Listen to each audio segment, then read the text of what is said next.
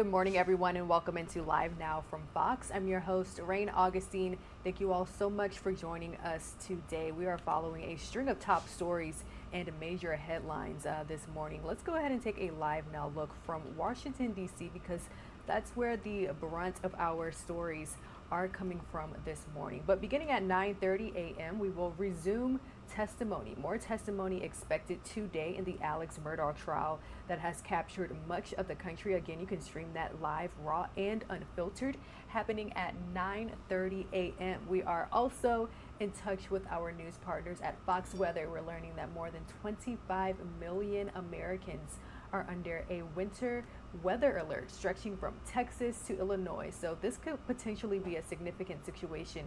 We'll bring you all the latest details. We're also paying very close attention to President Biden's schedule today. Now, he is hitting the road to tout the new federal spending projects, and it's the run-up to next week's State of the Union address as the White House hones in on a message likely for re-election efforts. So let's begin our 7 o'clock hour with that story, the latest coming from the White House. Fox News correspondent Doug Luzader brings us more. The president will spend much of the week talking about the economy, but we're also seeing next week's State of the Union address taking shape. President Biden finished the weekend in Delaware, and a tweet yesterday summarized what will likely be his message in the days ahead. My word as a Biden, I've never been more optimistic about America's future than I am today. Well, today he'll head to Baltimore to tout a tunnel project that's part of last year's big infrastructure package. And he's facing a doubtful public, with a new NBC News poll showing 71% of Americans think the country is heading in the wrong direction. The one thing I do know is we cannot continue the waste that is happening. On Wednesday, the president will sit down with the new Republican Speaker of the House, Kevin McCarthy. Will the two find a way to raise the nation's debt ceiling to avoid a possible default later this year? Next week's State of the Union address may lay out the president's case that he will not negotiate on that front. And it's likely the speech will now include a renewed push for police reform in response to the death of Tyre Nichols at the hands of Memphis police, which has touched off protests around the country. His family is reportedly set to attend the address as lawmakers talk about moving forward. These men and women with badges put them on each day and risk their lives for us. I know that. But we also see from these videos horrible conduct by these same officers in unacceptable situations. We've got to change this for the better. And there will also be more talk here on Capitol Hill this week about the ongoing investigations into the handling of classified documents. In Washington, Doug Luzader, Fox News. Let's continue our 7 o'clock hour with the latest political news. House Speaker Kevin McCarthy says that he's looking forward to having a discussion when it comes to raising the debt ceiling limit with President Biden. Now, the California Republican says the action would have to be taken in what he calls a reasonable and responsible way. The two leaders are scheduled to sit down together February 1st to talk this all through. That is actually this Wednesday, coming up very soon. So it will be the first face-to-face meeting at the executive mansion since McCarthy was elected Speaker earlier this month. And he has said that he wants to also address spending cuts. However, the president has already ruled out linking the debt ceiling to cutting spending. So all of this comes as the government is trying to figure out a way to avoid a potentially catastrophic financial default, which could happen in June if two sides are unable to reach an agreement. Here's more.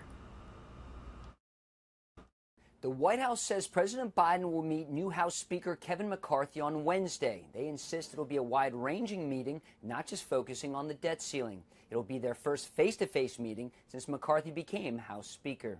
We're going to meet this Wednesday. I know the president said he didn't want to have any discussions, but I think it's very important that our whole government is designed to find compromise. I want to find a reasonable and a responsible way that we can lift the debt ceiling but take control of this runaway spending. On Fox News Sunday, the new top Democrat on the House Armed Services Committee says he wants to see something in writing from the Republicans. They haven't put a plan on the table. Okay, you don't like the idea that we're just going to raise the debt ceiling? We hear all these vague statements about how we need to cut spending. What needs to happen right now is if the Republicans don't want to raise the debt ceiling without cutting spending, obviously that they don't want to raise revenue, Put a plan on the table. What are you going to cut? Also on Fox News Sunday, the new Republican chairman of the House Foreign Affairs Committee says U.S. military spending should not be on the chopping block. I will not sit back and watch our defense being cut at such a dangerous time in our history. You have one dictator, largest invasion in Europe since World War II, the other dictator threatening the Pacific that the greatest generation liberated. The U.S. government is now more than $31 trillion in debt. And with interest rates going up, the interest payments on that $31 trillion will also increase. And in the next few years, some estimate it could exceed the total of the U.S. defense budget. At the White House, Lucas Tomlinson, Fox News. A mobile app adapted to help people enter their country legally is causing some frustration. Fox News correspondent Jackie Ibanez takes a closer look at CBP1 and why critics worry about the technological errors facing some programs that could cause people to give up on it. Here's more. A program aimed at reducing the number of people entering the U.S. illegally is facing backlash from those it's intended to help. CBP1 is a mobile app serving as a one-stop shop for information about U.S. Customs and Border Protection policies. It launched in 2020, but earlier this month, the Biden administration began allowing migrants to use the app as a way to secure appointments to try and seek asylum here in the States. I'm waiting for the best, to be able to enter the U.S. in a legal manner. New appointments are available every day, starting at 6 a.m. But the vast amount of people trying to apply is overwhelming the system. Many aren't able to log in, while some who do say the app crashes before they're able to confirm their appointment. They can go to shelters. We can help people who do not know how to read, those who do not know how to enter the system. Some complain and say, but I don't even have a cell phone. Sadly, they do need a cell phone and email to communicate. And while applications are available in English and Spanish, critics say it lacks other languages popular with migrants, like Haitian Creole. Besides language barriers, critics say the app has issues detecting the photos some applicants use. Problems with people of African descent having difficulty taking the photo. The app is not recognizing the photos of these people. Officials have not yet commented on how many people are getting appointments, but recent numbers show illegal border crossings last month were up 40% from December of 2021. Jackie Ibanez, Fox News. Let's go ahead and take a 2-minute commercial break, and when we return, we'll bring you all the latest consumer headlines, the story, and more up in just 2 minutes.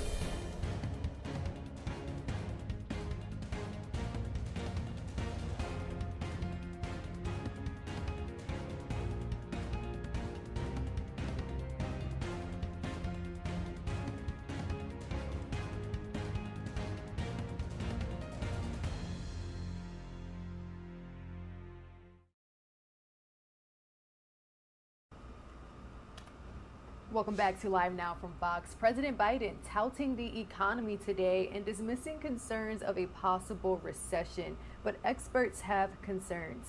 Here's more. A streak of consumer and government spending helped sustain economic growth last year, with the country's GDP increasing at an annual rate of 2.9% in the last quarter. The consumer's fine. I'm not deeply concerned about them at the moment. The growth is smaller than the 3.2% increase in the third quarter, but the better-than-expected report marks a solid start for the new year after inflation and a series of federal rate hikes roiled markets and fueled fears of a recession in 2022.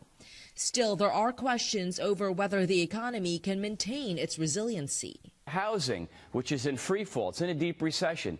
Manufacturing has started to enter a downturn. So there are a lot of signs of cracks and fissures in the economy. Although inflation is cooling, gas prices are rising again, and several tech companies are announcing thousands of layoffs, including IBM, Google, Microsoft, and Spotify.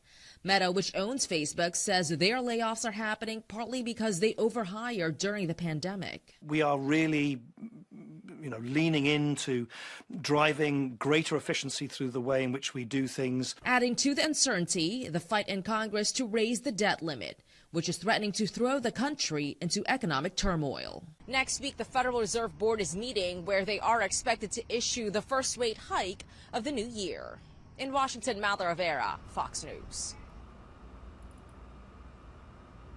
And getting your taxes done fast may be more important than ever. A report says financial experts are recommending that tax filers get their IRS taxes done in a speedy fashion because of the chances of hackers possibly getting your social security number and filing a false one on your behalf. Now, one advisor says that it's a race against time. Submitting yours fast increases the chances of a fake return getting tossed out by the IRS. And since the real one has already been filed, that increases your chances. If you become a victim of identity theft related tax fraud, the IRS may have you submit a lot more information, or the agency could be asked to file for you on paper. So definitely make sure that you get your taxes filed. Now let's talk about Democrat-led states, because they're banding together to get more money out of some of their wealthiest community members. Fox Business Network's Lydia Hugh brings us more. Proposals for a wealth tax are coming from 8 states in coordination with each other. The goal, the state lawmakers say, is to make sure the wealthy people have nowhere to hide. The measures vary from state to state, but generally they aim to take a cut from large asset holdings every year, regardless of whether the asset grew in value. Lawmakers in California want to tax all forms of personal property or wealth. This would include not just real estate, but also business interests, unrealized gains, and even artwork. The California bill would also require taxpayers to pay these taxes even if they move out of state. In Illinois, taxpayers would have to recognize gains on the value of their assets as income, even if they haven't sold the asset. And New York's proposal increases state capital gains taxes so much that, according to the Wall Street Journal, the government would take half of every dollar in investment earnings. This would be entirely new in the United States, and it's pretty novel worldwide. There have been countries that have wealth taxes, but most of them have repealed them. Now, critics say these new tax schemes will encourage the wealthy to run away to states like Florida and Texas, but it seems like lawmakers proposing these reforms know that. That's why we have California's attempt to tax people even if they leave. Back to you. All right, moving right along with other top stories this morning, a New Jersey community is on high alert after a Mazel Tov cocktail was thrown at a synagogue. This morning, the suspect is still at large. Joining us now live with more information is Fox 5 New York's Briella Tomosetti. Good morning, Briella. You're joining us live from Bloomfield. Tell us about the latest details and what authorities are saying.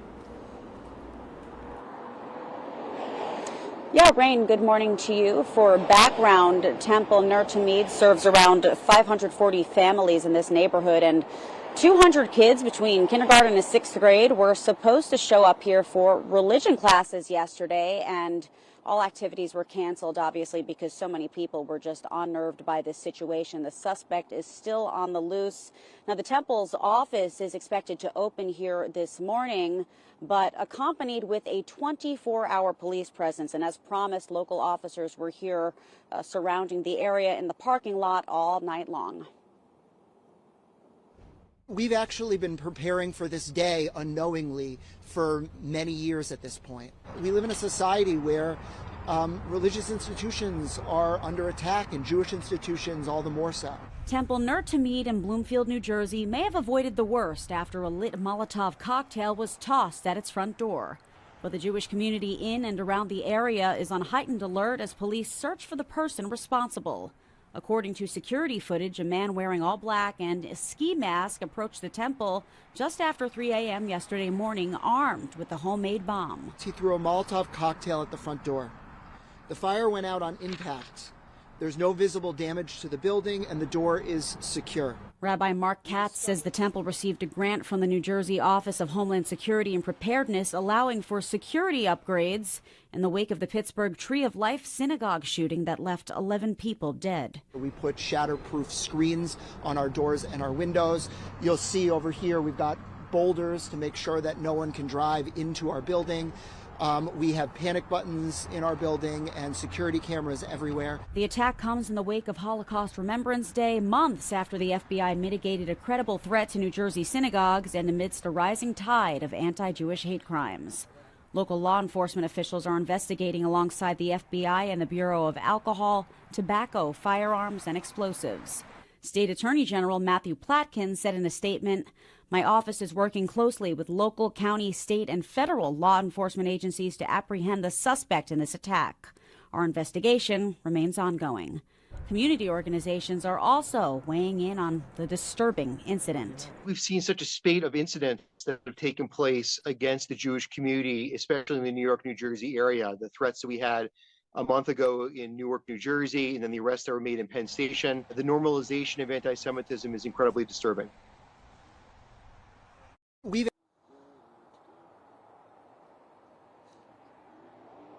Yeah, and we are located just about a half hour west of the city, so reaction to this incident understandably pouring in across the 5 boroughs as well. Later this morning at about 10 o'clock, Democratic Congressman Richie Torres, he'll be holding a press conference accompanied by local officials, the Anti-Defamation League, and people from the Jewish community to condemn this act of violence and show their support. Rain, we'll send it to you. Unfortunately, Briella, we have seen instances just like this take place at a rise. It's on the rise, especially throughout the past year in New York City. What are the exact statistics? Yeah, so according to a new report released by the Anti-Defamation League, and those numbers, more details will be released again at that press conference, anti-Semitic attitudes in the United States are widespread and, yes, on the rise right now. That report finding that more than 85% of Americans believe in at least one anti-Jewish trope. In other words, that's a negative stereotype against Jews, and that's compared to 61% back in 2019. So jumping from 61% in 2019 to 85% now. Certainly those numbers are increasing, which is not a good sign. Not a good sign, but we'll definitely be in touch with you later on after you attend that press conference. All right, Briella, thank you so much for joining. All right, this next story also coming from New York City, the city opening up its second legal dispensary.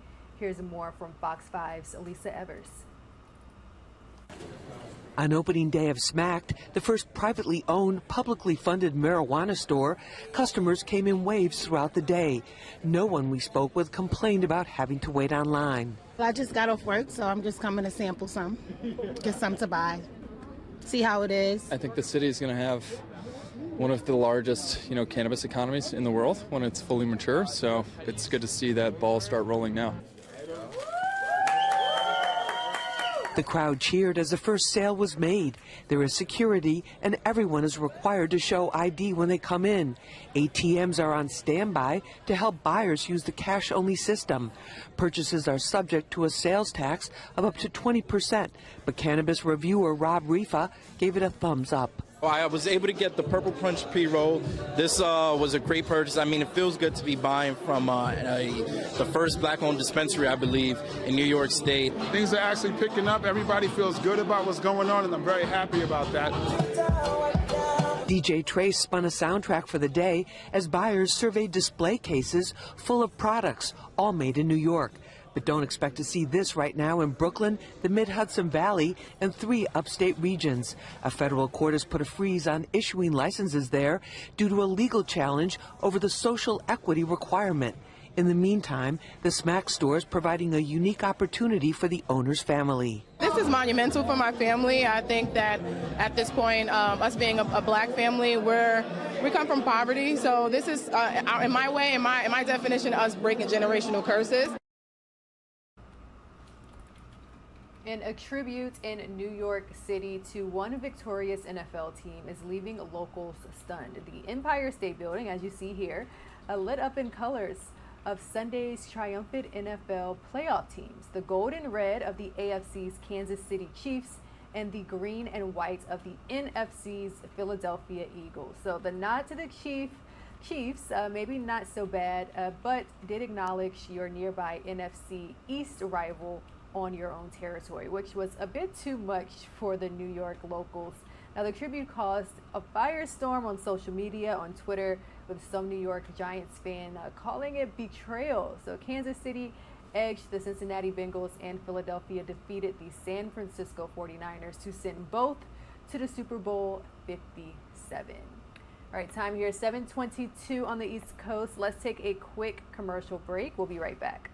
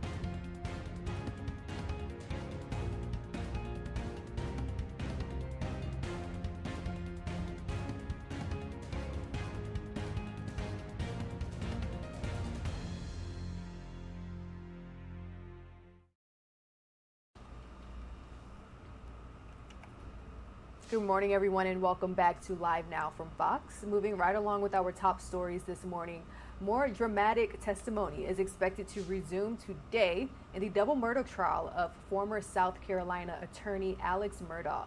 The once prominent lawyer is accused of murdering his wife, Maggie, and son, Paul, in June of 2021, and he will be back in court this morning with a defense cross-examination. So Fox senior correspondent Laura Engel is live with more on the trial and what we can expect so far. State prosecutors calling more witnesses in the double murder trial of Alex Murdaugh. The disgraced former attorney is charged with killing his wife Maggie and their son Paul in June of 2021. Confirm the testimony about the Several law enforcement officials took the stand Friday, including Colleton County Detective Laura Rutland. She secured a search warrant for the Murdaugh property on the night of the murders. During an interview played in court, Alec told Rutland he touched both Maggie and Paul and tried to check their pulse. Did you see what appeared to be blood on Alex Murdaugh's hands? I did not. On his arm? No. On his shirt? None. On his shorts? No. On his shoes? I did not.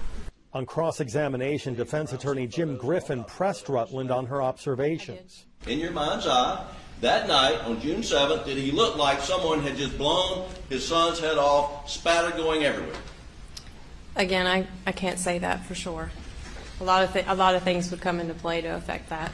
On Thursday, the jury viewed gruesome body camera footage from the crime scene. They also heard testimony from multiple witnesses, including Sergeant Daniel Green, who told the court Murdaugh was upset but had no tears the night of the murders. The jury hears that, and then they look at him in the courtroom and he's sobbing, and I really don't think it went over well. I think the jury thinks he's embellishing.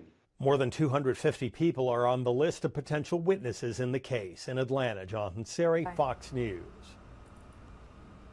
New and disturbing charges against one of the men accused of sexually assaulting LSU student Maddie Brooks, who is set to be laid to rest this week. Fox News correspondent Alexandria Huff is bringing us more on that story. 3 of the 4 males charged in the rape of Madison Brooks had bonded out of prison, but that was short-lived for 18-year-old Kayvon Washington, who was arrested again the very next day. According to documents obtained by the New Orleans Advocate, Washington faces a separate rape charge stemming from an attack on a 12-year-old girl reported back in 2020. He would have been 15 at the time. It was only after Washington was arrested in the high-profile Brooks case did a witness to the 2020 assault come forward. Washington and an unnamed 17-year-old have been charged with the 3rd-degree rape of Brooks, a 19-year-old LSU sophomore who died days later. 2 other men, 27-year-old Everett Lee and 18-year-old Kason Carver, have been charged for being present but not taking part. Police say Washington and the 17-year-old had raped a heavily intoxicated Brooks in the back of a vehicle before the 4 dropped her off at a random location. She was then fatally struck by a separate car. An attorney representing the defendant says the sex was consensual. Listen, this is a tragedy. Definitely not a crime. Can you tell that she was intoxicated? Yes.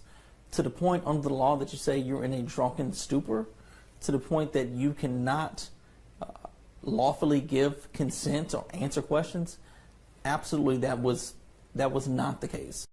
Police, of course, dispute that. No charges were filed against the driver who hit Brooks. Her sorority sisters say she died a hero, donating her kidneys and heart. Madison Brooks will be laid to rest on Friday. In Washington, Alexandria Hoff, Fox News.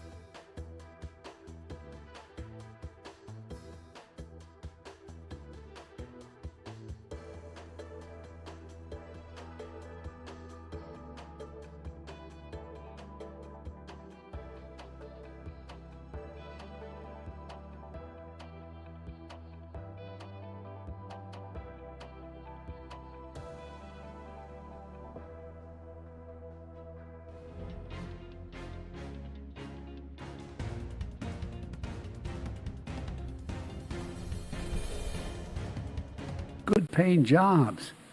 We'll be able to bring pride back to those communities that were once so proud.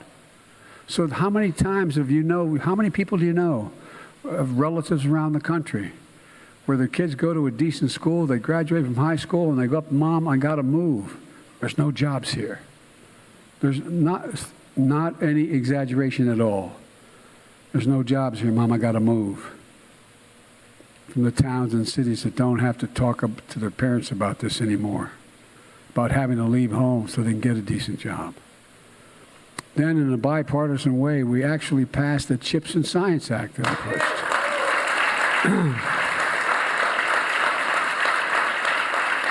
Just to make sure that America leads, not participates, leads the world in innovation and research and development, especially in the manufacturing of semiconductors.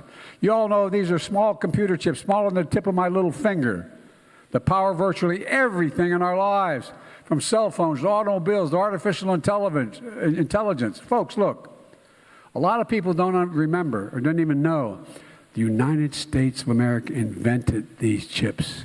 We invented them. The first in the world, we invented them. It was American innovation that made them smaller, faster, and more powerful. Over 30 years ago, we in fact manufactured 30% of the global chip production. We're tens of billions of dollars. But today, we produce only 10%. 10%.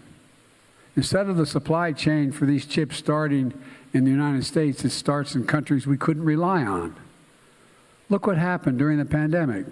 When overseas factories that make these chips shut down, automakers literally shut down the production lines. Fewer cars were made. Workers on the shop floor were laid off. 1/3 of the core of inflation in 2021 was because of the price of automobiles grew so much because you could not have the 3,000 chips needed to make the system work. Producing fewer cars because of the shortage of semiconductors. One car needs, I said 3,000, 300 of these chips. We can't ever be in a position where American auto manufacturers can't make cars because we don't make chips in America. So I made a decision, and I was very blunt about it. It's caused some stir around the world, not just here. The cost of everything from a refrigerator to a cell phone went up for the same reason, by the way. We can't ever let that happen again. So what we did with the CHIPS and Science law, I made a commitment that the supply chain is going to begin in America, not end in America. Really. And this law is about a lot more than chips. It's about science as well. Decades ago, the United States of America invested 2% of its GDP in research and development. 2% of the billions of dollars of the GDP we invested in research and development. You know what we do today? Less than 0.7%. We used to rank #1 in the world in research and development. We have the best universities, the best minds in the world. We stop investing in ourselves. Guess what? We now rank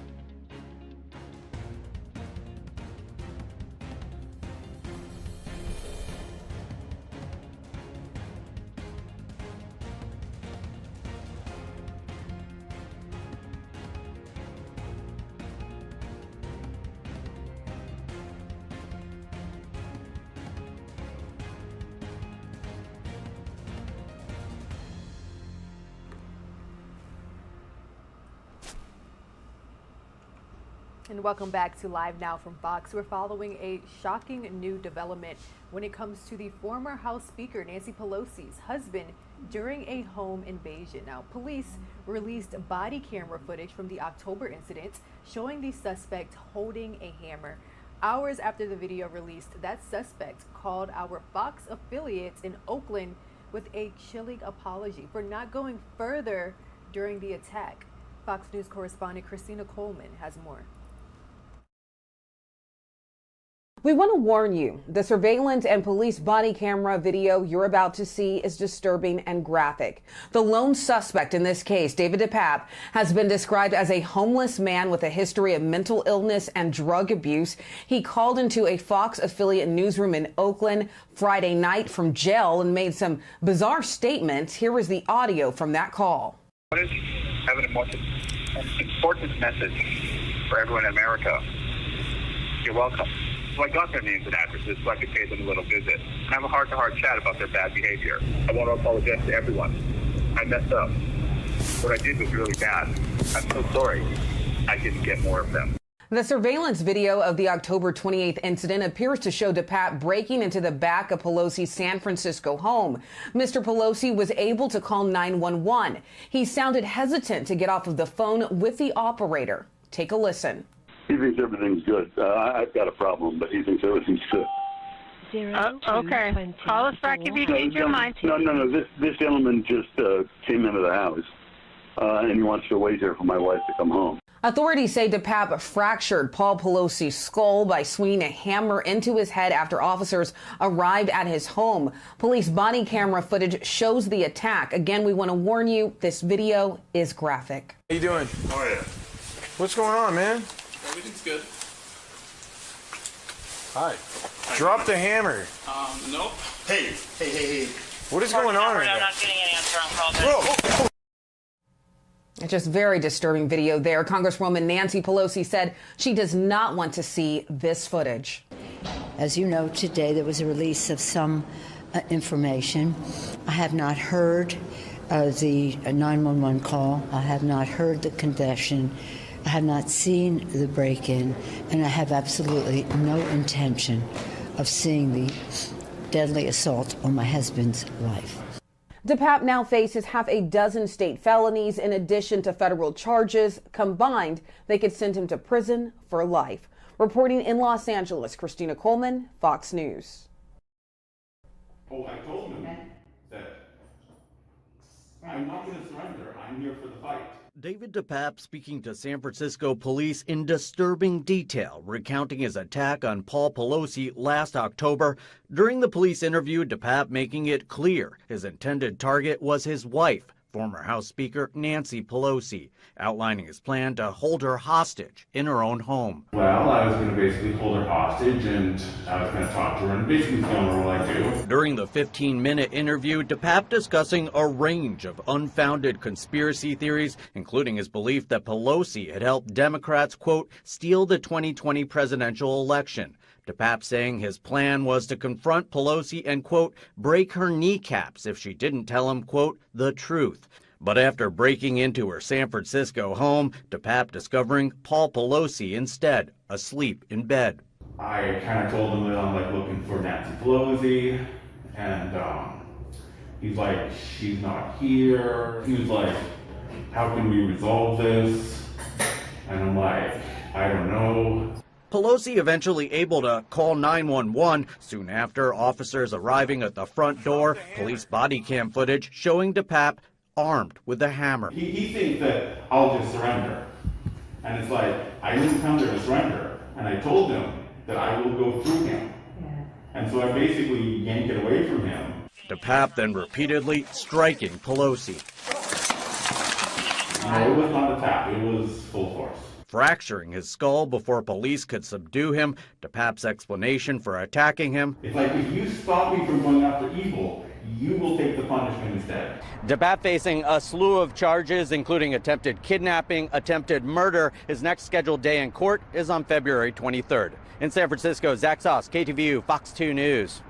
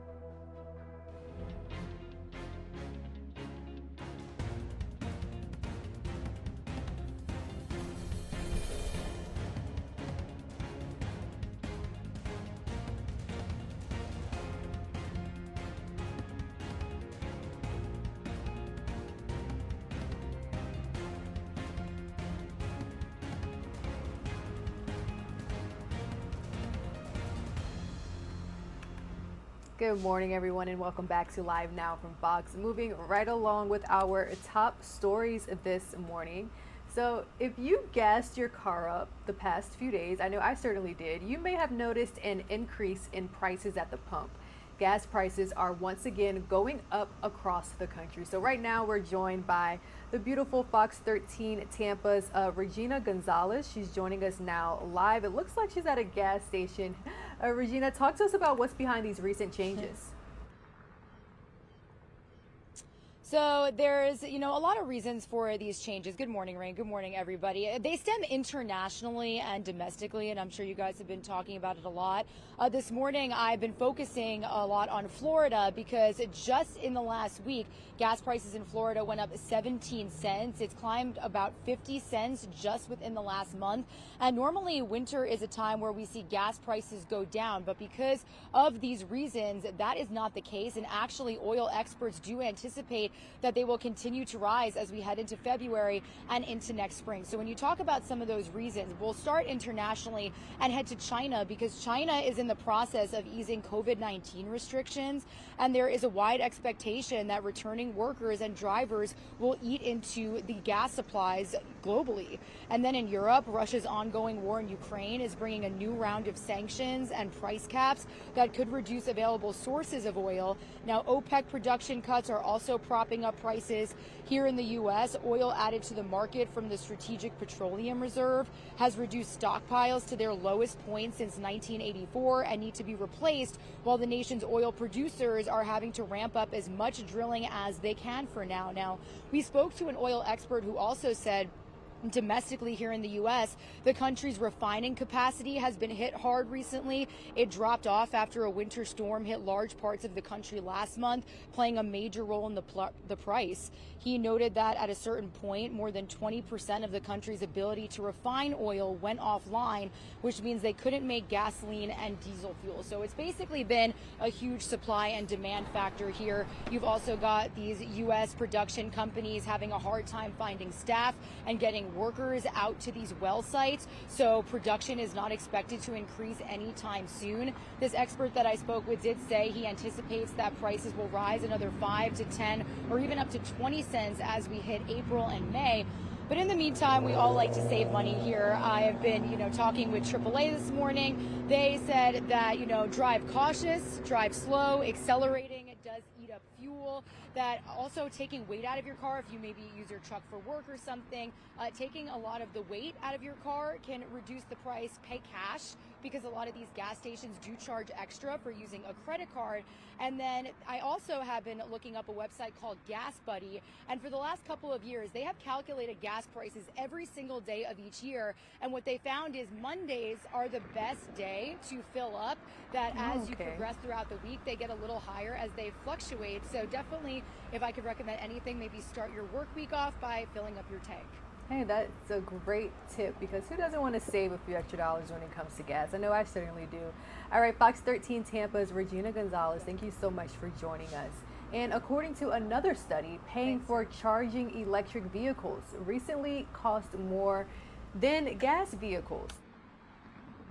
Consulting firm Anderson Economic Group says that the cost to drive a gas-powered vehicle for 100 miles were less in the fourth quarter of 2022 than the cost of driving an electric vehicle. This may come as a shock to some. So a mid-priced gas car driver paid $11.29 per 100 miles compared to about $11.60 for a mid-priced electric vehicle driver. So falling gas prices in the fourth quarter definitely helped return the savings to gas drivers for the first time in more than 1 year. The time now 7:47. Let's take a 2-minute commercial break. We'll bring you all up to speed on other top stories right after this.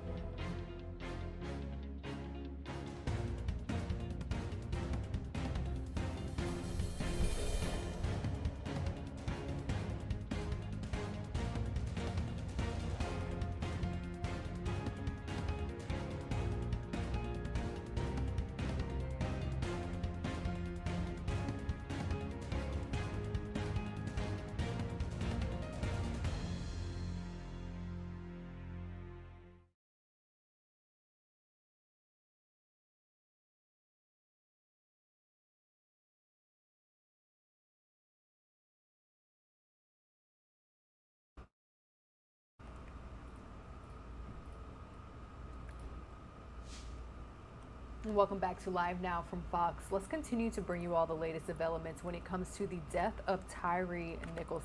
We're learning more about the Scorpion Police Unit. So Memphis, Tennessee Police disbanded the policing unit involved in his death. Now, the Memphis Police Chief has broken up the city's Scorpion unit, saying that it was under a cloud of dishonor following the beating death of motorist Tyre Nichols. The unit had 30 officers targeting areas of Memphis plagued with high crime. 5 officers have been fired and charged with murder in Nichols' death and could face up to 60 years in prison if convicted. As you can see, protesters taking the streets not just in Memphis but in major cities across the country this weekend calling for justice. They marched through their cities, again calling for justice in Nichols' death. Live Now from Fox caught up with a civil rights attorney following the release of the body camera footage. Let's go ahead and revisit that. I want to bring in now to the program, friend of the program, legal analyst Ben Taylor, and he's been kind of guiding us through all of these major developments. And Ben, thanks so much for being with us on this Friday night. Do you have us? Yes, can you hear me? We do. Ben, thanks so much for being with us. Okay, before we get into my questions here, you've watched the body camera footage, the video. It was about an hour's worth of footage. I want your first reactions. It was brutal. It was hard to watch. It left a pit in my stomach. Yes, I mean, this definitely reminds you of back in the day of Rodney King, the fact that he kept on getting beat up, Tyre Nichols. These officers surrounded him, just kept on punching him. One officer kicked him when he was totally like this submissive. So it's just doesn't make any sense. While this is the classic definition of what you call excessive force. And I can see why the grand jury indicted these officers based upon looking at this video. I'm sure the grand jury, when they watched this video, said this is definitely a murder. This is definitely a reason why we have laws to protect people.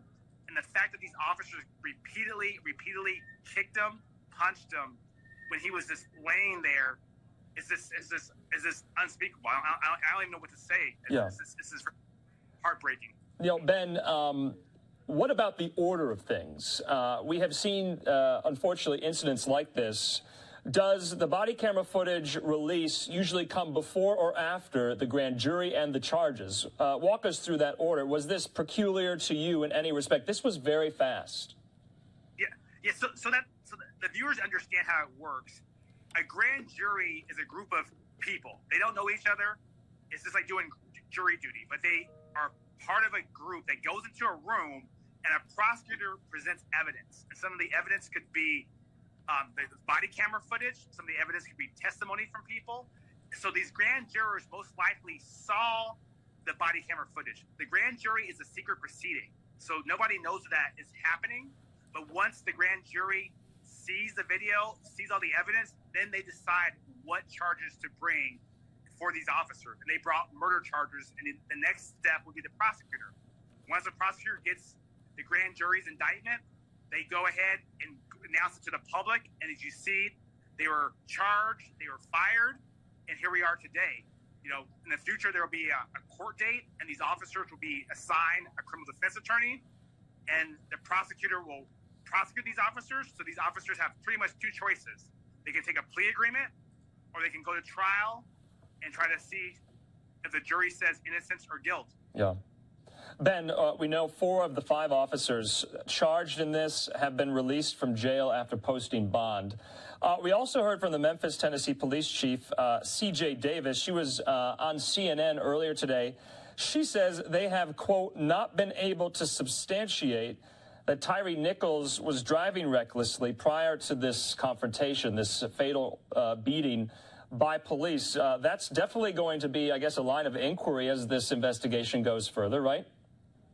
Yes, under the law, the police have to pull you over for a bad act. That's what's called probable cause or reasonable suspicion. If the officers don't have probable cause to pull you over, or you didn't commit a bad act, that's going to be very detrimental in the trial. So if you have a police chief saying that these officers should never have pulled over Tyre Nichols, that means if he was never pulled over, he would still be alive today, and he wouldn't be dead. And the fact that they maybe illegally pulled him over is a big fact of why did they pull him over in the first place? Why did they beat him up? And why is he dead today? You know, Ben, you probably have poured over numerous body camera footage in the course of your career. But we were treated today to footage from a different vantage point, some of the poll camera footage, a bird's eye view, unfortunately, of the beating itself and the very, very long delays in rendering aid. That almost spoke more to the body camera footage. The body camera footage is a very difficult vantage point to make sense of, but that poll camera was plain as day, full-on view. Do you think that is what prosecutors are going to be, I guess, relying on mostly as they try to make this case? Yes. I mean, the poll camera was very clear. A lot of times body camera footage, it falls off, it falls down, but having a poll camera there, it allows people to actually see what actually happened. So that's what the jury's going to rely upon. Juries want clean evidence. They want clear evidence. They want to win their case, prosecutors. So they're going to use the best evidence they have. And the poll camera is the best evidence. That'll be the evidence that you'll see in the future when this goes to trial. Ben, I want to talk to you about this term because we've been showing events all over the country throughout the day here. Sacramento, Chicago, Washington, D.C. Activists have been using the term qualified immunity. What does that mean in regards to police officers and police departments? Is it at play or going to be at play, do you think, in this case? So to let the viewers understand what qualified immunity means, it means that officers pretty much are allowed to make mistakes. And if an officer makes a reasonable mistake, that means the case can get dismissed, meaning that these officers might not be able to get sued in a civil case. So qualified immunity mainly applies to civil proceedings. And as far as the criminal case, it'll be up to the jury to decide because they've already been indicted.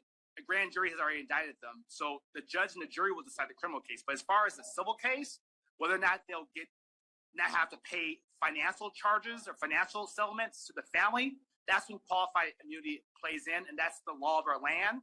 And a judge decides whether or not the officers made a reasonable mistake or their acts are so egregious. If their acts are so egregious, that means qualified immunity will not apply in this case. And I don't want to, speculate about the case going forward, but just looking at the video, this was abhorrently egregious. And so would you want to speculate about if that's even going to be a factor in all of this? In this case, I really highly doubt qualified immunity would play. I mean, this is it's on camera, it's on video. You see these officers repeatedly beating and punching and kicking. So, I mean, it's up to the judge. So you never know what a judge will do. I mean, some judges make a decision, so a judge can throw this case out in the future. But I highly doubt any judge in America will throw this case out based upon the video evidence that we saw tonight. Speaking of that video evidence that we saw, Ben, one of the charges, and all 5 officers got, I believe, all the same charges, attempted kidnapping. What did you make of that? So people think kidnapping is meaning you're taking a kid and running away. But under the law, kidnapping means when you're restraining somebody, not allowing them to move. So that's where the kidnapping charge was in here. And then you had the murder charge, right? Murder charge because Tyre Nichols is dead today.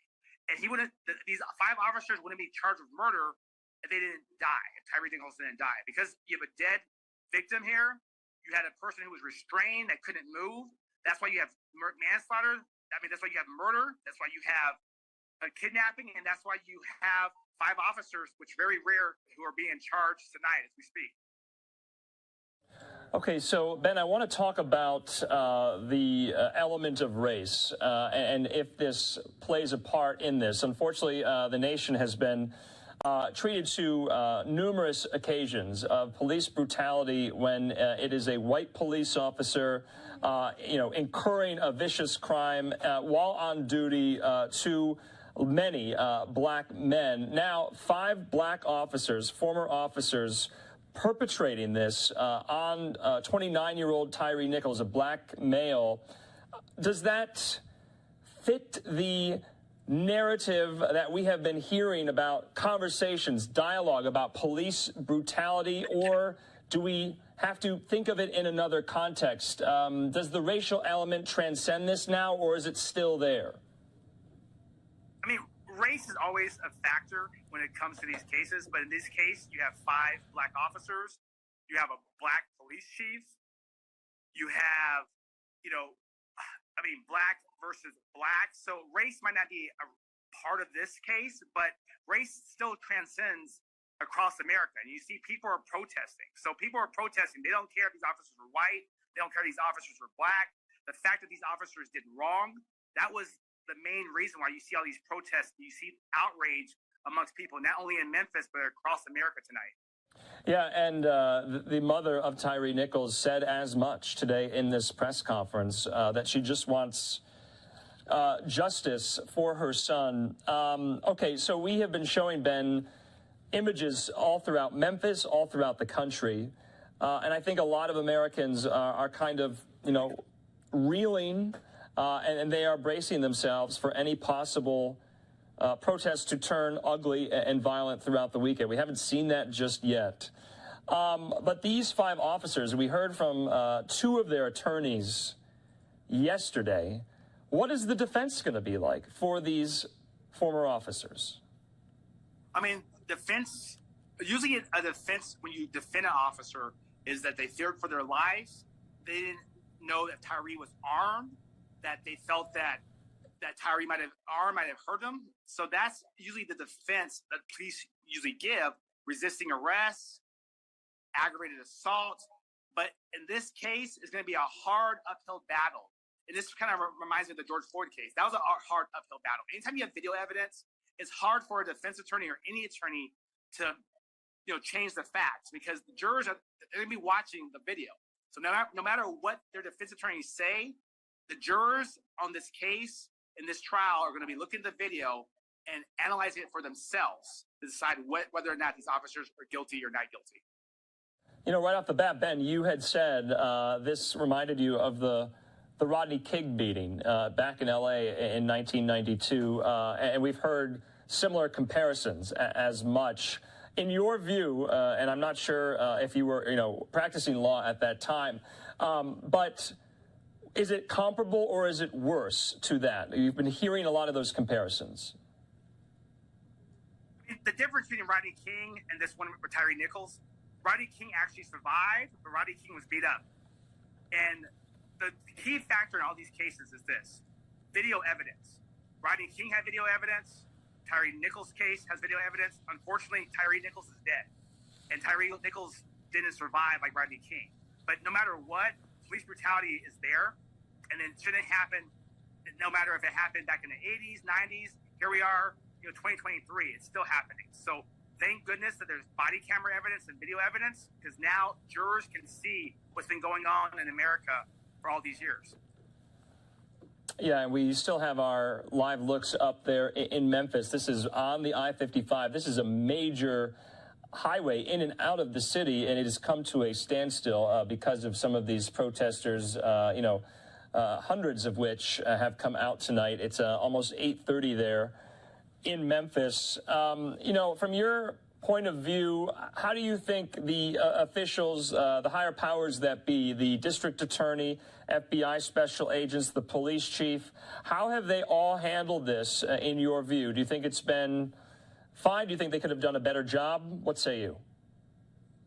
I mean, it's a tough job, right? I mean, anytime an officer is charged and prosecuted, that's very rare.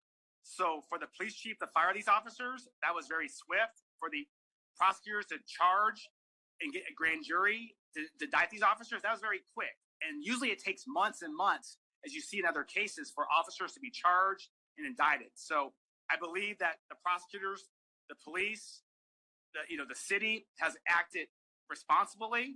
They've given the benefit of the doubt to these officers, because you remember, even though there's a video, these officers are still under our law, innocent until proven guilty in the court of law. But if the officers have done wrong, they've been fired, and they've moved swiftly, and the police chief and the community has done the right thing so far. All right, Ben Taylor, we appreciate your legal insight into all of this. We're going to stay on top of this story. We appreciate your time on this Friday night, and we'll talk again. All right, thank you. And time is now 8:04 a.m. Taking a live now look from the White House. Let's take a quick commercial break. When we return, we'll bring you all the latest on President Biden's schedule as he is hitting the road today to tout his administration's economic plan. That story and more in just 2 minutes.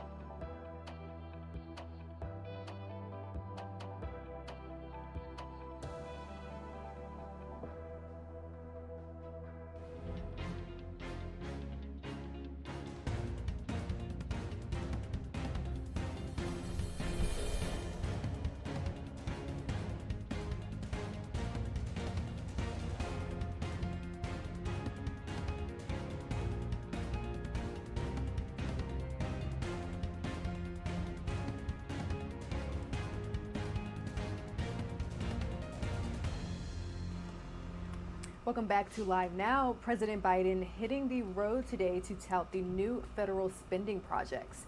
It's a run-up to next week's State of the Union address as the White House hones in on a message likely for a re-election effort. Fox's Doug Luzader has more on the emerging themes from Washington this morning. The president will spend much of the week talking about the economy, but we're also seeing next week's State of the Union address taking shape. President Biden finished the weekend in Delaware, and a tweet yesterday summarized what will likely be his message in the days ahead. My word as a Biden, I've never been more optimistic about America's future than I am today. Well, today he'll head to Baltimore to tout a tunnel project that's part of last year's big infrastructure package. And he's facing a doubtful public, with a new NBC News poll showing 71% of Americans think the country is heading in the wrong direction. The one thing I do know is we cannot continue the waste that is happening. On Wednesday, the president will sit down with the new Republican Speaker of the House, Kevin McCarthy. Will the two find a way to raise the nation's debt ceiling to avoid a possible default later this year? Next week's State of the Union address may lay out the president's case that he will not negotiate on that front. And it's likely the speech will now include a renewed push for police reform in response to the death of Tyre Nichols at the hands of Memphis police, which has touched off protests around the country.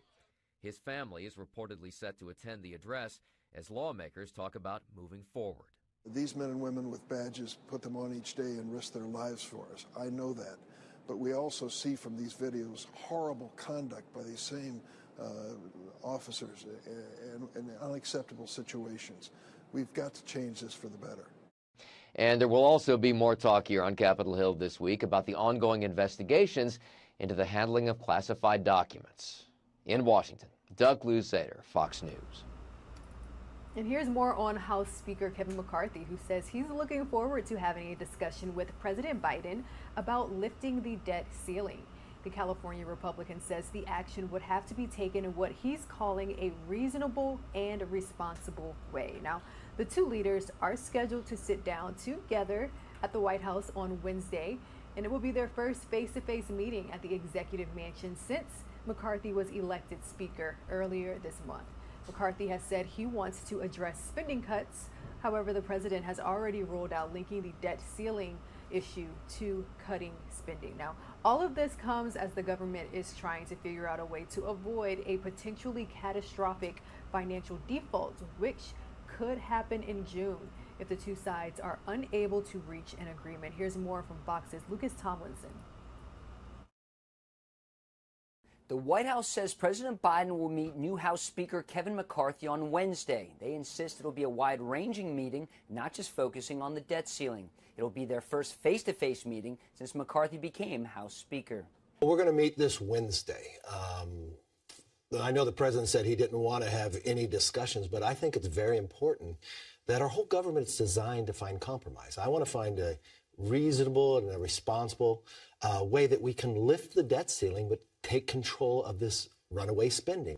On Fox News Sunday, the new top Democrat on the House Armed Services Committee says he wants to see something in writing from the Republicans. They haven't put a plan on the table. Okay, you don't like the idea that we're just going to raise the debt ceiling? We hear all these vague statements about how we need to cut spending. What needs to happen right now is if the Republicans don't want to raise the debt ceiling without cutting spending, obviously they don't want to raise revenue, put a plan on the table. What are you going to cut? Also on Fox News Sunday, the new Republican chairman of the House Foreign Affairs Committee says U.S. military spending should not be on the chopping block. I will not sit back and watch our defense being cut at such a dangerous time in our history. You have one dictator, largest invasion in Europe since World War II, the other dictator threatening the Pacific that the greatest generation liberated. The U.S. government is now more than $31 trillion in debt. And with interest rates going up, the interest payments on that $31 trillion will also increase. And in the next few years, some estimate it could exceed the total of the U.S. defense budget. At the White House, Lucas Tomlinson, Fox News.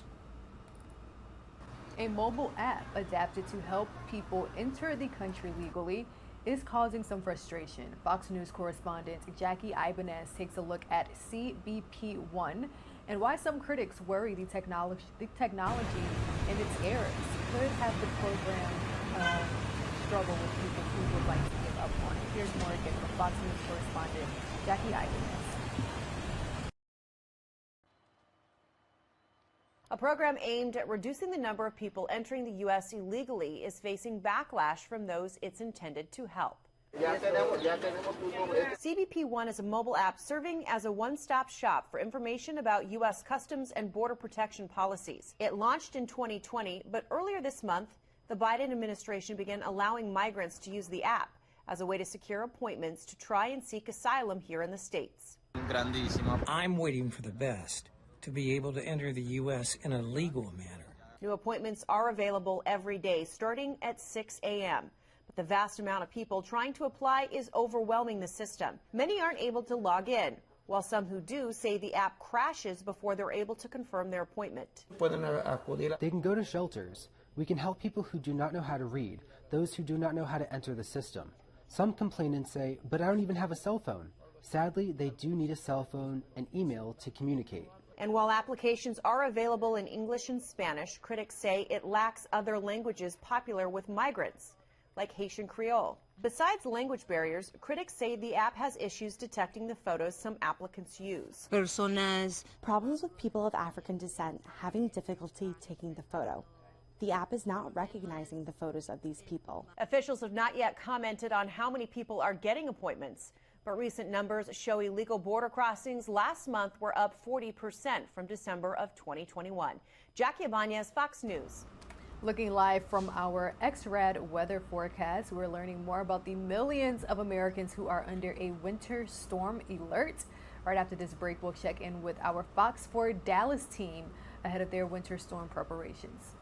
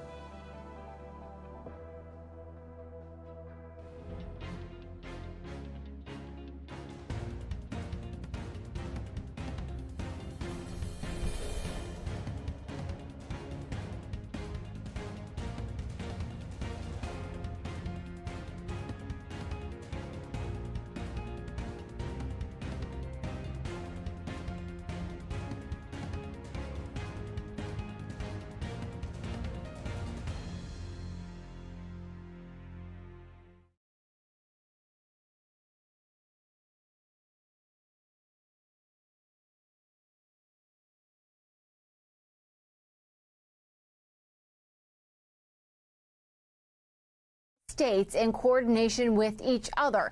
The goal, the state lawmakers say, is to make sure the wealthy people have nowhere to hide. The measures vary from state to state, but generally they aim to take a cut from large asset holdings every year, regardless of whether the asset grew in value. Lawmakers in California want to tax all forms of personal property or wealth. This would include not just real estate, but also business interests, unrealized gains, and even artwork.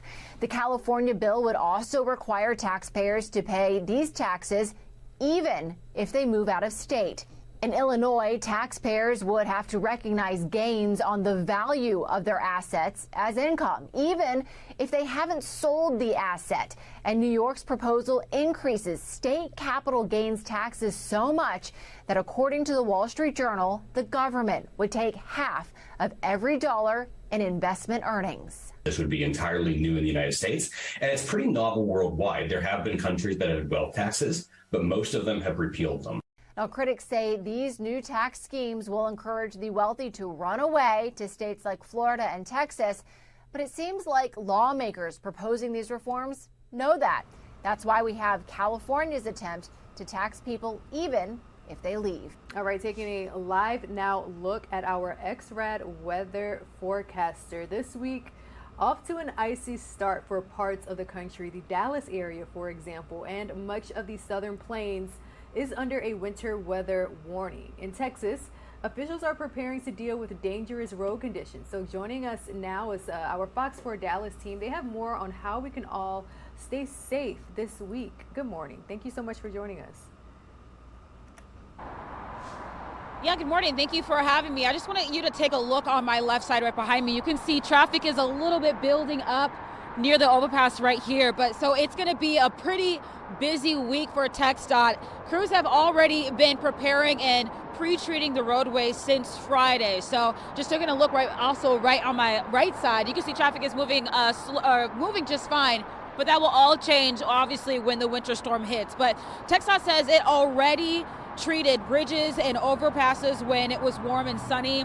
Now, crew members will start focusing on major roadways and highways as well. So TxDOT uses a brine solution to keep the snow and the ice from sticking on the roadways as well. And with several rounds of freezing drizzle and also the sleet in the forecast, TxDOT is prepared to spot and treat with salt and sand mixture, and crews will be rotating shifts starting at noon today so that they can address any problems that come up.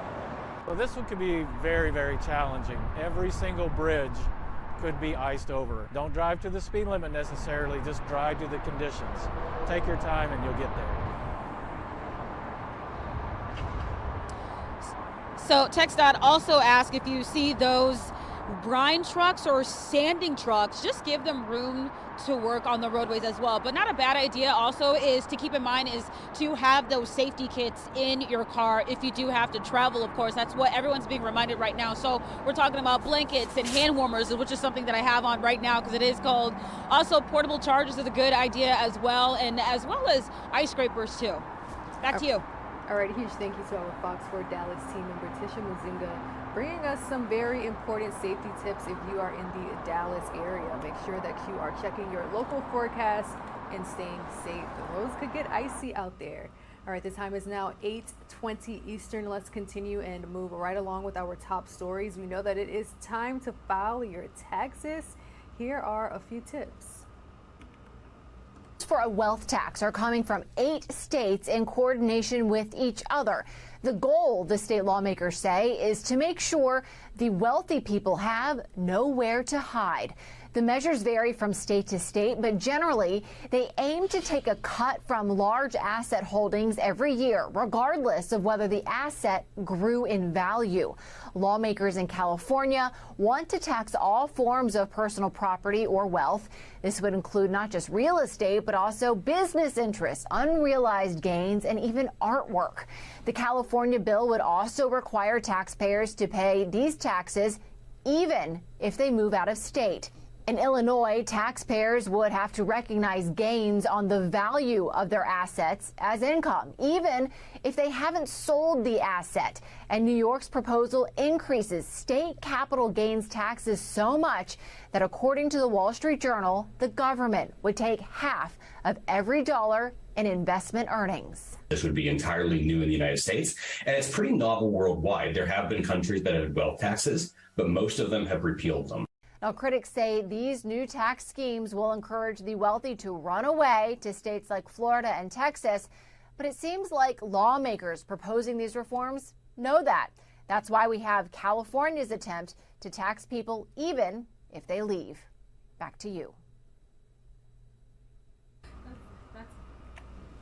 All right, moving right along with our top stories, let's continue to bring you all the latest when it comes to Tyre Nichols. We know that the family is calling for justice following his death.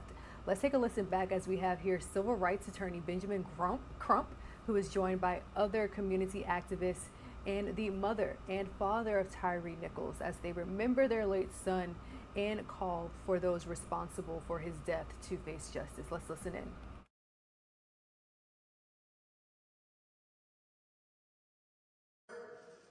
And we won't accept less going forward in the future. We won't have black officers treated differently than white officers. We want equal justice under the law. Tyre deserved it, Tamir Rice deserved it, Ronald Green deserved it, Alvin Sterling deserved it, Eric Garner deserved it, Cameron Turner deserved it, all our children.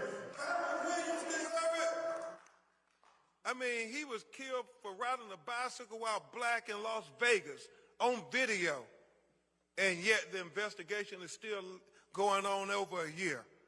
And so we have a precedent that has been set here in Memphis. And we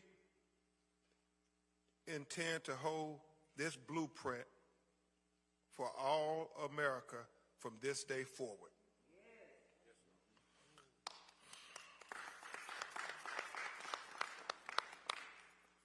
Now, also, and you're going to hear from her, man, what grace and dignity for Rovine, Tyre's mother. She said previously that she feels God used her son as an assignment. And Bishop Williamson, even though it's very, very painful, and God knows this is tragic, but she believes God used her son as an assignment. Amen. And her and Mr. Wells said this assignment is for reform. Reform that we can try to prevent some of these hashtags of black and brown people being unjustly killed by police. That we can create a Tyre law. That's right. Here in Tennessee. Come on. That's right. That will be that will emphasize the importance of police officers, President Turner, to have a duty to intervene when they see crimes being committed, even if those crimes are being committed by their fellow officers. That's it. That would be the appropriate legacy that we give Tyre Nicholson if we really say we want justice for justice. It's not just justice for one family, it's justice for all of us. That's what Rovine is praying for. She wants reform. We want this duty to intervene to become Tyre's law, just like they have Carry-On Horn's law in the state of New York. And for those of you who don't know that, sister, as me and attorney McElmore talked this morning, Carry-On Horn was a black police officer.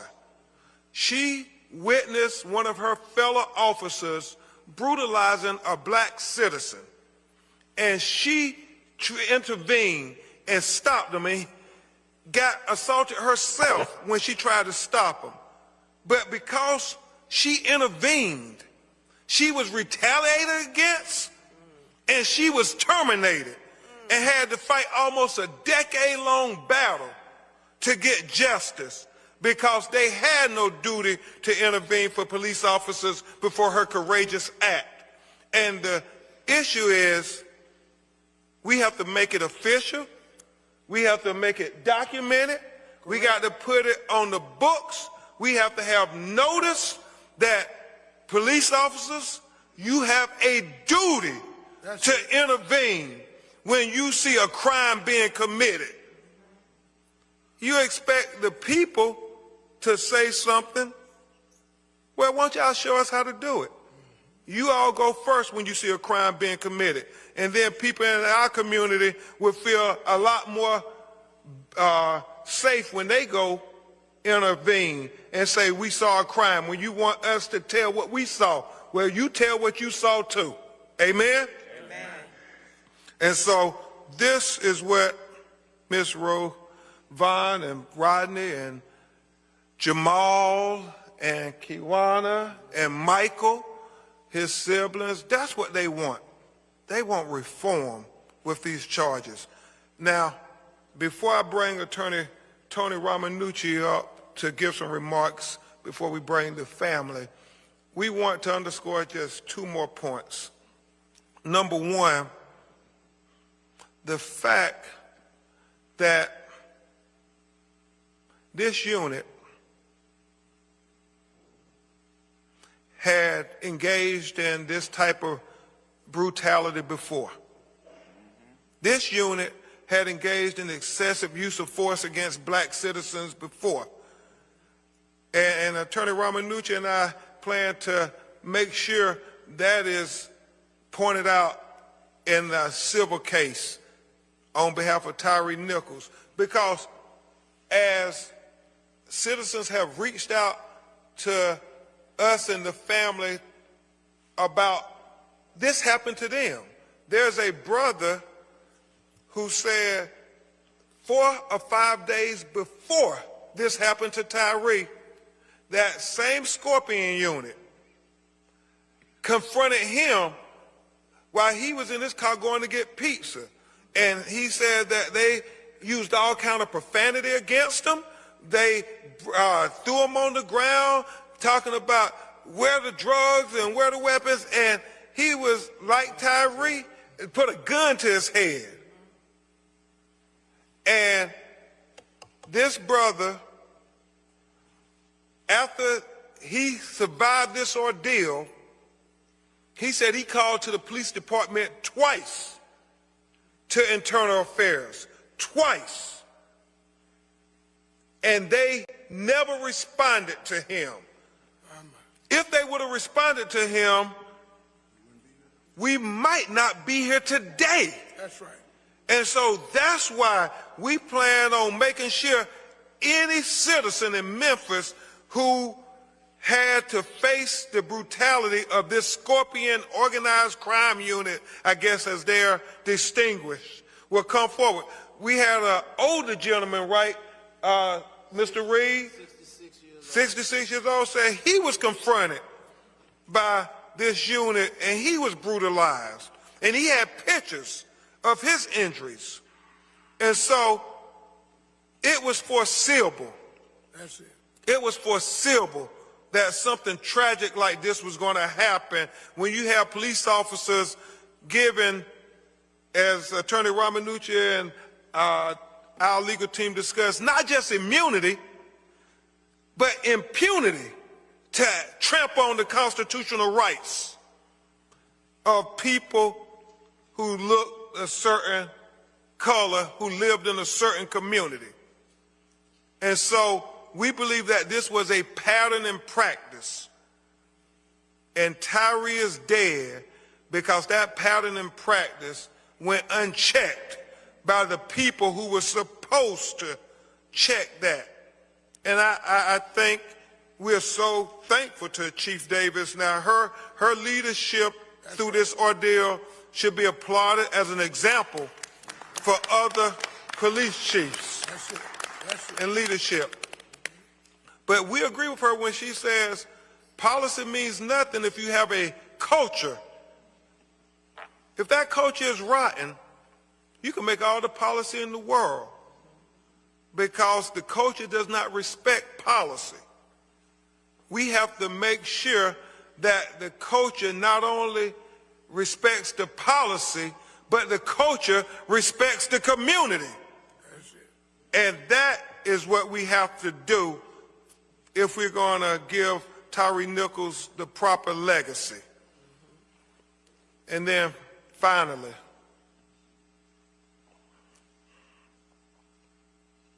we think about, as Ms. Rovan said,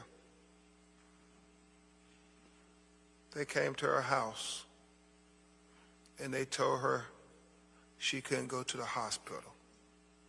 And it wasn't until 4 a.m. in the morning that the doctor called her.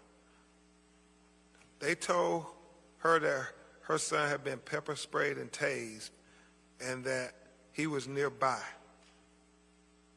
Never told them where they were at.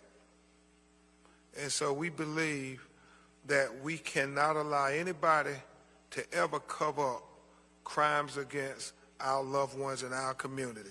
It happens far too much in America, and we have to have this conversation over and over and over again until it stops.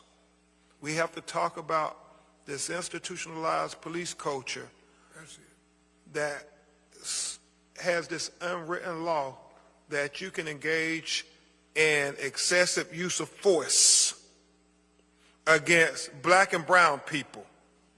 We have to have this conversation because this institutionalized police culture that suggests you can do this to people in certain communities who look a certain way cannot be tolerated. It doesn't matter if the officer is a black officer, a Hispanic officer, or a white officer. It is the culture that allows them to think they can do this to Tyre, that they can do this to Keenan Anderson in Los Angeles, California, that they can do it to Byron Williams in Las Vegas. I mean, to come and attack a black man just for riding on a bicycle. It is the culture. And we have to call out this culture every time we get a chance. We gonna call it out? Yes. Call it out. Call out the culture. Call out the culture. Call out the culture. Call out the culture. Call out the culture. Call out the culture. Call out the culture. Call out the culture. We have to call out the culture. And that has to be the conversation, or those hashtags will continue to pile up quicker than we can keep up. And the only way, this is just the first steps to getting justice for Tyre Nichols. The only way we get full justice for Tyre Nichols is it's the institutionalized police culture that is on trial today. And the only way we get justice for Tyre Nichols is if we call out this institutionalized police culture so we can get full justice for Tyre Nichols. Justice for Tyre Nichols. Justice for Tyre Nichols. Justice for Tyre Nichols. Justice for Tyre Nichols. Justice for Tyre Nichols. Justice for Tyre Nichols. Justice for Tyre Nichols. Thank you all. Now you're going to hear from a great lawyer who fights for civil rights all across America, who I'm so proud to fight with yet again on the front line. My brother, Attorney Tony Ramanucci, will greet you, and then we will continue on with the press conference.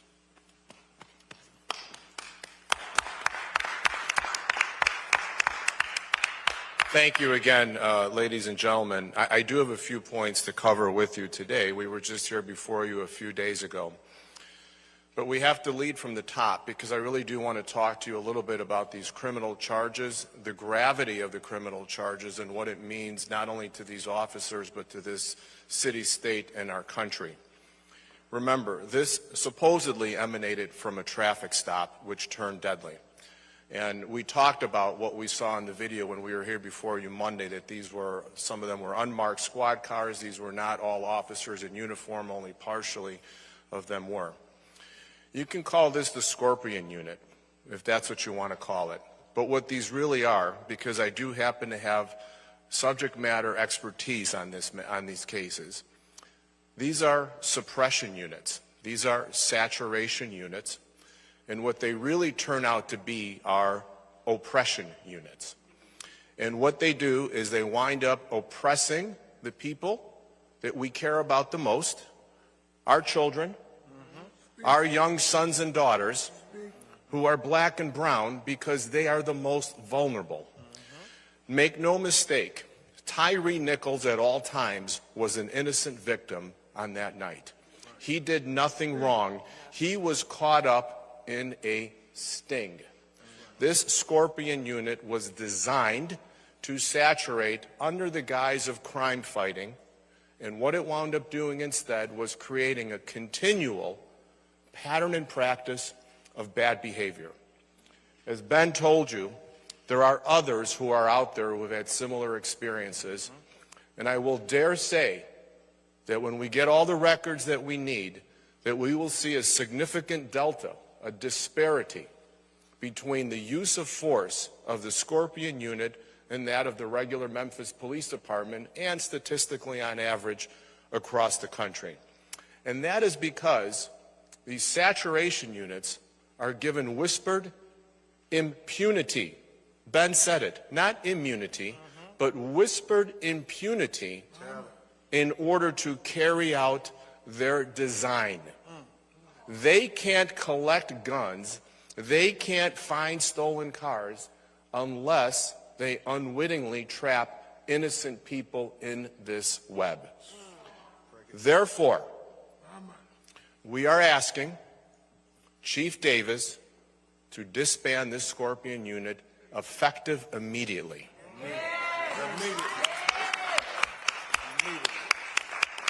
The intent of the Scorpion Unit has now been corrupted. It cannot be brought back to center with any sense of morality and dignity, and most importantly, trust in this community. How will the community ever trust a Scorpion Unit? And that's what we are asking for. The intent was good, the end result was a failure. And we must recognize that and do something about it. And I call on all chiefs in this country to review their saturation units, to review their special squad units, and disband them, because they can easily become corrupted when they are told, they are whispered in their ear, act with impunity. Now, one of the charges is kidnapping. We're going to talk about the second-degree murder. But think about the weight of a kidnapping charge being brought against officers who are wearing a badge, a shield, carrying weapons on their duty belt, acting under the color of law. When has that happened in this country? And part of the definition of kidnapping in the Tennessee statute is that it's something that I'm going to give another analogy to. When you think of 9/11, what's the word that comes to mind? Terrorism. When you think of other heinous acts that have happened in churches across this country, any act of terrorism, what does that instill in you? That, ladies and gentlemen, is the definition that we are dealing with here on this kidnapping charge. It is terrorism. It was designed to terrorize the victim. This young man, by definition of the law in this state, was terrorized. Not by one, not by two, but by 5 officers who we now know that the charges brought actually state that they acted in concert with each other. They acted together as that pack of wolves to inflict harm terrorism, oppression of liberty, oppression of constitutional rights, which led to murder. I just talked about all the charges in nearly one sentence. That is how this case is going to be defined. This was an intentional act once those officers were there. They knew their actions were going to cause death, and indeed it did. Sadly, it did. We will take questions at the end of this, but I do want to pick up on one thing that Ben has said. And if I may add, this is the spokesperson for civil rights in this country.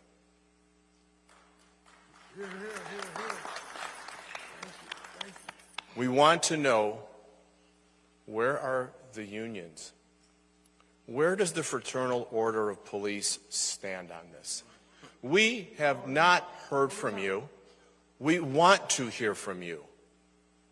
We want to hear you say that what happened to Tyre, what happened to this family, should never, ever happen again.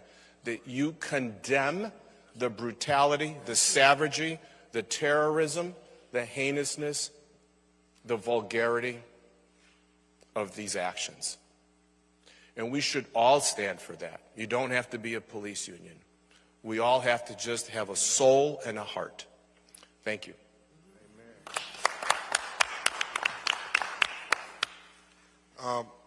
Thank you so much, Attorney Ramanucci. You know, one of the things that must be stated about the kidnapping charge, Sarah, when you all see this video, you're going to see Tyre Nichols is calling out for his mom. He calls out 3 times for his mother. His last words on this earth is Mom, Mom, Mom.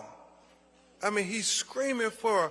And when you think about that kidnapping charge, he said, I just want to go home.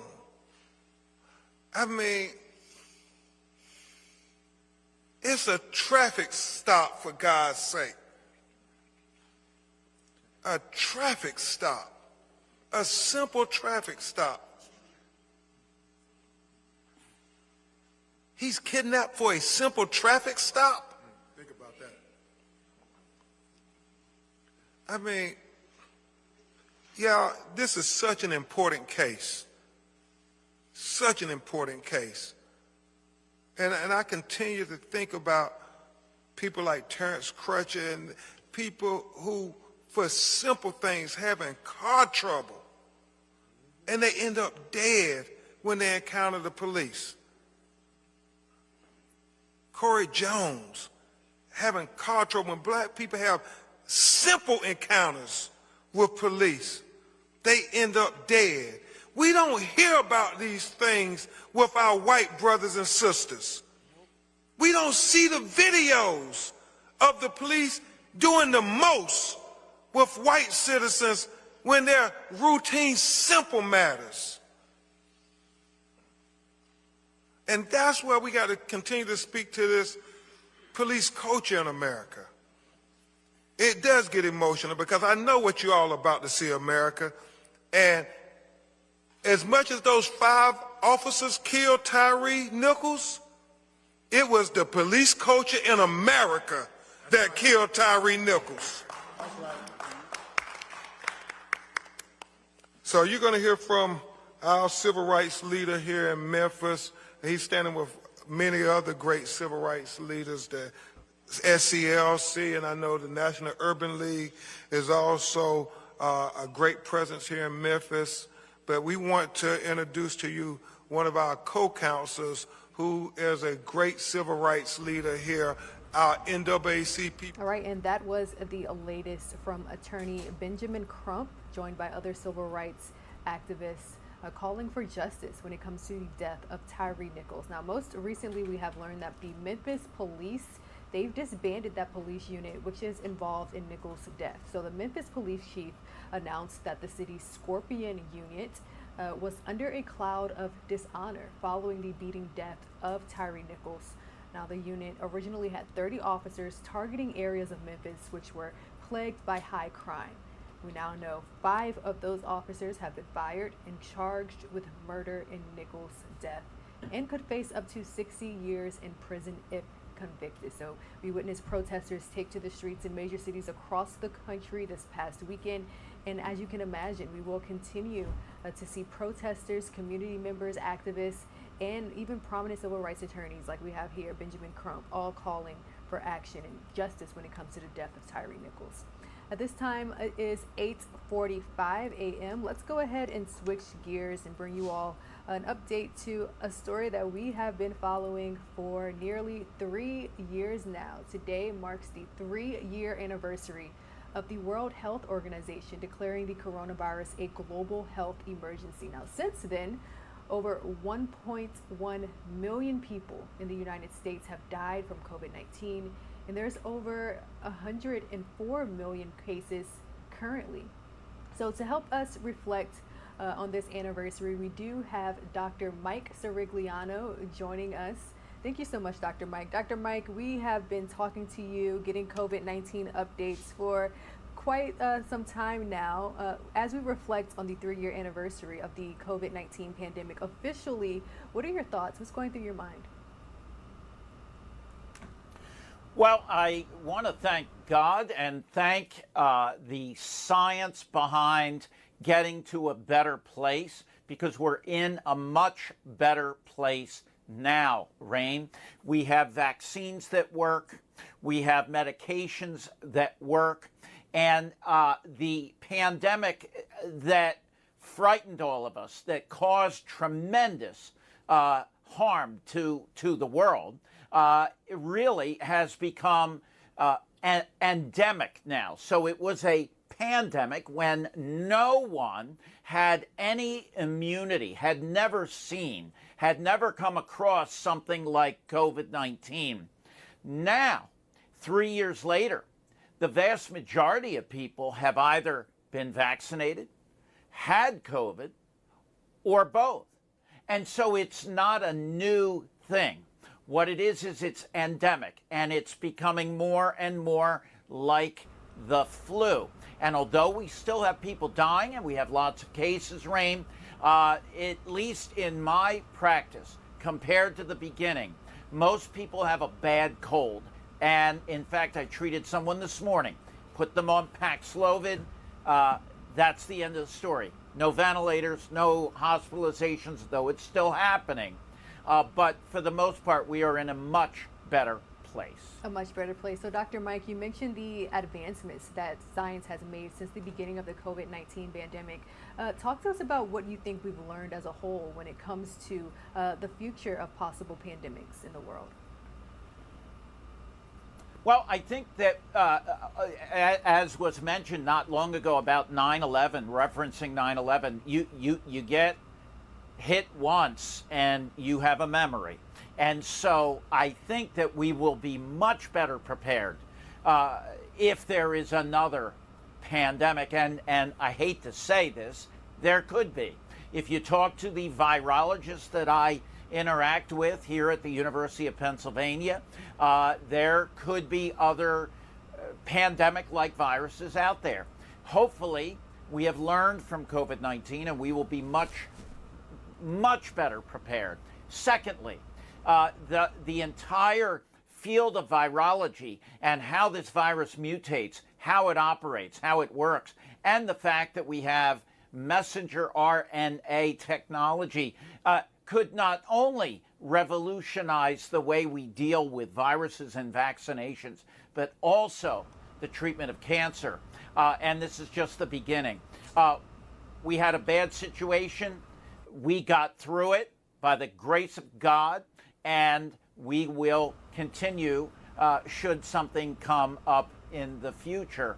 I'm very confident of that. Dr. Mike, yourself and so many other medical professionals are saying that we must adjust to life with COVID-19, calling it an endemic, as you mentioned during this conversation. Have we fully adjusted, and do you think people are maybe getting a little too comfortable? Have we let our guard down some? Well, unless you live in a bubble and you remain isolated from the rest of the planet, there is a chance you could get COVID, just like you might get the flu.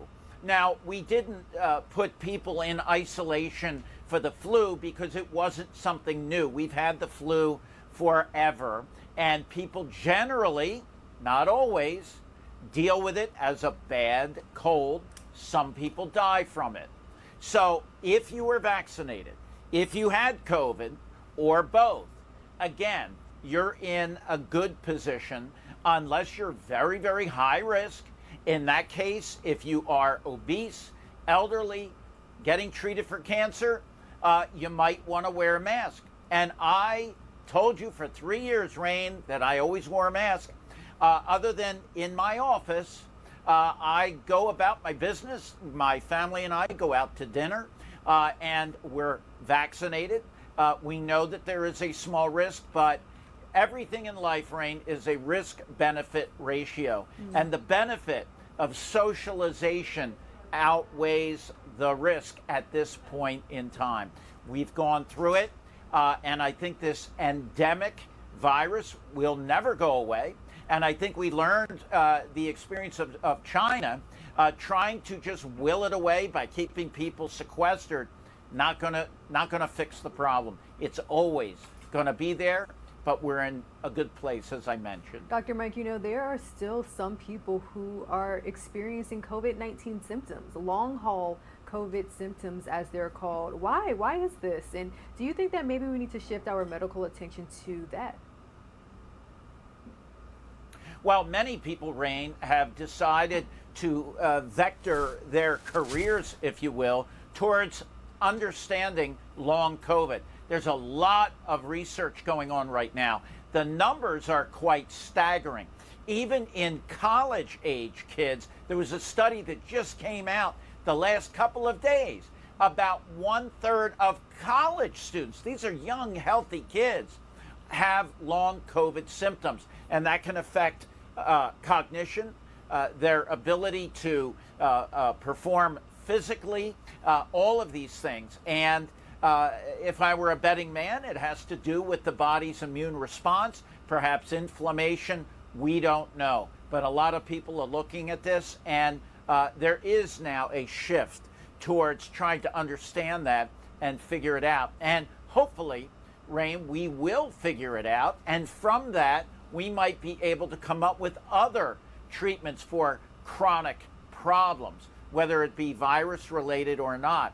Things like chronic fatigue syndrome, all of those might benefit from the research going on here.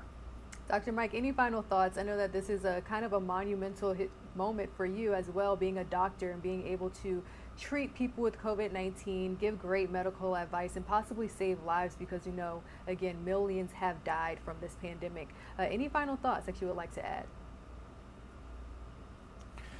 Well, I chose medicine because, in a way, it's like joining the military. It's a fight. This was a war. Luckily, we won. We took a lot of casualties, but we won. And the bottom line is that we will be ready. We will be able and ready to stand up to any new threats that come our way. And I'm very proud of the medical profession.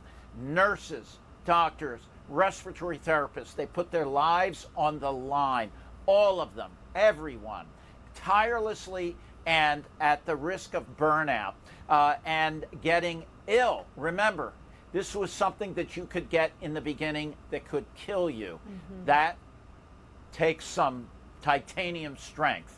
So God bless them. And Rain, we'll be ready. We'll be ready for sure. We will be ready. All right. A huge thank you to Mike Sirigliano for joining the program this morning.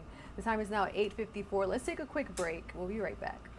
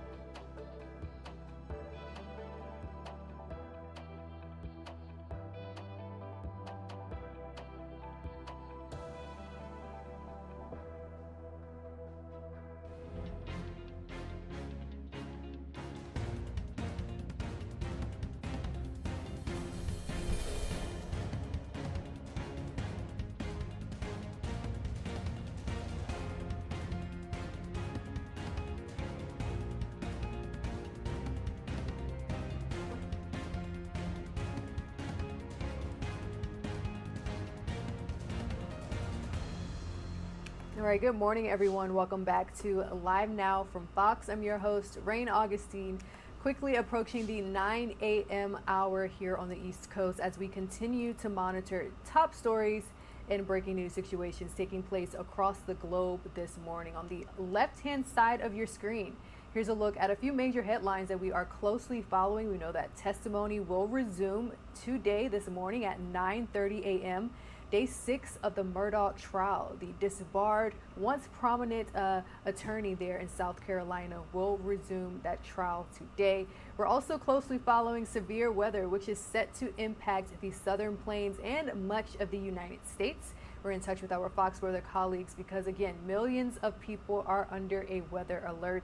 And we're also tracking President Biden's schedule as he is hitting the road this morning to tout his new federal spending projects. Now, this is a run-up to next week's State of the Union address as the White House hones in on a message likely for a re-election effort. So let's check in with Fox News correspondent Doug Luzader. He's bringing us more on this story and other emerging themes from Washington this morning. The president will spend much of the week talking about the economy, but we're also seeing next week's State of the Union address taking shape.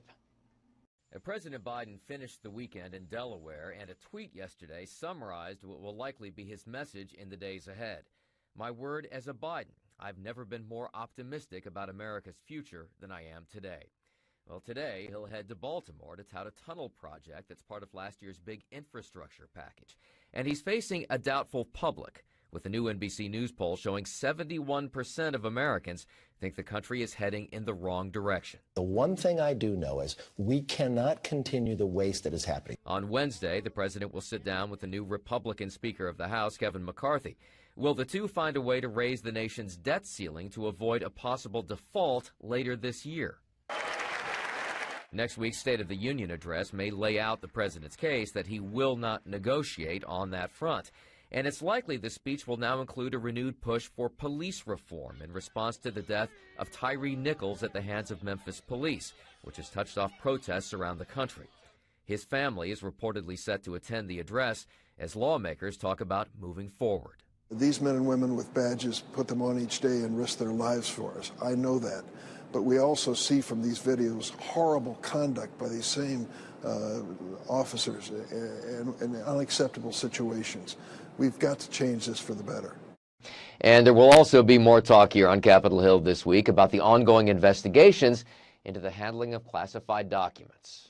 In Washington, Doug Luzader, Fox News.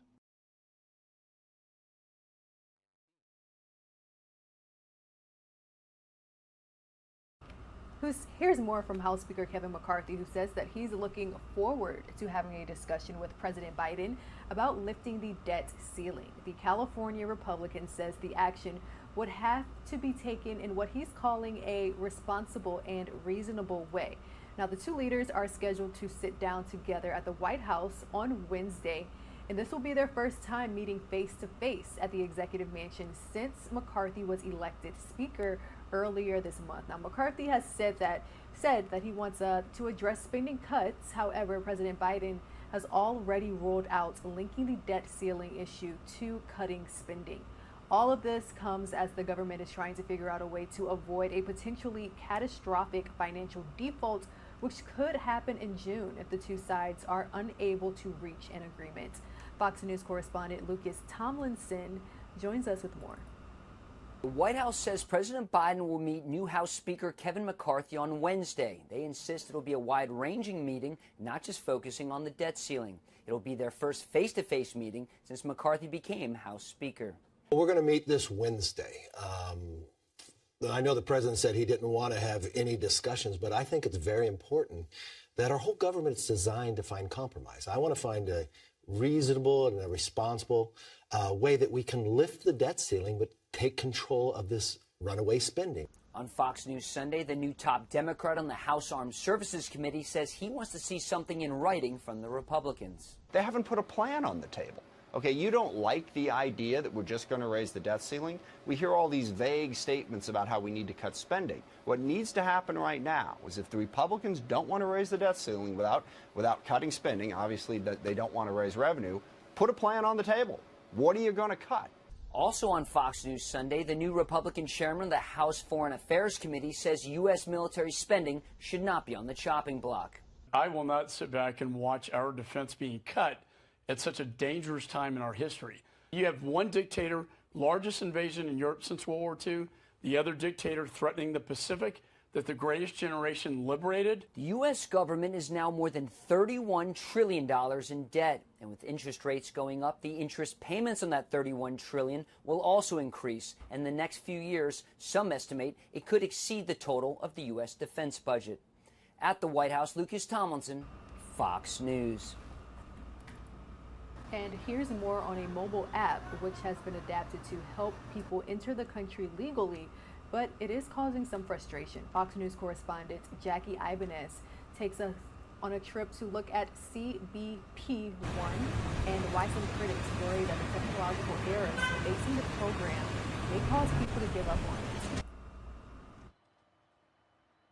A program aimed at reducing the number of people entering the U.S. illegally is facing backlash from those it's intended to help. CBP-1 is a mobile app serving as a one-stop shop for information about U.S. Customs and Border Protection policies. It launched in 2020, but earlier this month, the Biden administration began allowing migrants to use the app as a way to secure appointments to try and seek asylum here in the States. I'm waiting for the best, to be able to enter the U.S. in a legal manner. New appointments are available every day, starting at 6 a.m.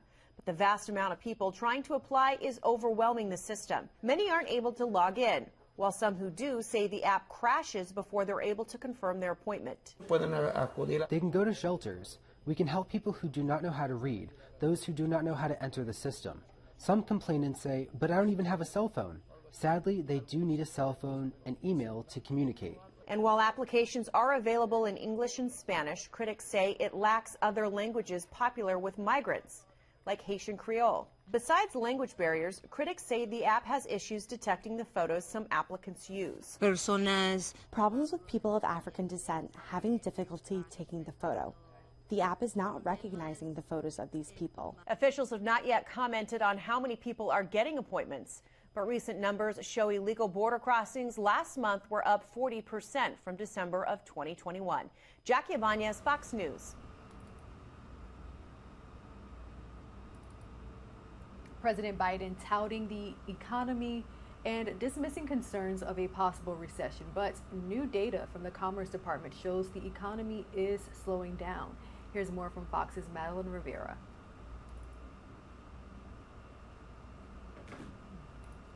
A streak of consumer and government spending helped sustain economic growth last year, with the country's GDP increasing at an annual rate of 2.9% in the last quarter. The consumer's fine. I'm not deeply concerned about them at the moment. The growth is smaller than the 3.2% increase in the third quarter, but the better-than-expected report marks a solid start for the new year after inflation and a series of federal rate hikes roiled markets and fueled fears of a recession in 2022. Still, there are questions over whether the economy can maintain its resiliency. Housing, which is in free fall, it's in a deep recession. Manufacturing has started to enter a downturn. So there are a lot of signs of cracks and fissures in the economy. Although inflation is cooling, gas prices are rising again, and several tech companies are announcing thousands of layoffs, including IBM, Google, Microsoft, and Spotify. Meta, which owns Facebook, says their layoffs are happening partly because they overhired during the pandemic. We are really leaning into driving greater efficiency through the way in which we do things. Adding to the uncertainty, the fight in Congress to raise the debt limit, which is threatening to throw the country into economic turmoil. Next week, the Federal Reserve Board is meeting, where they are expected to issue the first rate hike of the new year. In Washington, Madeline Rivera, Fox News. And experts are saying that you should get your taxes done fast. It's probably more important than ever. According to our new report, financial experts are recommending that tax filers get their taxes done in a speedy fashion because of the chances of hackers possibly getting your social security number and filing a false report on your behalf. One advisor says that it's a race against time. Submitting yours fast increases the chances of the fake return getting tossed out by the IRS. since the real one has already been filed. So if you become a victim of identity theft related tax fraud, the IRS may have you submit a lot more information, or the agency could ask you to file using paper, which could be a hassle. So again, make sure that you get your tax returns filed as early as possible. Staying on this same topic, we're learning more about Democrat-led states. They are reportedly banding together to try to get more money out of their wealthiest community members. Here's more from Fox Business. Proposals for a wealth tax are coming from 8 states in coordination with each other. The goal, the state lawmakers say, is to make sure the wealthy people have nowhere to hide. The measures vary from state to state, but generally they aim to take a cut from large asset holdings every year, regardless of whether the asset grew in value. Lawmakers in California want to tax all forms of personal property or wealth. This would include not just real estate, but also business interests, unrealized gains, and even artwork. The California bill would also require taxpayers to pay these taxes even if they move out of state. In Illinois, taxpayers would have to recognize gains on the value of their assets as income, even if they haven't sold the asset. And New York's proposal increases state capital gains taxes so much that, according to the Wall Street Journal, the government would take half of every dollar in investment earnings. This would be entirely new in the United States, and it's pretty novel worldwide. There have been countries that have wealth taxes, but most of them have repealed them. Now, critics say these new tax schemes will encourage the wealthy to run away to states like Florida and Texas, but it seems like lawmakers proposing these reforms know that. That's why we have California's attempt to tax people even if they leave. Back to you. Looking live from the United States Capitol, where lawmakers are trying to tame cryptocurrency. The House is setting up a new subcommittee just to study and particularly regulate the digital currencies. Senior congressional correspondent Chad Pergram reports. Virtual currency is virtually unregulated compared to conventional assets. The collapse of FTX and arrest of Sam Bankman-Fried compelled Congress to act. The crypto industry will try to say that Sam Bankman-Fried was just one big snake in a crypto Garden of Eden. No, crypto is a garden of snakes. He's just the first one we caught. There's no federal deposit insurance with cryptocurrency. The Securities and Exchange Commission is increasing scrutiny after the FTX bankruptcy. No financial industry should get to write its own playbook. You either comply with the law or you face tough consequences for violating it. Crypto is no different. Lawmakers worry the U.S. lags with guardrails. Do you want China writing those rules? Do you want North Korea writing those rules? U.S. innovation belongs at the front of the bus, and we should be in charge of what's happening here. It's a buyer beware market. French Hill of Arkansas leads the new House panel on cryptocurrencies. People have lost hundreds of millions of dollars, if not billions of dollars, over the past few years in this space. All the more reason for us to have a common sense regulatory framework for that innovation. Industry advocates say there's a reason there's so much skepticism. Having a clear and concise market regulator will really go a long ways towards protecting consumers so that we don't find ourselves in the situation that we did towards the end of 2022. Still, it takes a lot to convince lawmakers of prospective crypto merits. Cryptocurrency literally means hidden money. And if we're able to shine the bright light of know your customer and anti-money laundering statutes, crypto will disappear. It'll become just a pet rock. Congress wants regulators to clean up dark web sales made in crypto for drugs and human trafficking, which exploit money laundering rules. On Capitol Hill, Chad Pergram, Fox News. The time now 9:11 a.m. Thank you so much for streaming us this morning. Let's take a quick break and we'll get you up to speed on the latest weather forecast. A winter storm spanning from coast to coast affecting millions of Americans. We'll bring you all the latest on that story and more right after this.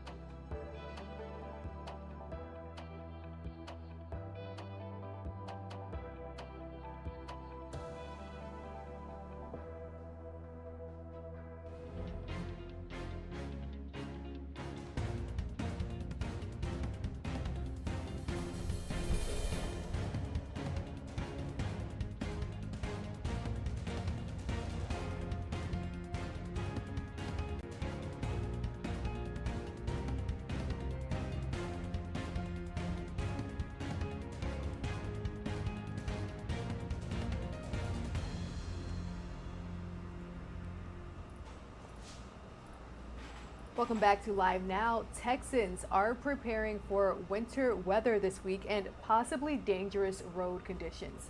Fox 4 Dallas's Shannon Murray joins us live where people are stocking up on supplies ahead of the severe storm. Good morning, Shannon. It looks like you're keeping warm, but I can see the Kroger behind you is very busy.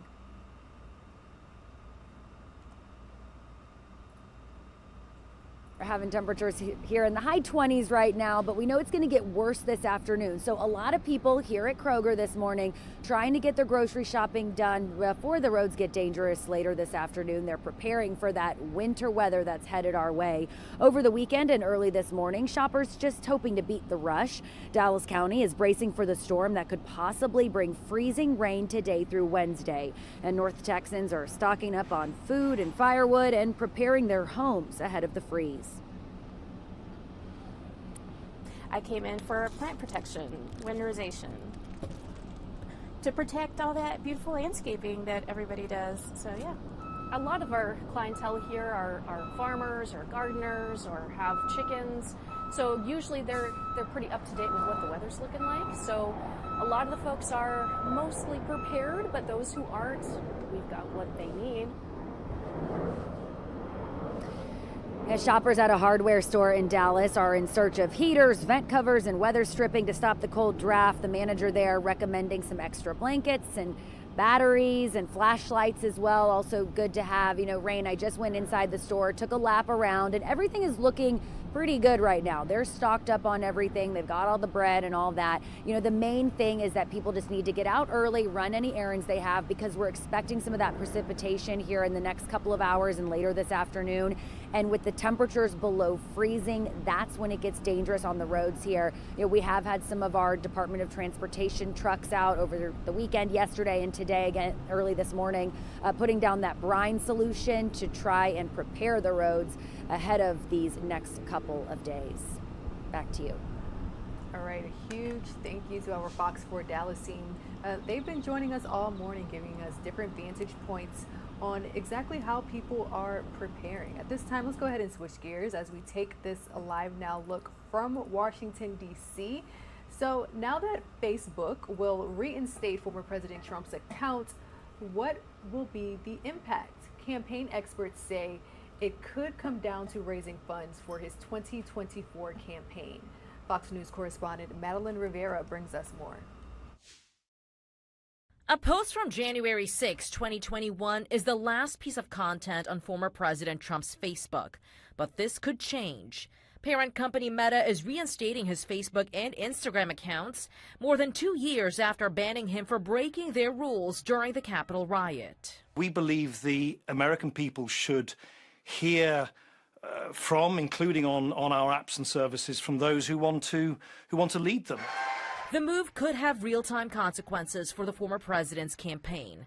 Trump remains the most ferocious fundraiser in the GOP. His campaign says Facebook will allow them to reach key voters and raise money in 2024. I think it would have been unsustainable to have Trump censored on Facebook and Instagram, while every other Republican would have the ability to get their message out on the campaign trail. On Truth Social, former President Trump took a dig at Facebook, saying it lost billions of dollars in value since his suspension, and praised his own social media platform, doing, quote, an incredible job. If Trump returns, Meta reminds him he has to follow their community rules. They warn because of his violations, he faces more penalties for repeat offenses.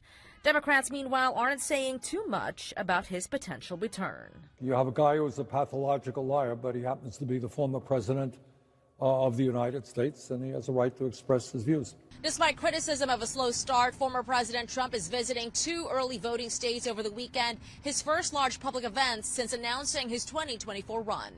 In Washington, Madeline Rivera, Fox News. There's growing concerns over access to artificial intelligence programs like ChatGPT and whether students can use them to cheat on assignments. One professor at Minnesota University Law School had ChatGPT complete one of his standard tests and claims the software scored a C+. Fox News correspondent Kevin Cork takes a closer look at the pros and cons, plus how other professors are experimenting with the program. In the digital age, access to information is always just one click away, but there's growing concern over technology's impact on children's education. ChatGPT is an artificial intelligence program gaining popularity for its ability to generate conversations, essays, poetry, and more. If you ask it to continue what you're writing, it'll do that. But how does it know what to write? So it's trained on a large data set of curated written material. For instance, Wikipedia, all the books in the world, scientific papers. Casey Fiesler of the University of Colorado Boulder has been experimenting with the program. I did have ChatGPT do an essay assignment for my class. It was pretty good, probably like mediocre undergrad work. But there are flaws. It fabricates sources. It just gets things wrong. And while students can use the program to complete assignments for them, Fiesler says artificial intelligence actually creates issues beyond altering how people consume and present information. Concerns about students cheating aren't concerns about learning. They're concerns about evaluation. Because the software combs the entire internet, critics worry it's not just subject to misinformation, citing how biased opinions and hate speech could make their way into what the program writes. In Washington, I'm Kevin Cork, Fox News. Switching gears here, the Senate is preparing legislation for a nationwide TikTok ban. Congress has already prohibited TikTok on all government devices. Now, Republican Senator Josh Hawley wants to take it one step further. He is introducing the bill banning the Chinese company-owned app.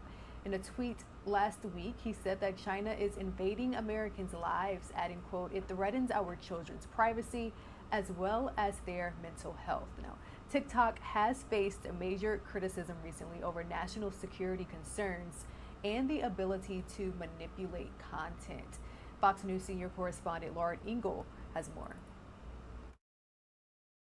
We need to ban TikTok in America simply. Could time be running out for TikTok? Republican Senator Josh Hawley announcing plans to introduce a new bill that would ban the popular social media app nationwide.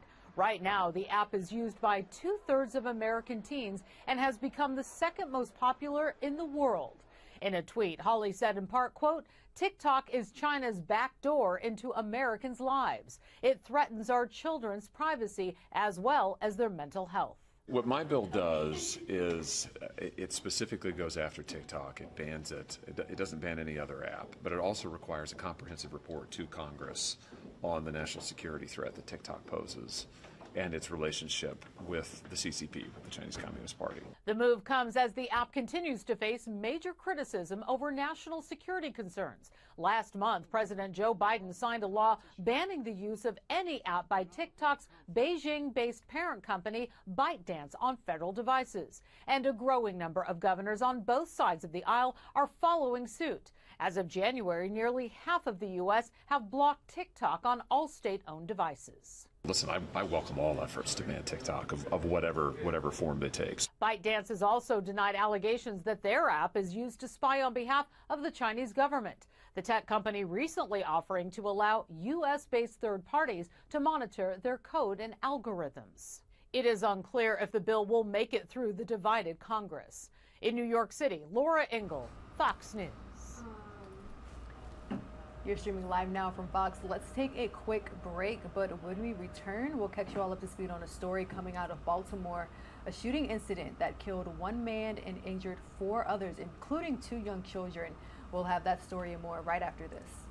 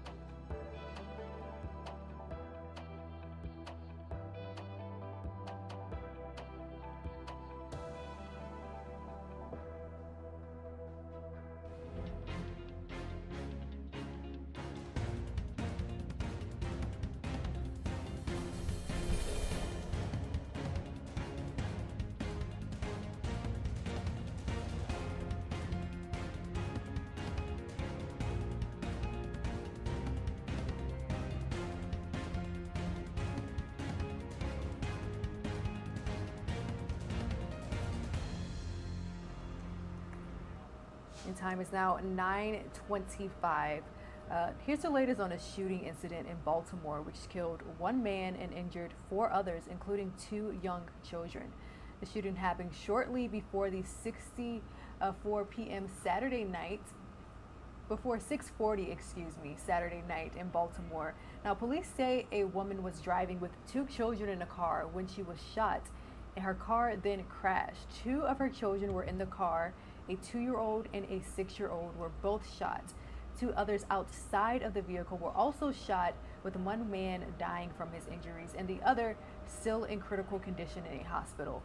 Police don't know if those in the car were intended victims or if they happened through an ongoing shooting. Here's more from authorities.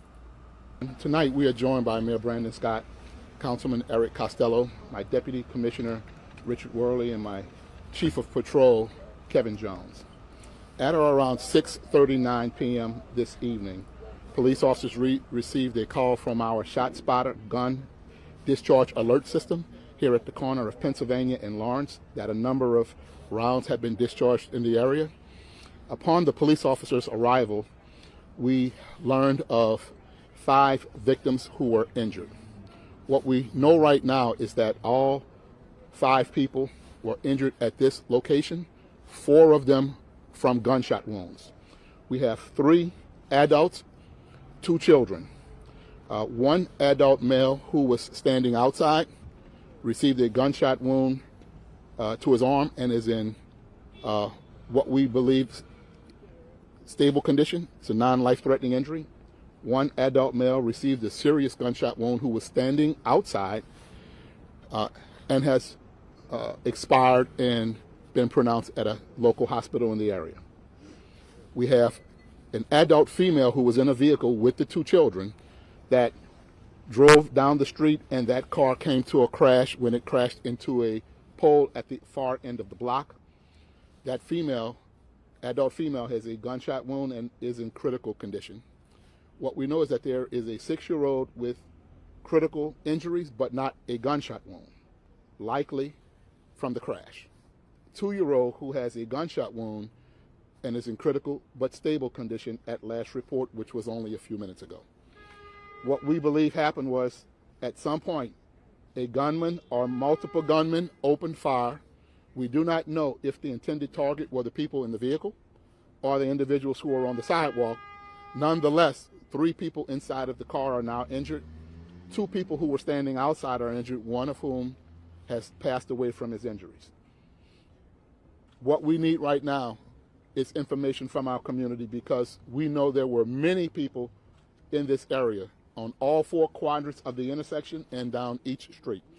We know people heard something, we know people saw something, and we need people to come to the police, or you can do it anonymously by calling Crime Stoppers at 1-866-7-LOCK-UP. This is, again, tonight we are joined by Mayor Brandon Scott, Councilman Eric Costello. Moving on to other major headlines here. A shocking new development when it comes to the man accused of attacking former House Speaker Nancy Pelosi's husband during a home invasion last year.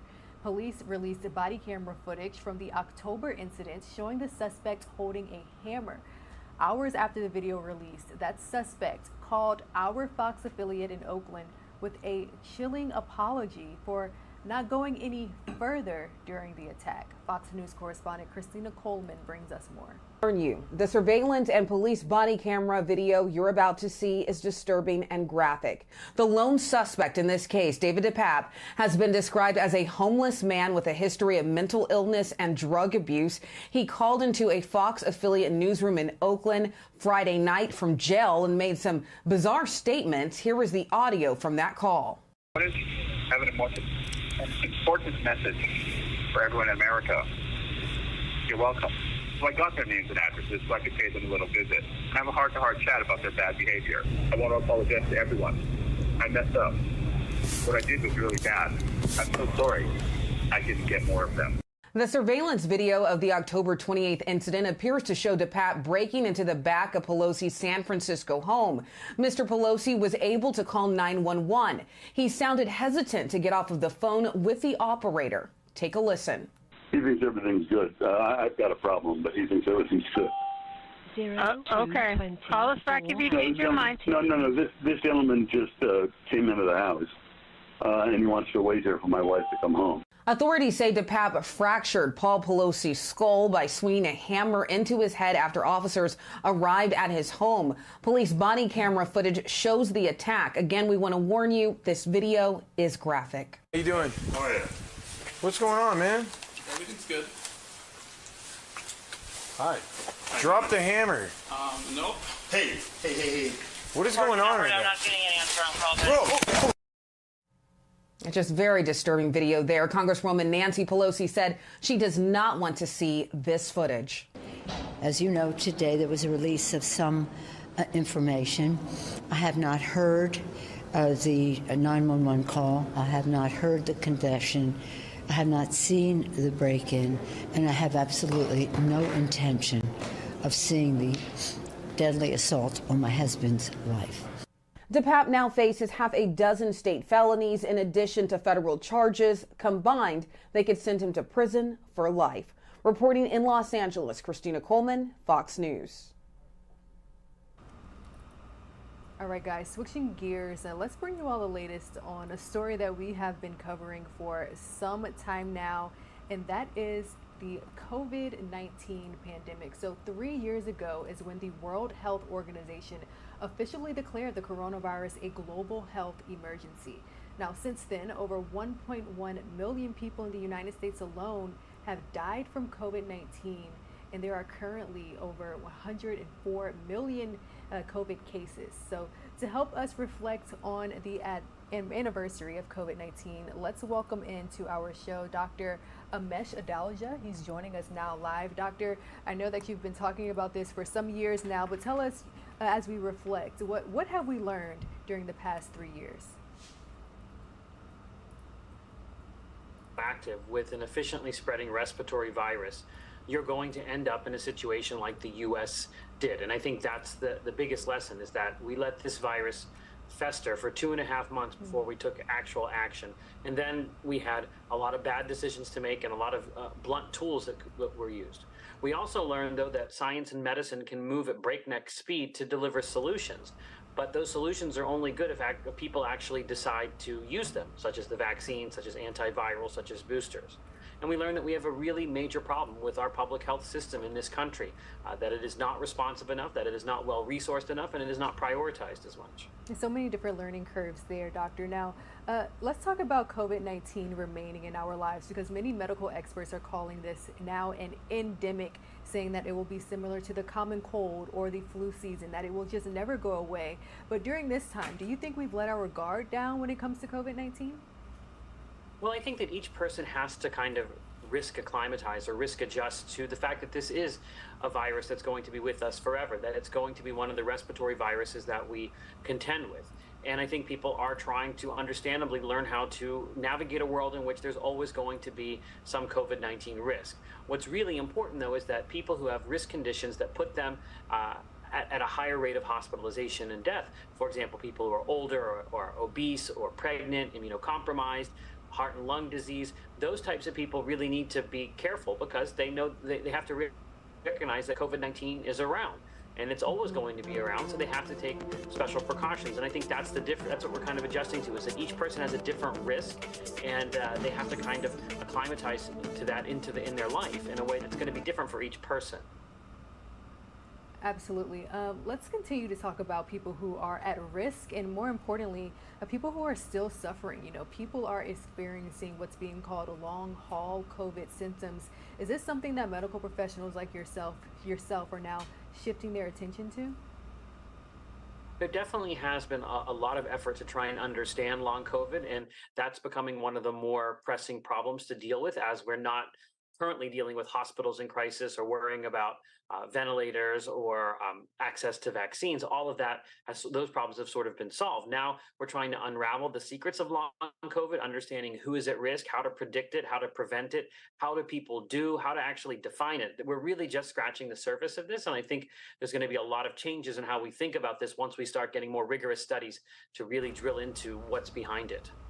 So we have seen kind of an increase, a massive surge in COVID-19 cases in China, for example. Is this concerning at all to you?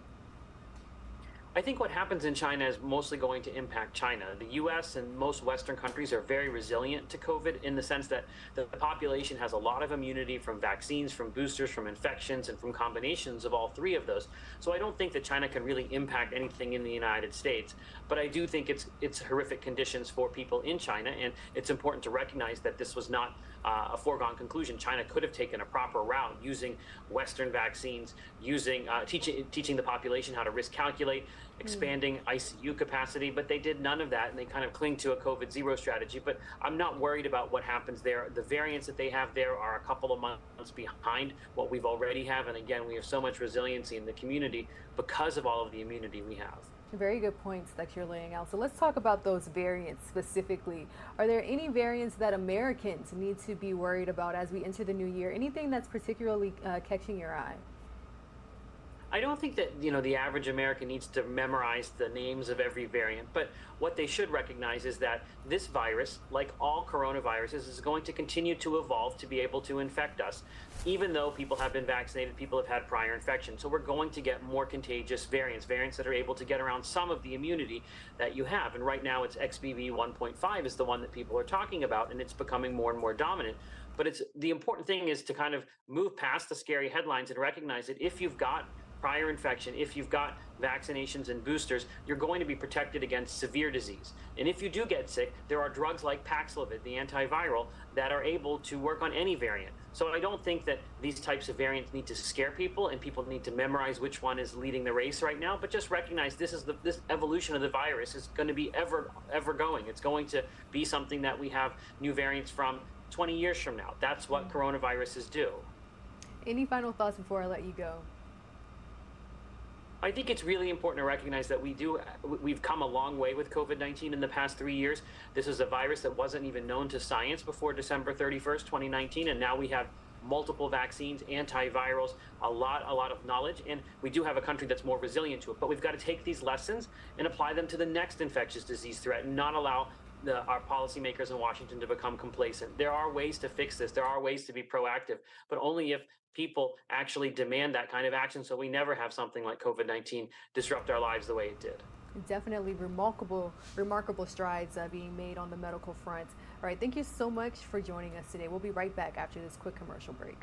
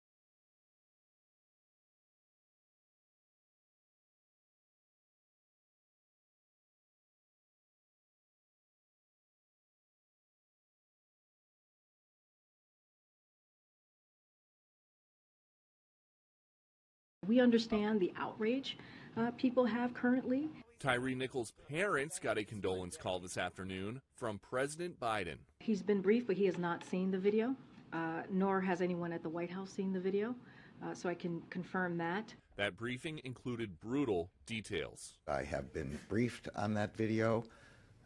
It is deeply disturbing. Let me say horrific from the descriptions I've been given. The FBI director's assessment is blunt. I have seen the video myself, and I will tell you I was appalled. I'm struggling to find a stronger word, but I will just tell you I was appalled. Now all FBI field offices are on alert for potential unrest. The White House has been in coordination with the relevant agencies to ensure they prepare if protests become violent. As attention turns to alleged police misconduct, a reminder about the president's push last year for police reform. He wants to make sure there is accountability with law enforcement officers who violate their oaths. In a written statement, President Biden says, "I join Tyre's family in calling for peaceful protest. Outrage is understandable, but violence is never acceptable." For now, White House officials believe that statement will be enough to cool tensions. Why doesn't he want to speak directly to the American people now that some big cities are bracing potentially this weekend for riots? So he put out a statement yesterday, and I think when a statement comes from the President of the United States, it has a powerful impact.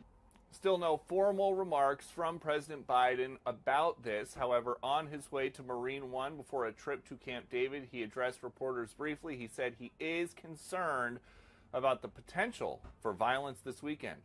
At the White House, Peter Ducey, Fox News.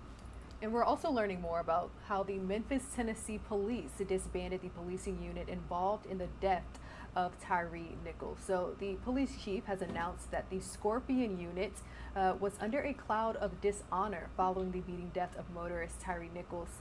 Now the unit had 30 officers targeting areas in Memphis plagued by high crime.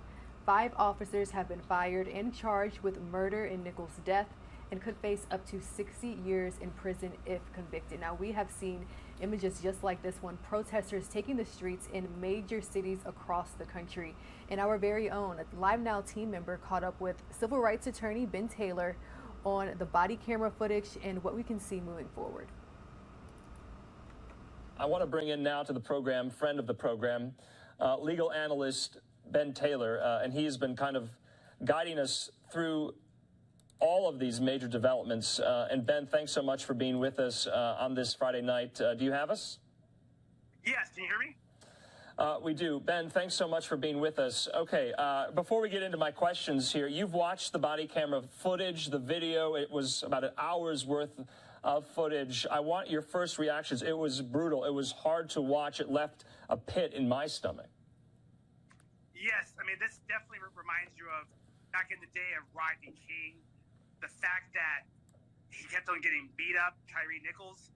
These officers surrounded him, just kept on punching him, one officer kicked him when he was totally like just submissive. So it's just doesn't make any sense. While this is the classic definition of what you call excessive force.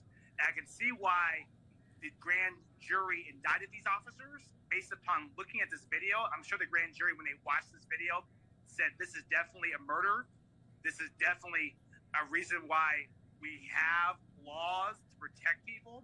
And the fact that these officers repeatedly kicked him, punched him when he was just laying there is this unspeakable. I don't even know what to say. This is heartbreaking. You know, Ben, what about the order of things? We have seen, unfortunately, incidents like this.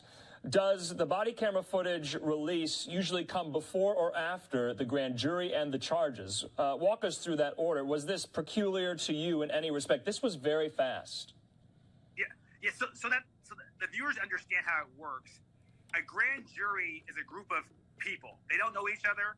It's just like doing jury duty, but they are part of a group that goes into a room and a prosecutor presents evidence. And some of the evidence could be the body camera footage. Some of the evidence could be testimony from people. So these grand jurors most likely saw the body camera footage. The grand jury is a secret proceeding, so nobody knows that is happening. But once the grand jury sees the video, sees all the evidence, then they decide what charges to bring for these officers. And they brought murder charges, and the next step would be the prosecutor. Once the prosecutor gets the grand jury's indictment, they go ahead and announce it to the public. And as you see, they were charged, they were fired, and here we are today. You know, in the future, there will be a court date, and these officers will be assigned a criminal defense attorney, and the prosecutor will prosecute these officers. So these officers have pretty much two choices. They can take a plea agreement, or they can go to trial and try to see if the jury says innocence or guilt. Yeah. Ben, we know 4 of the 5 officers charged in this have been released from jail after posting bond. We also heard from the Memphis, Tennessee police chief, C.J. Davis. She was on CNN earlier today.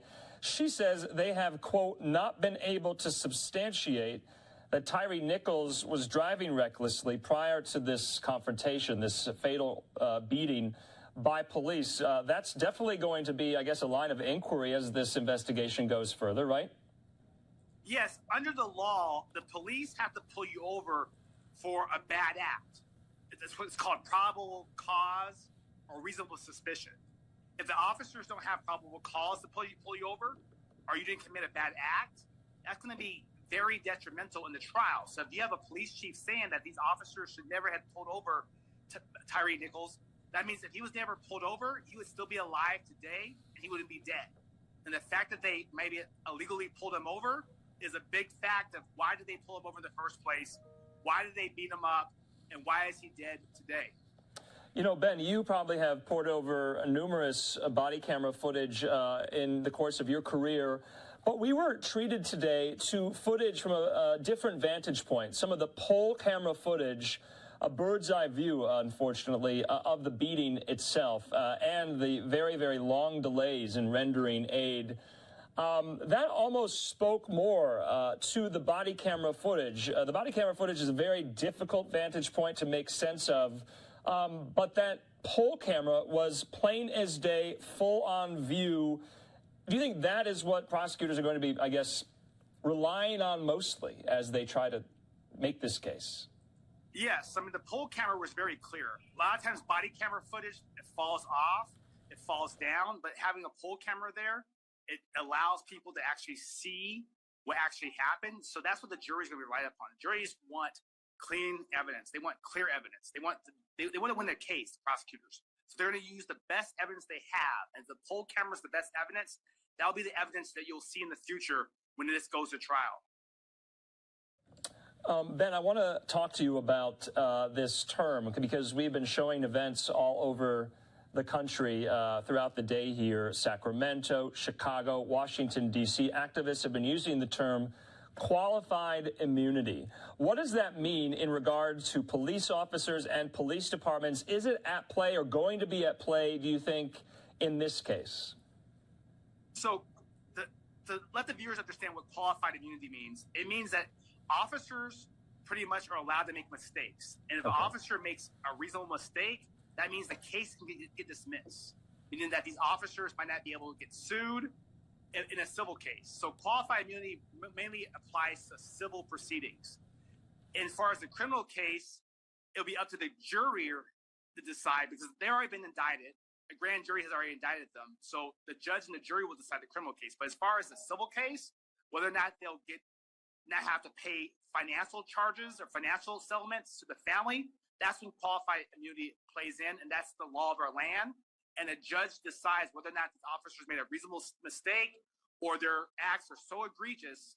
If their acts are so egregious, that means qualified immunity will not apply in this case. And I don't want to, speculate about the case going forward, but just looking at the video, this was abhorrently egregious. And so would you want to speculate about if that's even going to be a factor in all of this? In this case, I really highly doubt qualified immunity would play. I mean, this is it's on camera, it's on video. You see these officers repeatedly beating and punching and kicking. So, I mean, it's up to the judge. So you never know what a judge will do. I mean, some judges make a decision, so a judge can throw this case out in the future. But I highly doubt any judge in America will throw this case out based upon the video evidence that we saw tonight. Speaking of that video evidence that we saw, Ben, one of the charges, and all 5 officers got, I believe, all the same charges, attempted kidnapping. What did you make of that? So people think kidnapping is meaning you're taking a kid and running away. But under the law, kidnapping means when you're restraining somebody, not allowing them to move. So that's where the kidnapping charge was in here. And then you had the murder charge, right? Murder charge because Tyre Nichols is dead today. And these 5 officers wouldn't be charged with murder if they didn't die, if Tyre Nichols didn't die. Because you have a dead victim here, you had a person who was restrained that couldn't move. That's why you have manslaughter. That's why you have murder. That's why you have a kidnapping. And that's why you have 5 officers, which are very rare, who are being charged tonight as we speak.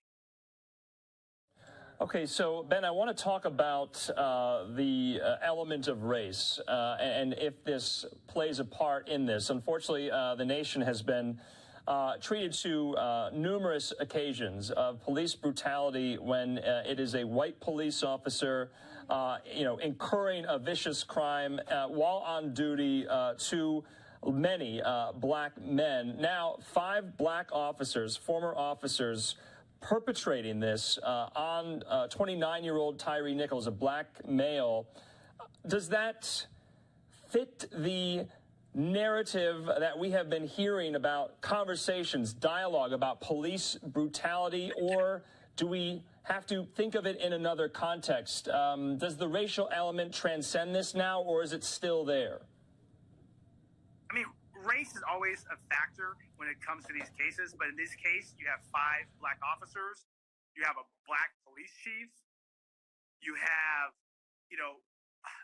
black versus black. So race might not be a part of this case, but race still transcends across America. And you see people are protesting. So people are protesting. They don't care if these officers were white. They don't care if these officers were black. The fact that these officers did wrong, that was the main reason why you see all these protests, you see outrage amongst people, not only in Memphis, but across America tonight. Yeah, and the mother of Tyre Nichols said as much today in this press conference, that she just wants justice for her son. Okay, so we have been showing, Ben, images all throughout Memphis, all throughout the country, and I think a lot of Americans are kind of, reeling, and they are bracing themselves for any possible protests to turn ugly and violent throughout the weekend. We haven't seen that just yet. But these 5 officers, we heard from 2 of their attorneys yesterday. What is the defense going to be like for these former officers? Defense, usually a defense when you defend an officer is that they feared for their lives. They didn't know that Tyre was armed, that they felt that Tyre might have hurt them. So that's usually the defense that police usually give: resisting arrest, aggravated assault. But in this case, it's going to be a hard uphill battle. And this kind of reminds me of the George Floyd case. That was a hard uphill battle. Anytime you have video evidence, it's hard for a defense attorney or any attorney to, change the facts, because the jurors are going to be watching the video. So no matter what their defense attorneys say, the jurors on this case in this trial are going to be looking at the video and analyzing it for themselves to decide whether or not these officers are guilty or not guilty. Right off the bat, Ben, you had said this reminded you of the Rodney King beating back in L.A. in 1992, and we've heard similar comparisons as much. In your view, and I'm not sure if you were, practicing law at that time, but is it comparable or is it worse to that? You've been hearing a lot of those comparisons. The difference between Rodney King and this one with Tyre Nichols, Rodney King actually survived, but Rodney King was beat up. And the key factor in all these cases is this: video evidence. Rodney King had video evidence. Tyre Nichols' case has video evidence. Unfortunately, Tyre Nichols is dead. And Tyre Nichols didn't survive like Rodney King. But no matter what, police brutality is there. And it shouldn't happen, no matter if it happened back in the 80s, 90s. Here we are, 2023. It's still happening. So thank goodness that there's body camera evidence and video evidence, because now jurors can see what's been going on in America for all these years. Yeah, and we still have our live looks up there in Memphis. This is on the I-55. This is a major highway in and out of the city, and it has come to a standstill because of some of these protesters, hundreds of which have come out tonight. It's almost 8:30 there in Memphis. From your point of view, how do you think the officials, the higher powers that be, the district attorney, FBI special agents, the police chief, how have they all handled this in your view? Do you think it's been fine? Do you think they could have done a better job? What say you? I mean, it's a tough job, right? I mean, anytime an officer is charged and prosecuted, that's very rare. So for the police chief to fire these officers, that was very swift. For the prosecutors to charge and get a grand jury to indict these officers, that was very quick. And usually it takes months and months, as you see in other cases, for officers to be charged and indicted. So I believe that the prosecutors, the police, the city has acted responsibly. They've given the benefit of the doubt to these officers, because you remember, even though there's a video, these officers are still under our law, innocent until proven guilty in the court of law. But if the officers have done wrong, they've been fired, and they've moved swiftly, and the police chief and the community has done the right thing so far. All right, Ben Taylor, we appreciate your legal insight into all of this. We're going to stay on top of this story. We appreciate your time on this Friday night, and we'll talk again. All right, thank you. All right, that was the latest from civil rights attorney Ben Taylor, again, always joining our programming, offering context to the Tyre Nichols situation. Let's take a 2-minute commercial break, and then on the other side, we'll check in with our Fox News correspondent, Charles Watson. He's joining us live from Memphis, Tennessee, with an update.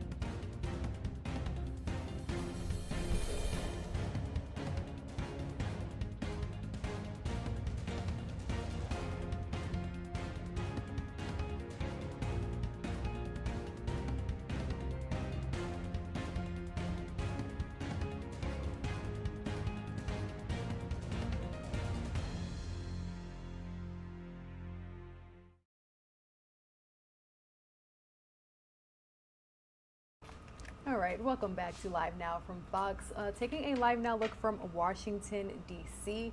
President Biden is hitting the road today to tout a new federal spending project. Here's more from Fox News correspondent Doug Luzader. The president will spend much of the week talking about the economy, but we're also seeing next week's State of the Union address taking shape. President Biden finished the weekend in Delaware, and a tweet yesterday summarized what will likely be his message in the days ahead. My word as a Biden, I've never been more optimistic about America's future than I am today. Well, today he'll head to Baltimore to tout a tunnel project that's part of last year's big infrastructure package. And he's facing a doubtful public, with a new NBC News poll showing 71% of Americans think the country is heading in the wrong direction. The one thing I do know is we cannot continue the waste that is happening. On Wednesday, the president will sit down with the new Republican Speaker of the House, Kevin McCarthy. Will the two find a way to raise the nation's debt ceiling to avoid a possible default later this year? Next week's State of the Union address may lay out the president's case that he will not negotiate on that front. And it's likely the speech will now include a renewed push for police reform in response to the death of Tyre Nichols at the hands of Memphis police, which has touched off protests around the country. His family is reportedly set to attend the address as lawmakers talk about moving forward. These men and women with badges put them on each day and risk their lives for us. I know that. But we also see from these videos horrible conduct by these same officers and unacceptable situations. We've got to change this for the better. And there will also be more talk here on Capitol Hill this week about the ongoing investigations into the handling of classified documents. In Washington, Doug Luzader, Fox News. President Biden also echoing renewed calls for police reform following the death of Tyre Nichols. Joining us now live with more is Fox News correspondent Charles Watson. Good morning, Charles. Thank you so much for joining us. Good morning, Rain. Thanks for having me. So what can you tell us? We know that over the weekend we saw many developments, including the disbandment of the Scorpion unit, the police chief making that announcement on Saturday, I believe. What's the latest developments? All right, so the latest developments in this case is, this morning we do know that 5 of those former Memphis police officers who are now charged with second-degree murder and the death of Tyre Nichols will have a bond arraignment next month, a few weeks from now, on February 17th. But with the release of that brutal body cam video, there are a lot of people wondering if other officers who we see on those videos will be charged in this case. I can tell you that we've spoken to the Shelby County District Attorney, who told us that the indictment that they brought against those 5 officers last week does not preclude them from bringing charges in the future. But he tells us that this investigation is going to be a lengthy one. They have to go through a lot of video and talk to a lot of people to try to get their ducks in order to see what they will do moving forward. So we could see more charges moving forward as this case continues to be investigated. Additionally, this week we're also expecting to learn more about the internal investigation into 2 Memphis Fire Department employees who were relieved of duty, in terms of over the care or lack thereof care that they provided to Mr. Nichols out on that scene.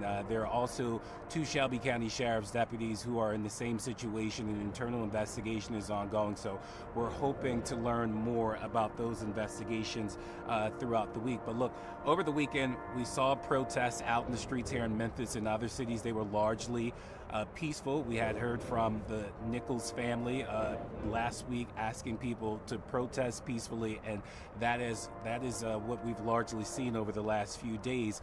In terms of the Scorpion unit, we know at least some of the officers who were involved in that brutal beating of Tyre Nichols were a part of that unit. Over the weekend, the police chief announced that that unit is permanently disbanded. So it is no more. She said that officers who were assigned to that unit agreed that it should be disbanded. She also made the point that what we saw on those videos from those officers is not indicative of the police work that officers on the Memphis Police Department do every day. So, she wanted to make that clear, Rain. So, Charles, let's talk more about President Biden's involvement, because he did make a promise to Tyre's mother that he would push for a new police reform bill, and we're learning that this could possibly gain bipartisan support. What more can we expect from the president in the coming days or weeks? Well, you can probably expect the president to be sounding the alarm on this. He of course tried to push a police reform bill through the Senate in his first 2 years in office, but it was ultimately blocked by Senate Republicans. Democrats have control of the Senate now, but the roadblock for them now are the Republicans in the House. So Again, we'll probably hear the president sounding the alarm on that. We also know that the family, the parents of Tyre Nichols, will be at President Biden's State of the Union address next week at the request of the Congressional Black Caucus. So we do expect the president to touch on this issue to try to move that bill forward and get somewhere on it, and hopefully get it on his desk so he can sign it into law. All right, a huge thank you, Charles Watson, joining us with that live update. All right, guys, the time is now 10:05. We will continue to cover every development of this story, but first, let's take a quick break. And when we return, we'll bring you all inside of the courtroom where the Alex Murdaugh trial continues.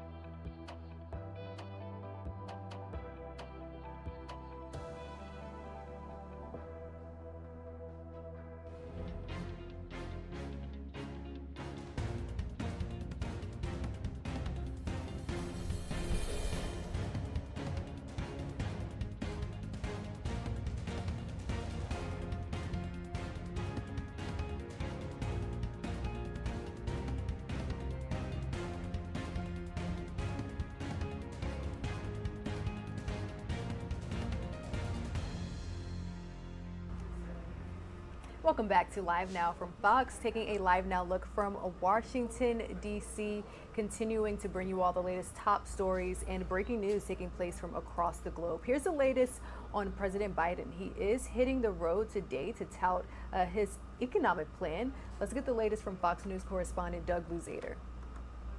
The president will spend much of the week talking about the economy, but we're also seeing next week's State of the Union address taking shape. President Biden finished the weekend in Delaware, and a tweet yesterday summarized what will likely be his message in the days ahead. My word as a Biden, I've never been more optimistic about America's future than I am today. Well, today he'll head to Baltimore to tout a tunnel project that's part of last year's big infrastructure package. And he's facing a doubtful public, with a new NBC News poll showing 71% of Americans think the country is heading in the wrong direction. The one thing I do know is we cannot continue the waste that is happening. On Wednesday, the president will sit down with the new Republican Speaker of the House, Kevin McCarthy. Will the two find a way to raise the nation's debt ceiling to avoid a possible default later this year? Next week's State of the Union address may lay out the president's case that he will not negotiate on that front. And it's likely the speech will now include a renewed push for police reform in response to the death of Tyre Nichols at the hands of Memphis police, which has touched off protests around the country. His family is reportedly set to attend the address as lawmakers talk about moving forward. These men and women with badges put them on each day and risk their lives for us. I know that. But we also see from these videos horrible conduct by these same officers and unacceptable situations. We've got to change this for the better. And there will also be more talk here on Capitol Hill this week about the ongoing investigations into the handling of classified documents. In Washington, Doug Luzader, Fox News. House Speaker Kevin McCarthy says he's looking forward to having a discussion with President Biden about lifting the debt ceiling. The California Republican says the action would have to be taken in what he's calling a responsible and reasonable way. The two leaders are scheduled to sit down together at the White House on Wednesday. Now, this will be their first face-to-face meeting at the executive mansion since McCarthy was elected Speaker earlier this month. McCarthy has said he wants to address spending cuts. However, President Biden has already ruled out linking the debt ceiling to cutting spending. So all of this is coming as the government is trying to figure out a way to avoid a potentially catastrophic financial default, which could happen in June if the two sides are unable to reach an agreement. The White House says President Biden will meet new House Speaker Kevin McCarthy on Wednesday. They insist it'll be a wide-ranging meeting, not just focusing on the debt ceiling. It'll be their first face-to-face meeting since McCarthy became House Speaker. We're going to meet this Wednesday. I know the president said he didn't want to have any discussions, but I think it's very important that our whole government is designed to find compromise. I want to find a reasonable and a responsible way that we can lift the debt ceiling, but take control of this runaway spending. On Fox News Sunday, the new top Democrat on the House Armed Services Committee says he wants to see something in writing from the Republicans. They haven't put a plan on the table. Okay, you don't like the idea that we're just going to raise the debt ceiling? We hear all these vague statements about how we need to cut spending. What needs to happen right now is if the Republicans don't want to raise the debt ceiling without cutting spending, obviously that they don't want to raise revenue, put a plan on the table. What are you going to cut? Also on Fox News Sunday, the new Republican chairman of the House Foreign Affairs Committee says U.S. military spending should not be on the chopping block. I will not sit back and watch our defense being cut at such a dangerous time in our history. You have one dictator, largest invasion in Europe since World War II, the other dictator threatening the Pacific that the greatest generation liberated. The U.S. government is now more than $31 trillion in debt. And with interest rates going up, the interest payments on that $31 trillion will also increase. And in the next few years, some estimate it could exceed the total of the U.S. defense budget. At the White House, Lucas Tomlinson, Fox News. The country's economy grew more than expected in the final quarter of 2022, capping off a year of high inflation and rising interest rates. But some say the report is mixed. Fox's Madeline Rivera reports from Washington. A streak of consumer and government spending helped sustain economic growth last year, with the country's GDP increasing at an annual rate of 2.9% in the last quarter. The consumer's fine. I'm not deeply concerned about them at the moment. The growth is smaller than the 3.2% increase in the third quarter, but the better-than-expected report marks a solid start for the new year after inflation and a series of federal rate hikes roiled markets and fueled fears of a recession in 2022. Still, there are questions over whether the economy can maintain its resiliency. Housing, which is in free fall, it's in a deep recession. Manufacturing has started to enter a downturn. So there are a lot of signs of cracks and fissures in the economy. Although inflation is cooling, gas prices are rising again, and several tech companies are announcing thousands of layoffs, including IBM, Google, Microsoft, and Spotify.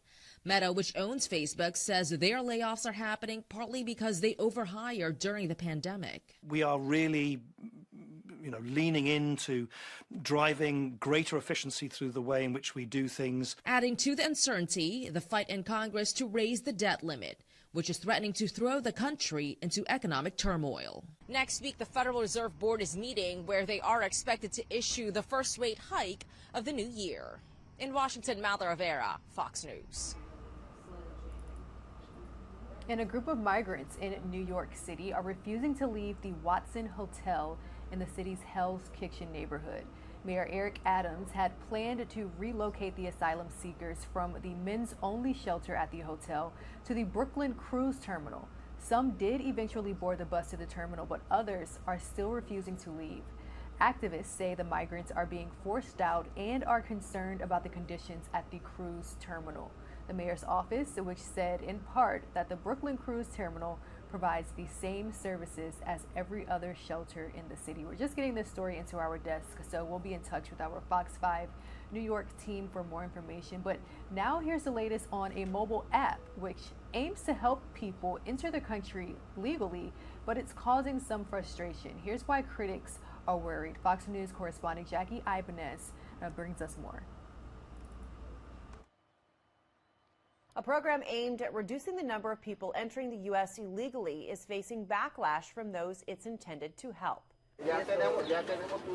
CBP One is a mobile app serving as a one-stop shop for information about U.S. Customs and Border Protection policies. It launched in 2020, but earlier this month, the Biden administration began allowing migrants to use the app as a way to secure appointments to try and seek asylum here in the States. I'm waiting for the best, to be able to enter the U.S. in a legal manner. New appointments are available every day, starting at 6 a.m.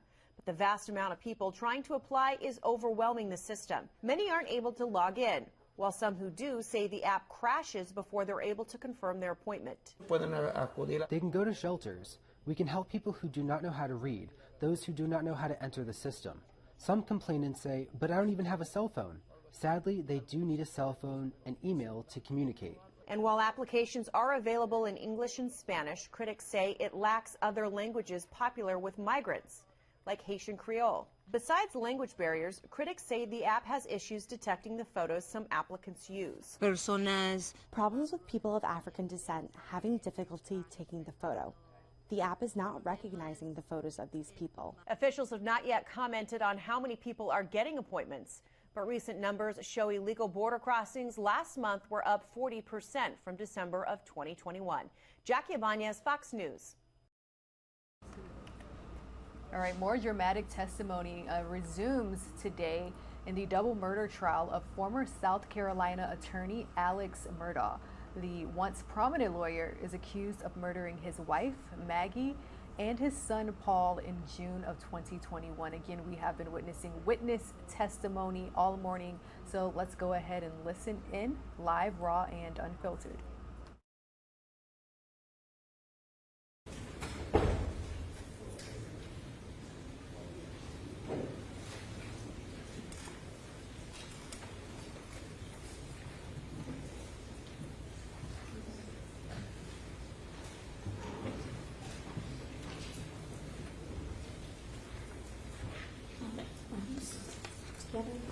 Let me see.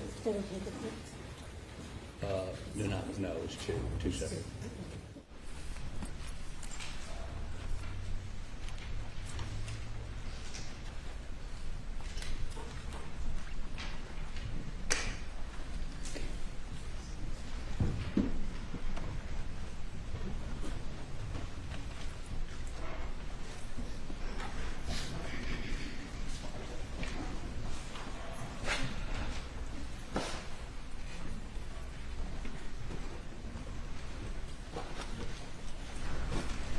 The jury is present.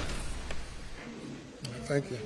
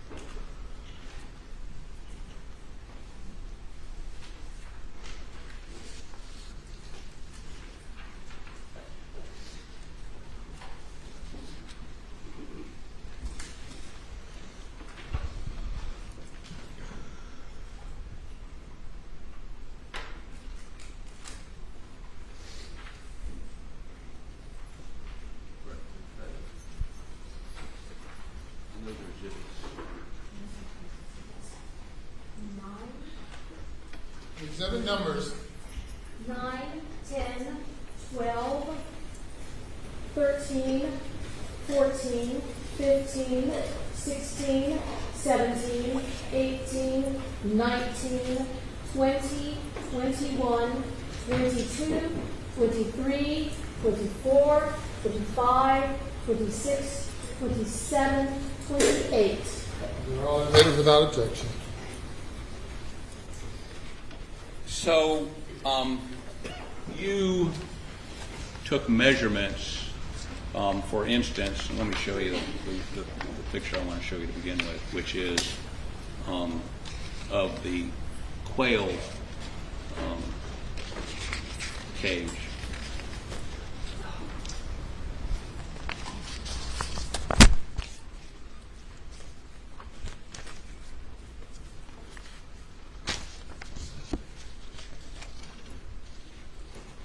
Well, let me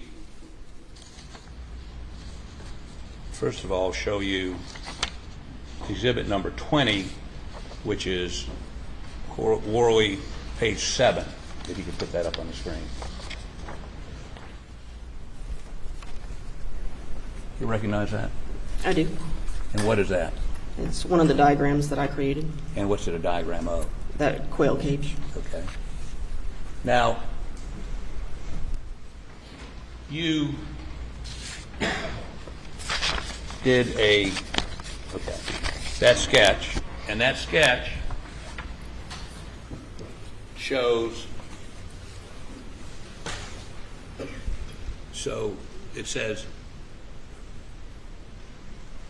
defect interior side of cage, defect interior side wall of cage, and defect interior back wall of cage, right?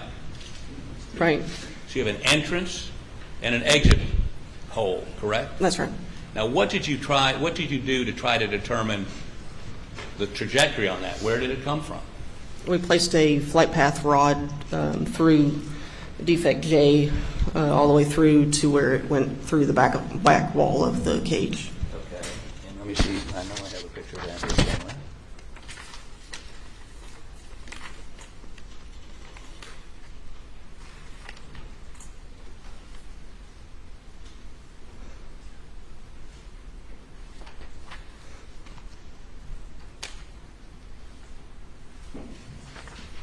Is that a picture of that rod?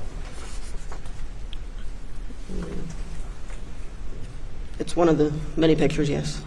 No, but I mean, does that picture accurately depict the rod you put through, but from the exterior to the interior? Yes. Okay. How about put that up, please? It would be 2019.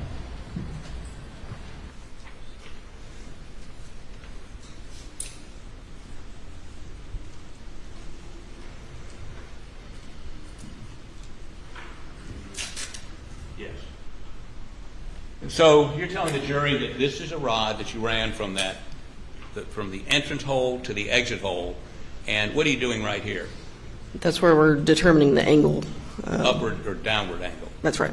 Okay. Now let's talk about how you determined the angle of front to back. I don't know what you call that scientifically. I mean, did you determine the angle of that rod as to the exterior wall of that? Yes. Okay. And based on the exhibit we saw a moment ago, the entrance wound would have been on the, how about go back to Worley, page 7.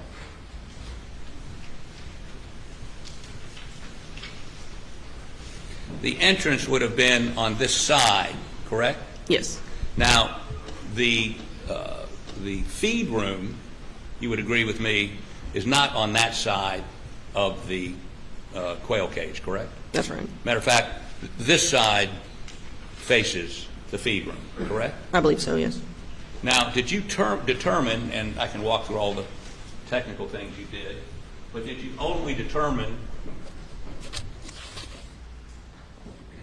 the angle, you can check your notes, the angle of the entrance hole over here to that side? That is, is that horizontal? Am I talking horizontal? Yes. Okay, the horizontal entrance and exit wound, if you put that rod through it, what did it tell you about the angle as opposed to that flat area? We determined it was approximately 41 degrees. 41 degrees, and if I'm standing at that edge, is it 41 degrees to my right or my left? I believe to the right. I'm not sure, though. Can you look and see? I don't have that in my notes. Okay, let me show you a picture. It's worth 1,000 words.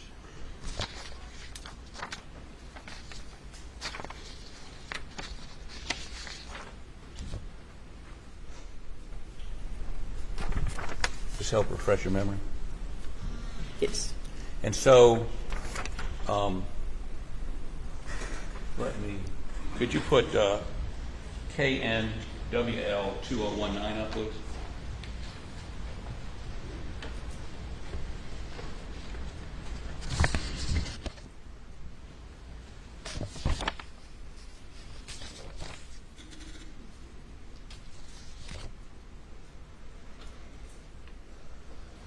Okay, and what you did was, correct me if I'm wrong, you put that rod through, and then you put a protractor up against it, and then the protractor told you it was 41 degrees from flat or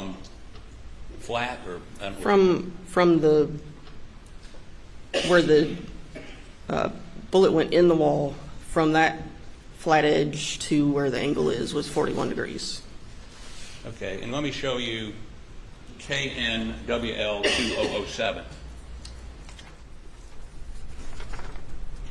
Ask you a question as soon as it comes up.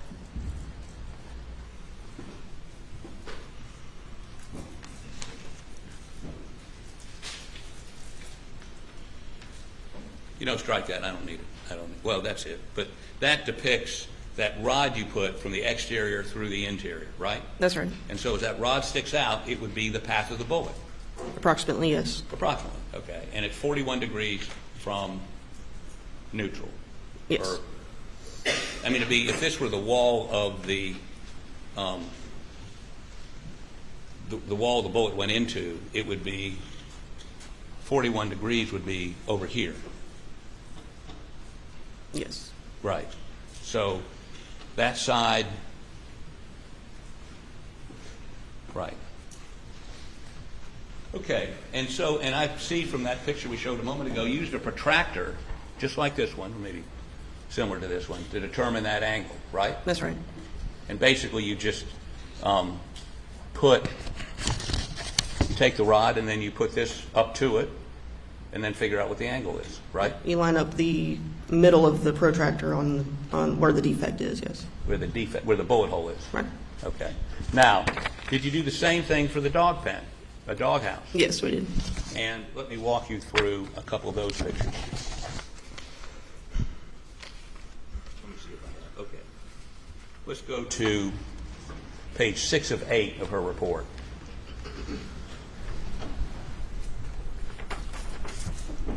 Is that something you prepared? It is. Okay. So if we look at this, could you zoom in just a little bit for me, please? Okay, here we go. So defect 1 is the entrance hole? It's defect I, yes. I'm sorry? Defect I. Okay. And defect H is what? We weren't sure if it was a defect. It didn't go through the wall, but we marked it. Did you have anything that went all the way through? Just I. Just I. But you also stuck a rod in that, correct? Yes, we did. And what was the dog, this side of the doghouse would be the side facing the kennels? Yes. Okay. And what was the angle, entrance angle on that? You put a rod through and measured, just like you did before, with a protractor. And what was the angle on that? The horizontal angle was approximately 84 degrees. So 84 degrees. Now the side the bullet went in was facing the dog pens. Yes. And as we see from the photos, approximately, I mean, again, it's just guesswork, but not square with the dog pens, a little bit further to, if you're standing in the feed room, if you're looking at the dog house, it would be a little bit to your left, correct? That's right.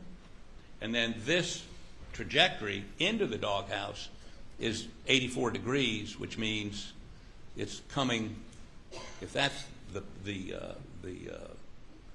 feed room, it's coming from even further over here, correct? Yes. Okay. So let me have you do this for me.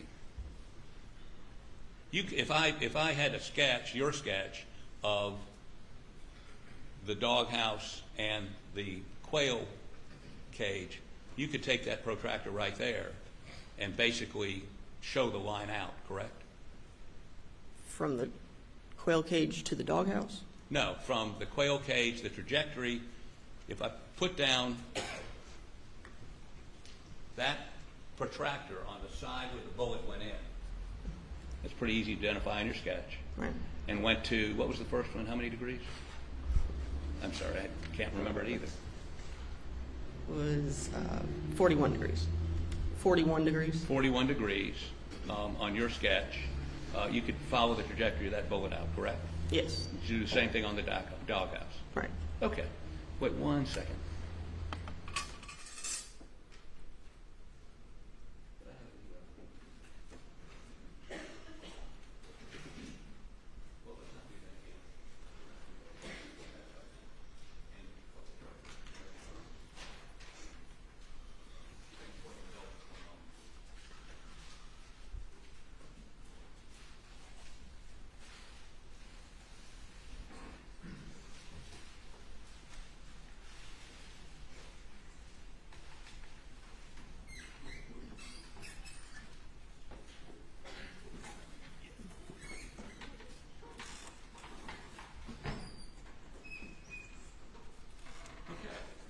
So, how about show that real quick?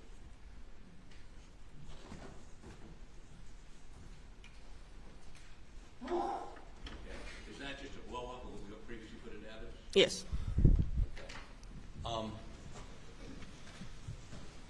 How about do me a favor and keep track of what the different angles are? Because I'll never remember when you get down here.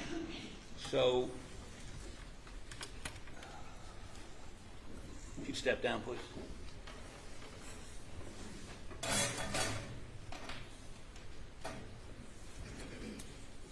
Let's get this oriented correctly.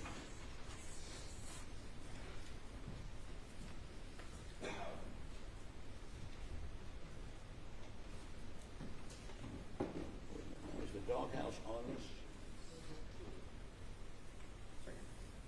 Okay, I'm disoriented. I'm looking at it upside down. Okay, so if you, does protractor work for you? It's got a little thing that allows you to, okay. If you take it and let's go from the quail, oh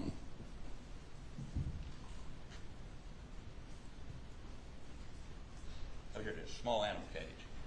And the projectile came in on this side over here, correct? Okay, so if you'll come over here for me, please. And put the projector, put the protractor against the, there you go. And how many degrees did that go? 41 degrees. Okay, could you put that on 41 degrees?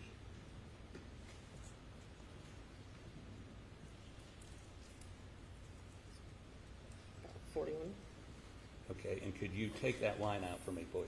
Is there a way for you to draw that? This is a pretty fine point Sharpie.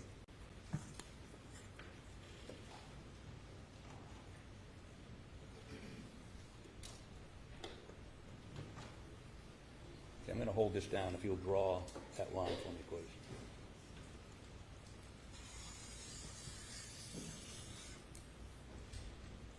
Okay, and let's go to the dog house. What was the degrees on that? 84. Okay, 84 degrees.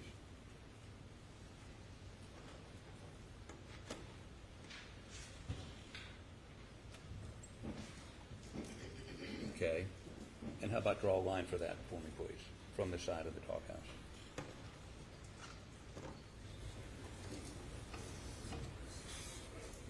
That's okay. And I can get perfect.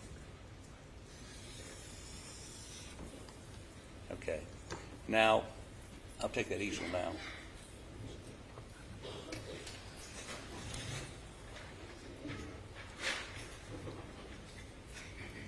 Okay. If you just step over there for a second.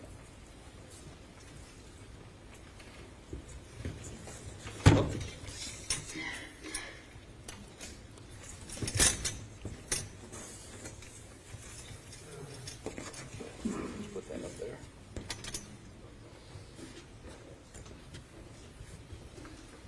Now,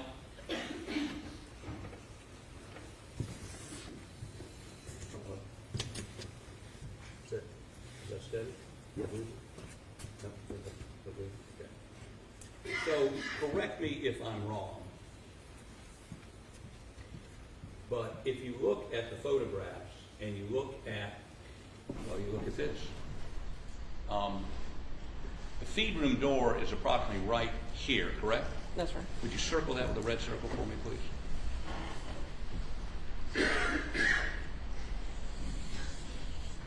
Okay. And the trajectory on both these shots, so let's take the small animal cage. Did that come from anywhere near the feed room? Doesn't appear to have, no. It would have been up, if you follow that out. Are you familiar with where that grapevine was? If you're looking at the feed room all the way to the right? Here somewhere? Well, I think a little bit further up than that. But even maybe beyond that, one of the shots fired by that AR, blackout, was fired from somewhere way up here, correct? I mean, that's the trajectory. Doesn't mean, I can't tell you the distance it was from the animal cage to wherever. I can't tell you where the feeder was within that line. But that line is way away from the right? Right. And this one, while it's closer, it's still many feet away from the feed door. Yes. So as you saw this area right here that night, you assumed, I think not assumed, but everyone sort of concluded that it was a relatively close shot into the feed room that killed Paul, correct? 2 shots. I believe so. Okay. Now the AR, at least this line would indicate the AR was some distance away from the feed room when those 2 shots were fired, correct? Okay. Now you recovered these projectiles. Were they tested for blood or tissue so that you could determine whether they passed through Maggie or just were misses? I submitted it to the lab. You don't know whether they tested them or not. If I told you they didn't test them, would that surprise you? No. Okay. Now, does this lead you to believe, and you're someone that processes crime scenes, I mean, if this had been sketched out the night of the I mean, you didn't take these measurements till a month later.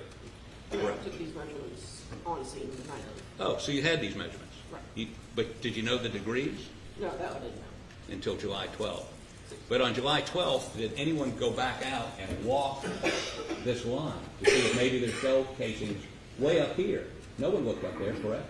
Not that I'm aware of. Okay, and no one did a topographical study to indicate, if you follow these lines back, whether wherever a shooter could have been were higher or lower than the doghouse or the small animal cage, right?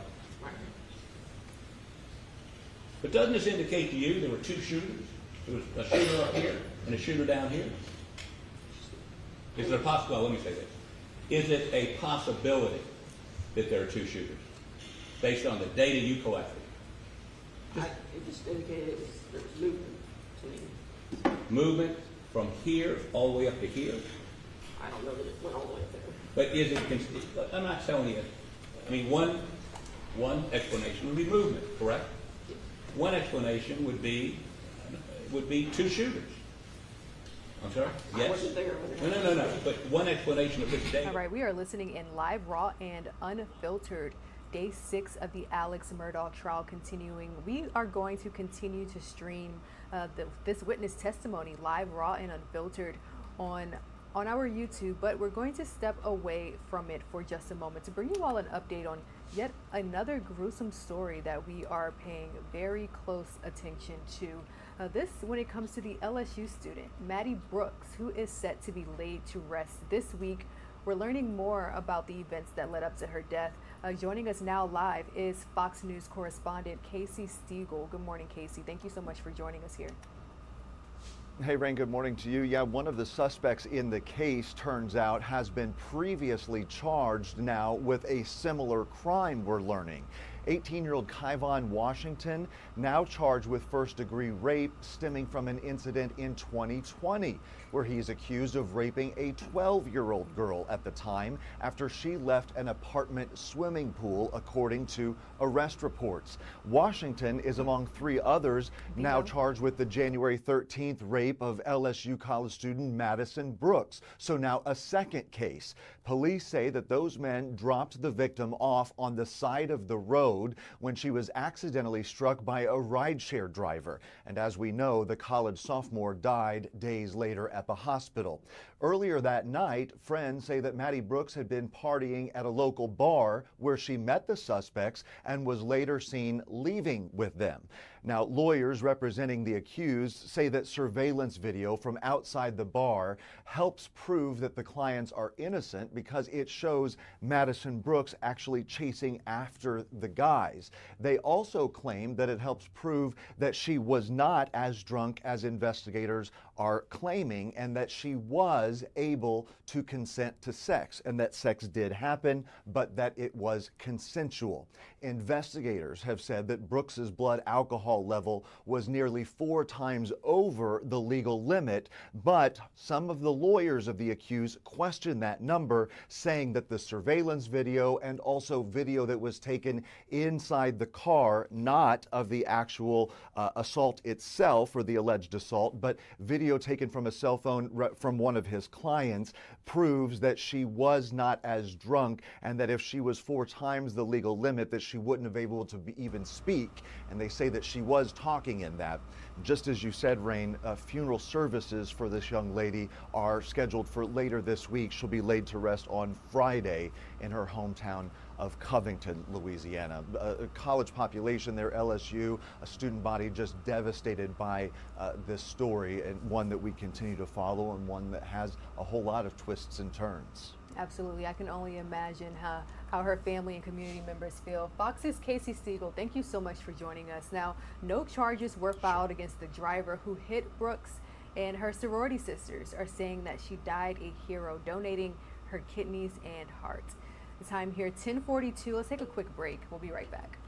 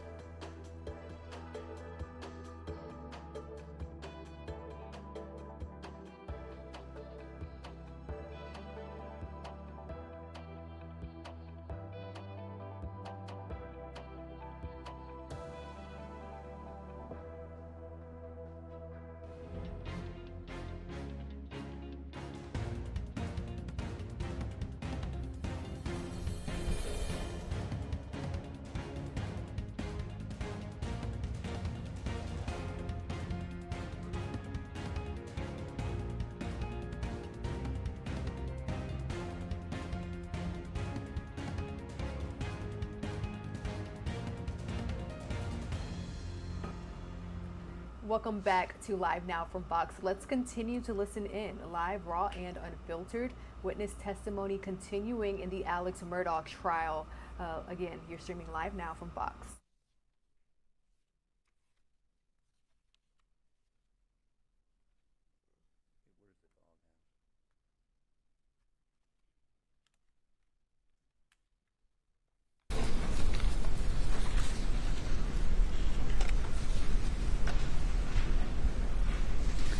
What does the horizontal 96 degrees mean? Not sure why that says 96. I'm sorry? I'm not sure why it says 96 if I had 84. In your crime scene notes? That's right. But you wrote down, your official report said 96 degrees. My notes said 84 degrees. Well, did you just... The notes were taken at the scene? Yes. Okay. Beg the court's indulgence.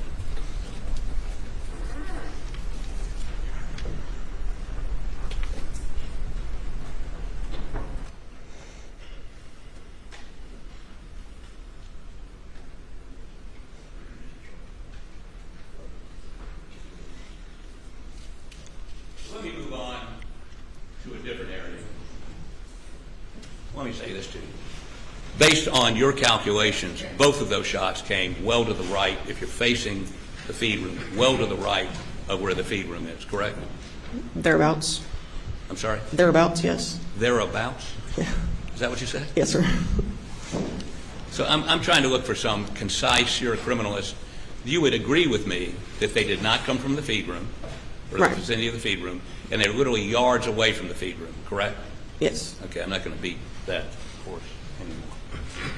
So let's talk a little bit about footprints, okay? Okay. So I noticed in your report, correct me if I'm wrong, that you were unable to identify, either exclude or include, a number of different footprints in and around the feed room, bloody footprints, and other footprints, because of the quality of the photography. Is that correct? I was able to attribute them to Paul's shoes. I'm sorry? I was able to attribute them to Paul's shoes, though. Well, we'll talk about Paul's shoes in just a minute. But when you, what's the process to take a photograph of footwear or imprint that's recognized by a number of different agencies, including the FBI? What's that process? Place a scale, preferably an L scale, around the impression and document it with the camera parallel to the surface so you get a straight-on shot. Put the camera in RAW settings so you capture all the data with that photograph. So let me ask you, so the process is, first of all, you take a general photograph of the impression, right? Yes. Doesn't matter what angle, doesn't matter what the lighting is at that point, correct? If you're just documenting that it's there. But when you go to take a photograph of a footprint for forensic analysis later on to compare it to a known shoe, you're supposed to do a couple things. One, you're supposed to have good lighting if you can get it, right? Preferably. Two, you're supposed to put a scale down next to it so that later on you can, because you need to understand how big or how small the foot is and the distance between the treads. So the scale's a little, like a little ruler, just a piece of a ruler that you put down next to it to get some idea what an inch looks like, what 2 inches look like. And that's really important, is it not? It is, to make sure it's to scale. Okay. And then you're supposed to do a photograph straight down on it with good lighting, so that you can you understand what you're seeing is a straight-on impression, correct? That's right. Now, was that done on any of the impressions that y'all analyzed? No. We didn't recognize on scene. I'm sorry? We didn't recognize on scene that there was footwear. You didn't recognize on scene there was what? Footwear impressions in the room. Well, that brings up another topic. There was what appeared to may have been a footwear impression on Maggie's calf, correct? I couldn't say that that was a footwear impression, just an impression. Well, there was something on her leg that could have been a footwear impression, correct? Possibly. Possibly. And again, they didn't put a scale, they didn't do any of this procedure, correct? That's right. And it was in dirt. Yes. So, or mud, one. And so once her body was removed from the scene, that examination could never be done, correct? That's right. Matter of fact, none of the impressions could be examined after the next day at best, correct? Not physically. Right. I mean, we couldn't go back out and take new photographs. Right. So the procedures followed were not the procedures recommended by every agency and in your agency, correct? If I had realized that was footwear on scene, I would have documented it properly, yes. Okay. But since it wasn't documented properly, we can't include or exclude, except for Paul's, correct? That's right. Now, are you a certified footwear examiner? Yes. By who? Well, within SLED, yes. I'm sorry? Within SLED. Within SLED, but you not peer-reviewed or... Oh, yes, I am peer-reviewed. By somebody at SLED? Yes. Okay. And your analysis is that one set of those footwear impressions is Paul facing the back of the feed room, right? Right. And yet we know, and they're bloody, so he's already been shot. Right. And we know the initial shot came buckshot, very small pattern, in his chest, and came out underneath his left arm. Matter of fact, there was wadding under his left arm, and buckshot went through the back window and embedded in the windowsill. You documented that, right? Right. And then I think some of it embedded in a tree back behind that window, correct? I think, yes. And he's facing backwards, bloody footprints. Has anyone discussed with you how he got faced away from where he was shot? No. Were the footprints smudged as if he was turning? And there was blood dripping. He was stepping in the blood and leaving his own footwear impressions in the blood. I don't know that it was smeared necessarily. Well, we also know that a second shot, literally his head exploded, his brain flew out. We know there's hair and blood all over that door up high. There's actually hair and blood and pieces of his skull in the ceiling and around him. Assuming the first shot would not have been immediately fatal because it didn't hit any critical organs, he would have been alive for some period of time after that shotgun blast to the chest. But the second shot, as you've seen in the pictures, and you were there that night, wasn't his brain laying at his feet? It was beside his left leg, yes. I'm sorry? It was beside his left leg, yes. Yeah. And his feet are just, one of them is just inside the feed room and the other's not. Yes. And he's face down. Right. So you can't explain how he got shot in the front when he's at some point soon thereafter is facing backwards. I can't say which way he was facing when he was actually shot.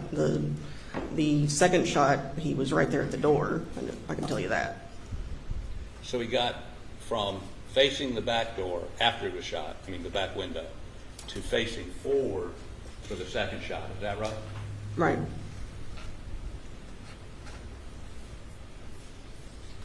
Has anyone from SLED briefed you on after you identified those footprints? No. They didn't ask for any explanation? Not for me, no. Okay, and you would agree that because of the way the scene was processed, most of the footprints you were unable to do any comparison to because of the way the pictures were? No, I was able to do a comparison with, and they were mostly Paul's shoes. Other than those two? There was one right inside the door. There was one further to the left where the door was, Then there were at least 2 by marker 1. And correct me if I'm wrong, at least one of those bloody footprints initially identified as Paul's turned out to be a police officer's, isn't that correct? It wasn't initially identified as Paul's, no. But there was a bloody footprint near his that turned out to be law enforcement, correct? Yes. In the feed room? Right. In blood? Is that preservation of the scene that your standards require? Not exactly, no. Not exactly? Should the police be walking through the scene? No. Do we know what other evidence they may have destroyed? I have no idea. That's right, we don't. Now,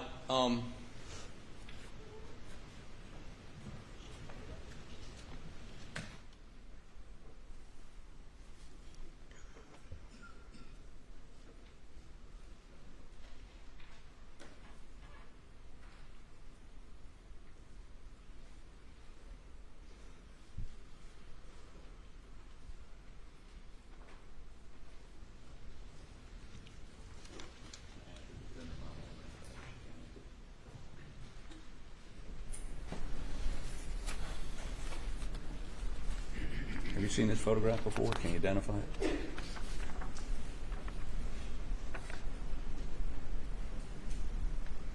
It's not one that we took. But does it appear to be in the area you've been describing? Close, yes. It's in the feed room. So you don't know whose feet those are? No. Okay.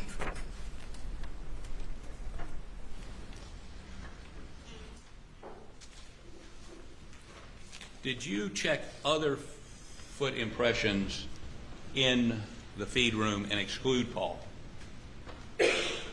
No. There were other bloody footprints or impressions in the feed room. Did you identify them as Paul's? I thought I accounted for all the ones that we knew of. Okay. Now,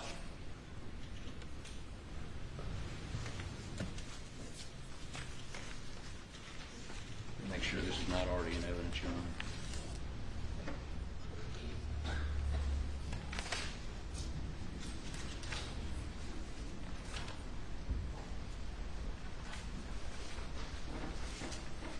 Could we look at defense exhibit number 2, and we need to cover the screens.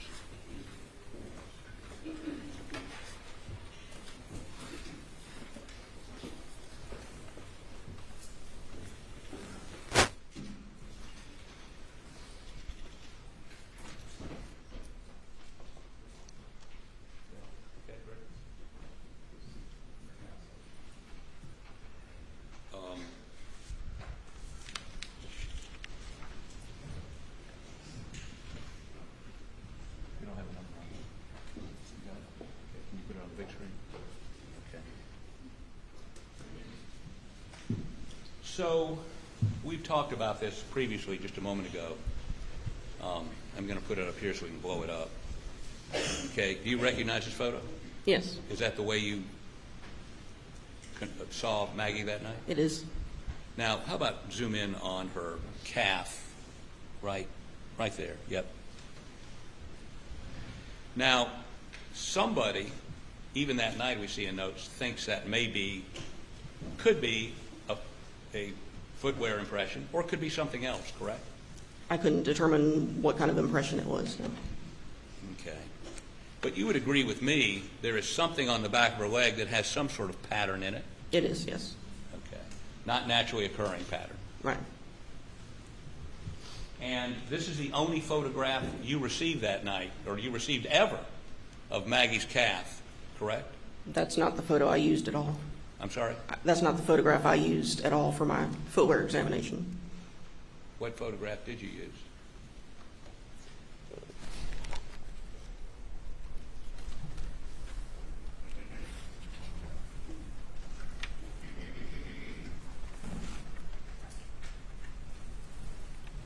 .420. 420? You got it? Okay, put that one up, and then we'll see if you can identify it. Is that 420?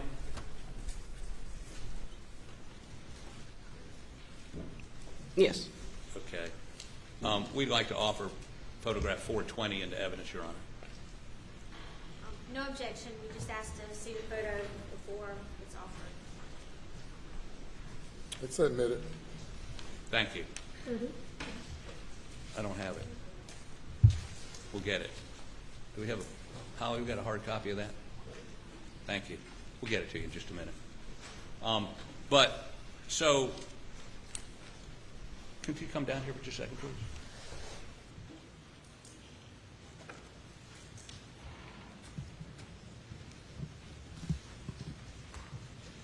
Yes. How about point to the jury where that impression is on her leg?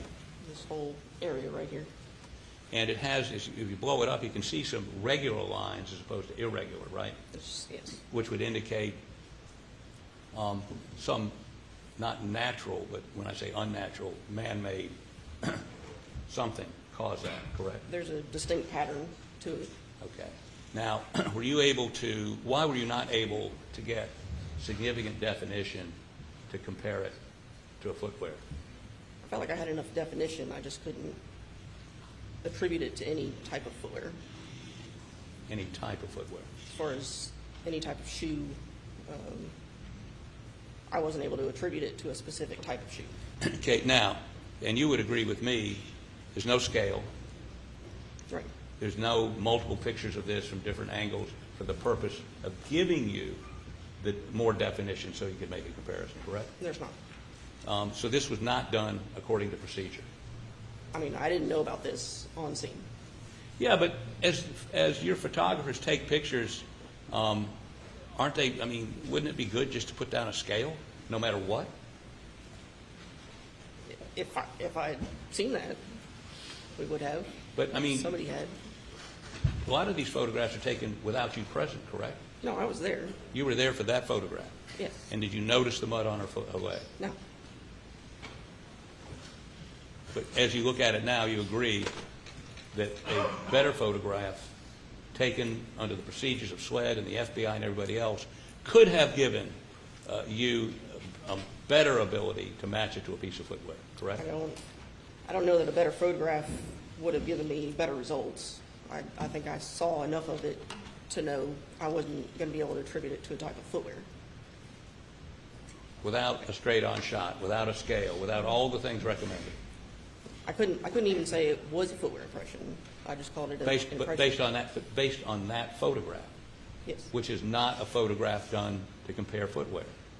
Not ideal, no. Not ideal. It's not. There's no. The standards say that is not within the standards. Correct. Objection. Argumentative. Can you answer the question? Go ahead. Did you understand what the question is? The question is.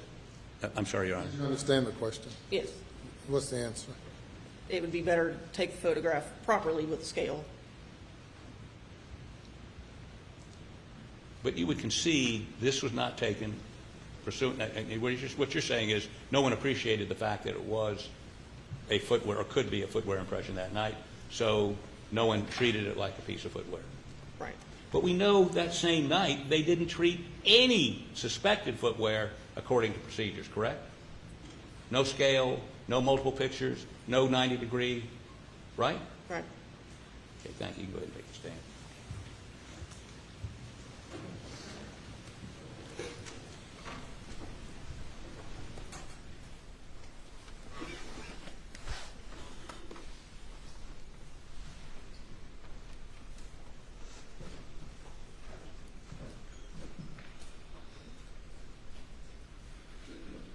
So, let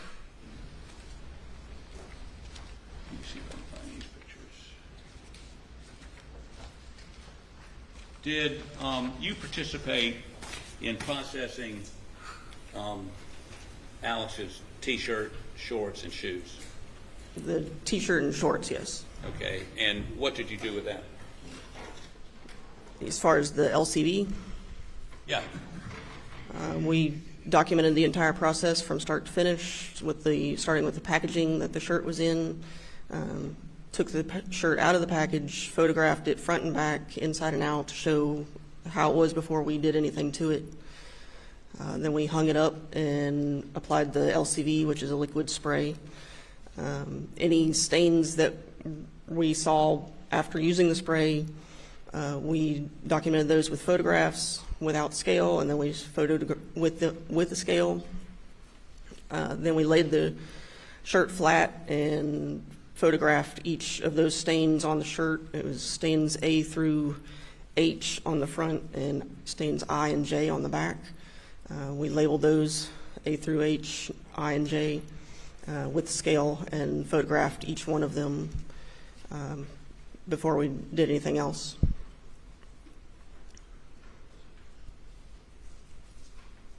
Let me show you a couple photographs. Any objections? No objection. Can you identify these, please?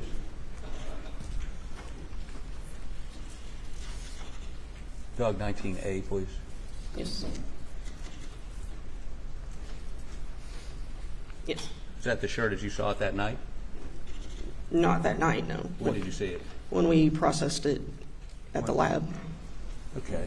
So you would agree with me that this shirt has, it doesn't look like it just came back from the laundry. It's got smudges down here and generally stains here and there, correct? Not completely clean. Yeah, okay. Well, that's it. It's not completely clean, correct? Right. And then I'd offer that into evidence, Your Honor. 31.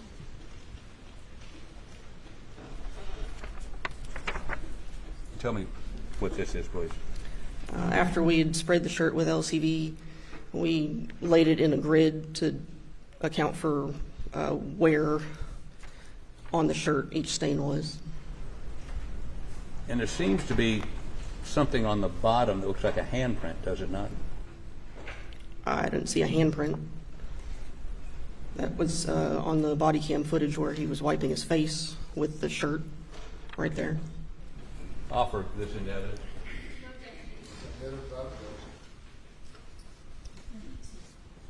Can I have that 19, I'm sorry, let me see what it is. What does it say at the bottom? KNM 3282.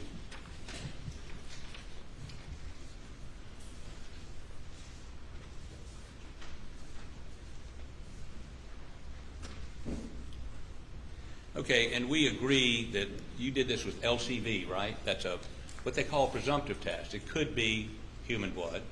It could also be animal blood. It also could be detergent. Objection, Your Honor. Could we ask one question at a time? I was trying to summary, but I'll do it. Okay. Could it be something other something other than human blood? It doesn't determine whether it's human or not. Right. So it could be animal blood. It's possible. Could be detergent. Detergent oftentimes. Not bleach, maybe. Bleach. Okay. What about organic matter like plants? The only two I know of really is bleach and rust. Rust? Right. Okay. But there are other things that will, and that's why you do a confirmatory test. Right. And that's done with hemotrace. I'm not sure how. I don't do that part. So. Well, do you know what the results were when they treated it with hemotrace? I'm not sure, no. You never saw the report? No. No human blood found? Hey, now, did you test his shorts? We did the same procedure with the shorts. And yes. there some presumptive, some indication that it was human blood or something else, correct? Yes. Do you know whether they ran a confirmatory test on that? I'm not. I assume they did. I'm not Did sure. you? Well, but you don't know. Right. Do you know whether, did you use LCV on the shorts or did you use something else? We used LCV. Okay.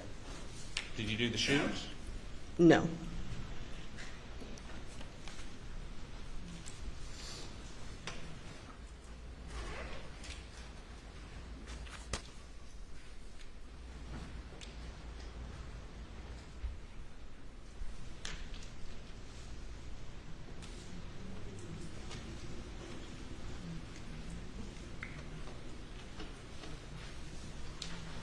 Take the court's indulgence 1 moment, please. Maybe almost through.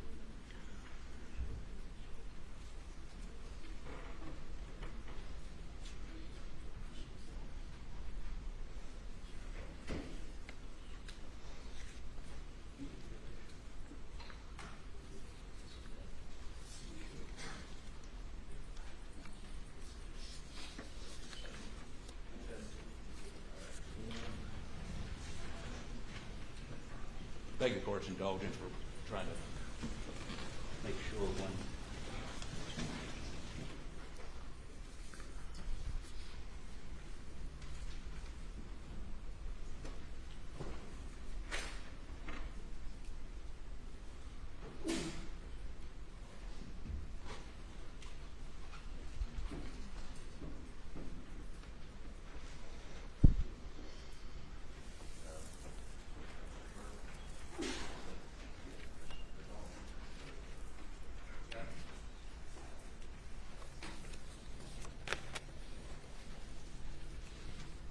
Let me put up on the screen. I'll give you a copy of it if she can identify it, okay? And I think she can. Go ahead and put it up. Go ahead and put it up. It's number 217. Can you see it? Yes. Not very bright. Is that a picture that you took? Yes. Okay. Your Honor, we'd offer this picture into evidence. No objection. Okay, could you step down here, please?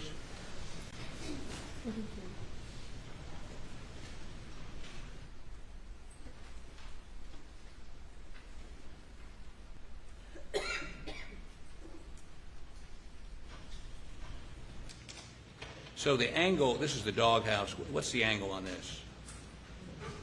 Approximately 84, 83. Yes. Okay. Just wanted to make sure we all were on singing from the same shooting music, even though you wrote down 96 in your report, correct?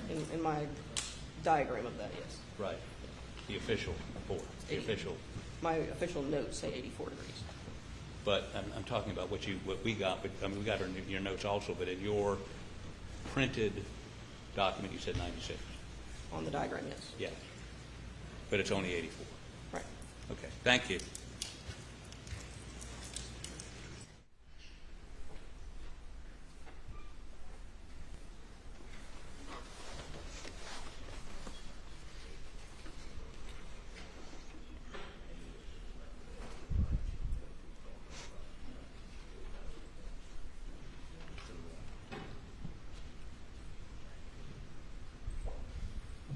So, and again, maybe I need to check you on this, but the angle from the doghouse you seem to indicate is going still to the right of the dog kennels. But, and let me check it out just one second.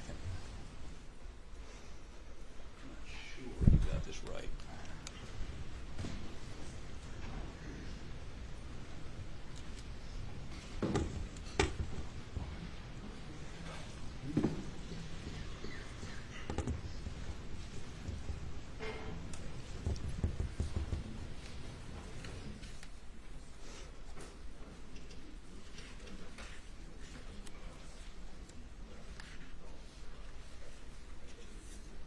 Further questions? Your Honor, you can do that here. Ladies and gentlemen, let's stand for a moment.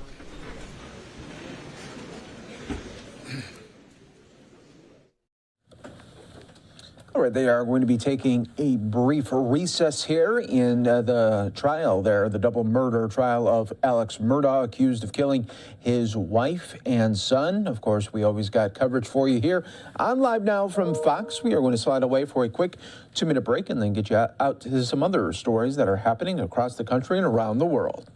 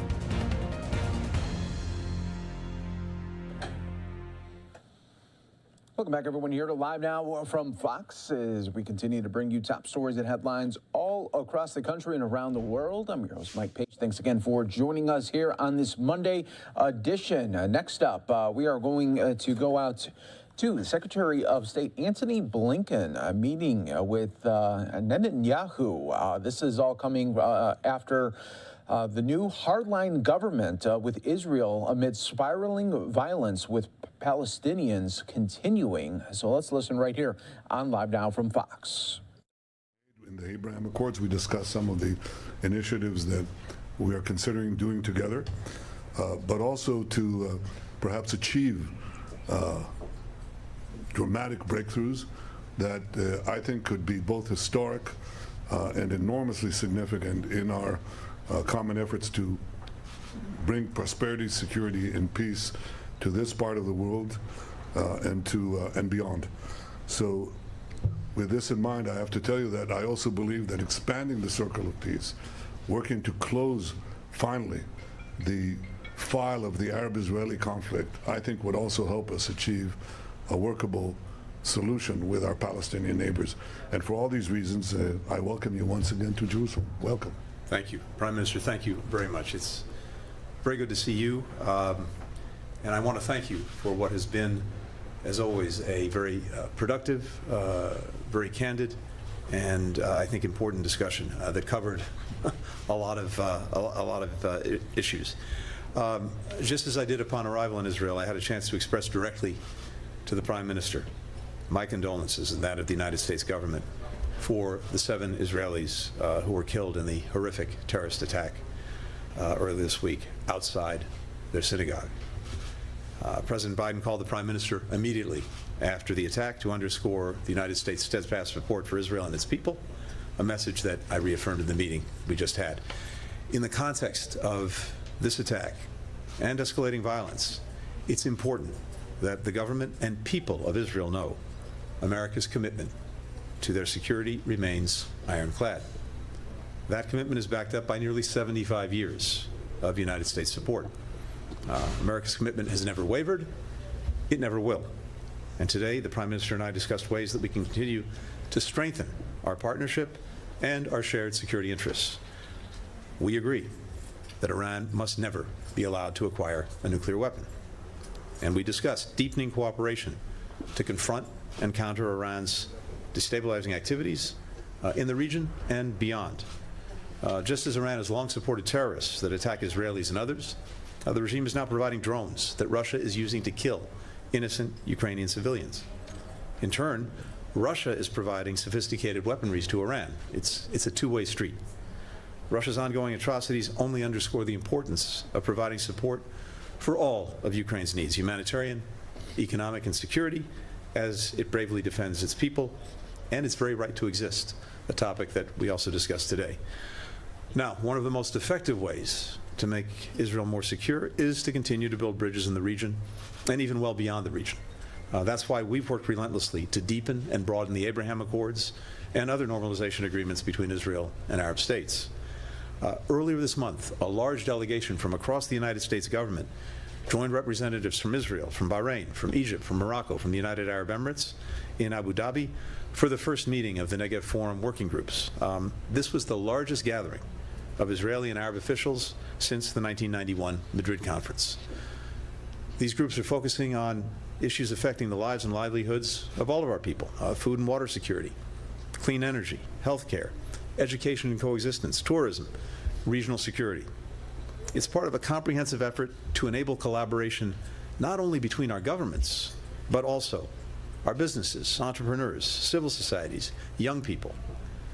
The Prime Minister has spoken about our ability to do big things together. Well, Israel's greater integration in the region is very much one of them. A few years ago, this kind of cooperation would have been unimaginable. Today, it is genuinely fostering new opportunities for people across the participating countries to connect, to collaborate, to learn, from teaming up on cancer research to launching new startups in green energy and drought-resistant agriculture to competing in real sports and esports.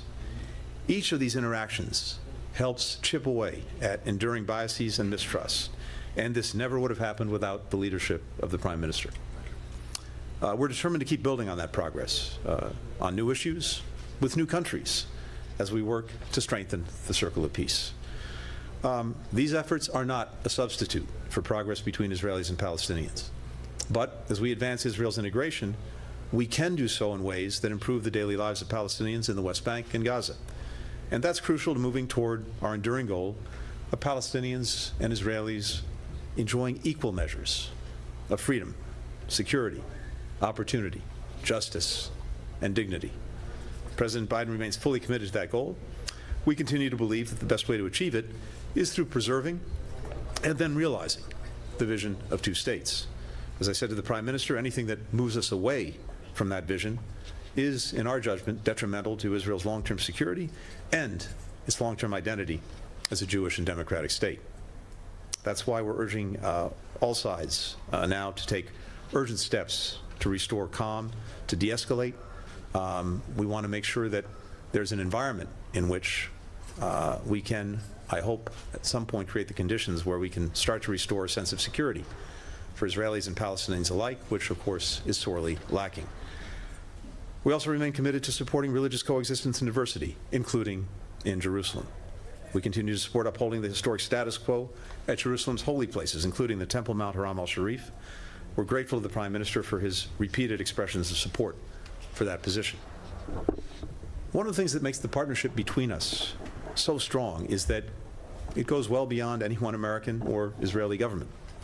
Few people understand that better than President Biden, who's worked closely with every Israeli Prime Minister since Golda Meir, and Prime Minister Netanyahu, who has worked closely with his share of American presidents. Quite a few. Throughout the relationship between our countries, what we come back to time and again is that it is rooted both in shared interests and in shared values. That includes our support for core democratic principles and institutions, including respect for human rights, the equal administration of justice for all, the equal rights of minority groups, the rule of law, free press, a robust civil society. And the vibrancy of Israel's civil society has been on full display of late. The commitment of people in both our countries to make their voices heard, to defend their rights, is one of the unique strengths of our democracies. Another is a recognition that building consensus for new proposals is the most effective way to ensure they're embraced and that they endure. Our fellow democracies can also make us stronger. That's what the United States and Israel have done for each other over many decades, by holding ourselves to the mutual standards we've established, and by speaking frankly and respectfully, as friends do, when we agree and when we do not. The discussion that the Prime Minister and I had today was no exception. That conversation will continue, including with other members of Israel's government and civil society, as part of a perpetual process to defend and bolster the pillars of our democracy, which we are both committed to.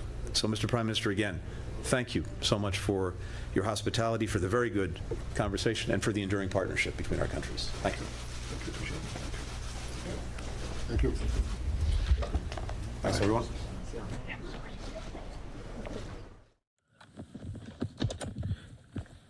You're watching Live Now from Fox there. Secretary of State Antony Blinken making those remarks in Jerusalem, coming at really at a heightened time there in the West Bank. Of course, we got you covered right here on Live Now from Fox. We are going to take another quick 2-minute break. Stay right here with us. When we come back, we will take you out to the Alex Murdaugh murder trial that continues in South Carolina. Let's listen on the other side of the break.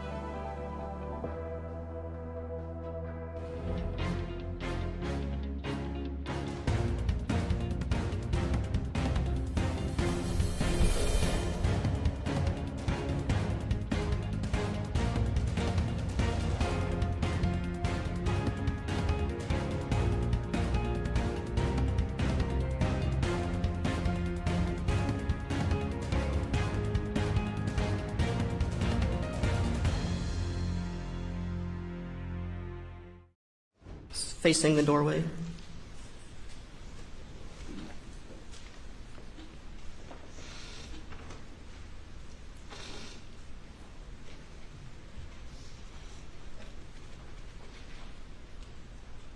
It says that the outsole design is consistent with item 103, Paul Shude. So you also say that the way you got scale was, in some of these were evidence markers, and then you figured out how big the evidence marker was, and that's what you used to get to scale. The marker and the shot shells at markers 9 and 10 were measured. Yes. And that's not the best way to do it, is it? No. And in terms of the sketch we had, you did a pretty crude sketch, but have you ever been asked by SWED or the Attorney General's office to do this trajectory analysis that I asked you to do today? No, but I don't necessarily do crime scene reconstruction. Who does? I'm not sure. We don't necessarily do that ourselves. We process crime scenes and document it, but we don't do reconstructions. But no one has consulted with you about a reconstruction. No one's come from SWED and said, let's go over these angles, or, you know, how did you conduct this, or nobody's asked you. No. Have you ever had a conversation with anybody from the Attorney General's office about this? No, I don't think so. Did they ever talk to you about the video we showed a little while ago, of the process you all used to try to make a 3D? Not with me. With others who rendered the Pharaoh software, the video. They talked to people that did the Pharaoh? Yeah, I believe so. What? I believe so, yes. Do you know who that was and who they talked to? No. Do you know when that was? Not really, no. So they'd have a 3D image of the crime scene, and you don't know when they got it or what they did with it. They never talked to you about it? No. Thank the court's indulgence.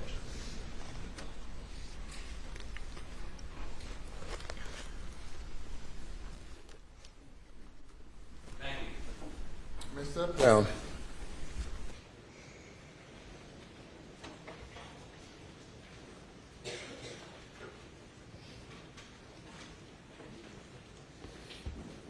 We go to the jury room for a 10-minute recess.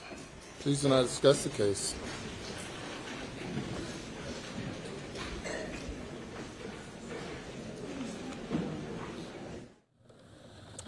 As you can see there, they are going to take another break right there, and we will take a quick 2-minute break here on Live Now from Fox. Stay right here with us. More coverage coming up next.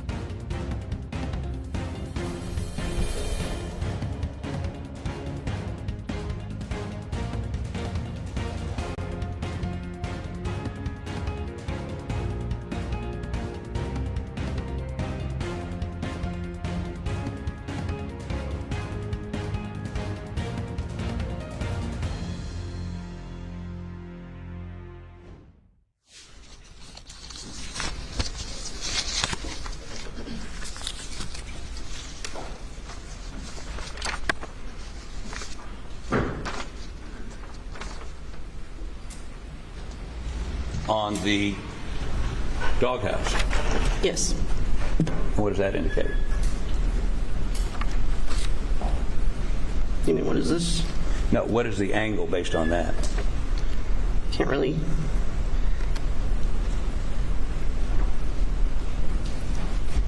$80-something.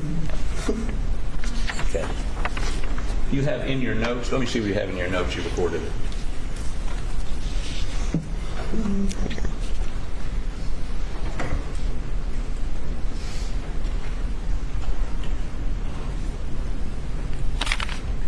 And that's, where's your full report?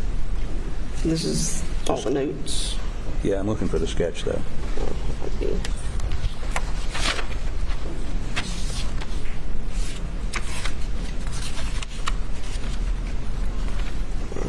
Where's the doghouse?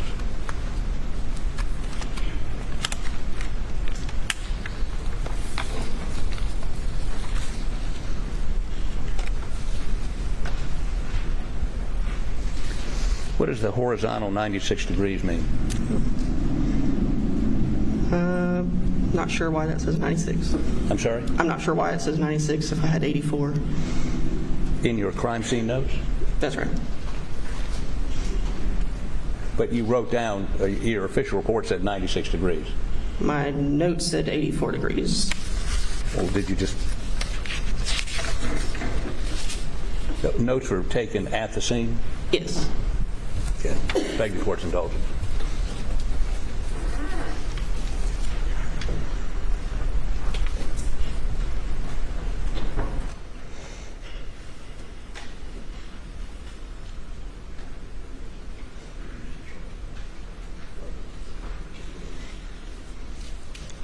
Let me move on to a different area. Let me say this to you. Based on your calculations, both of those shots came well to the right, if you're facing the feed room, well to the right of where the feed room is, correct? Thereabouts.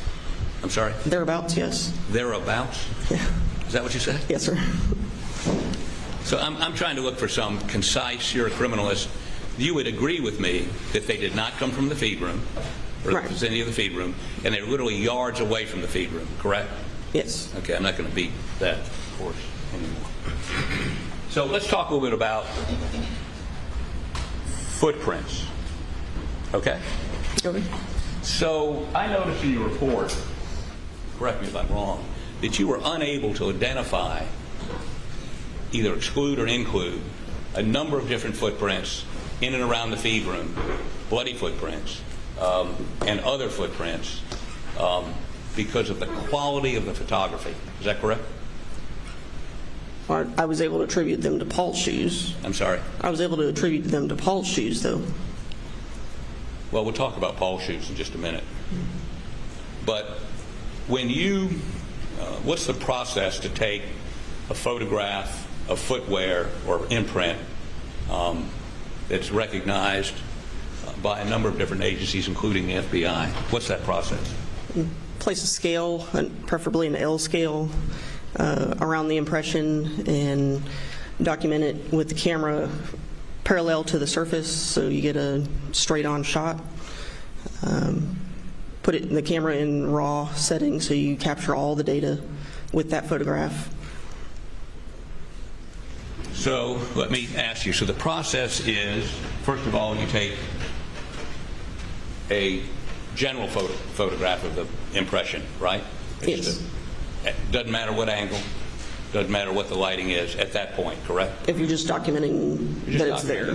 Yes. But when you go to take a photograph of a footprint for forensic analysis later on to compare it to a known shoe, you're supposed to do a couple things.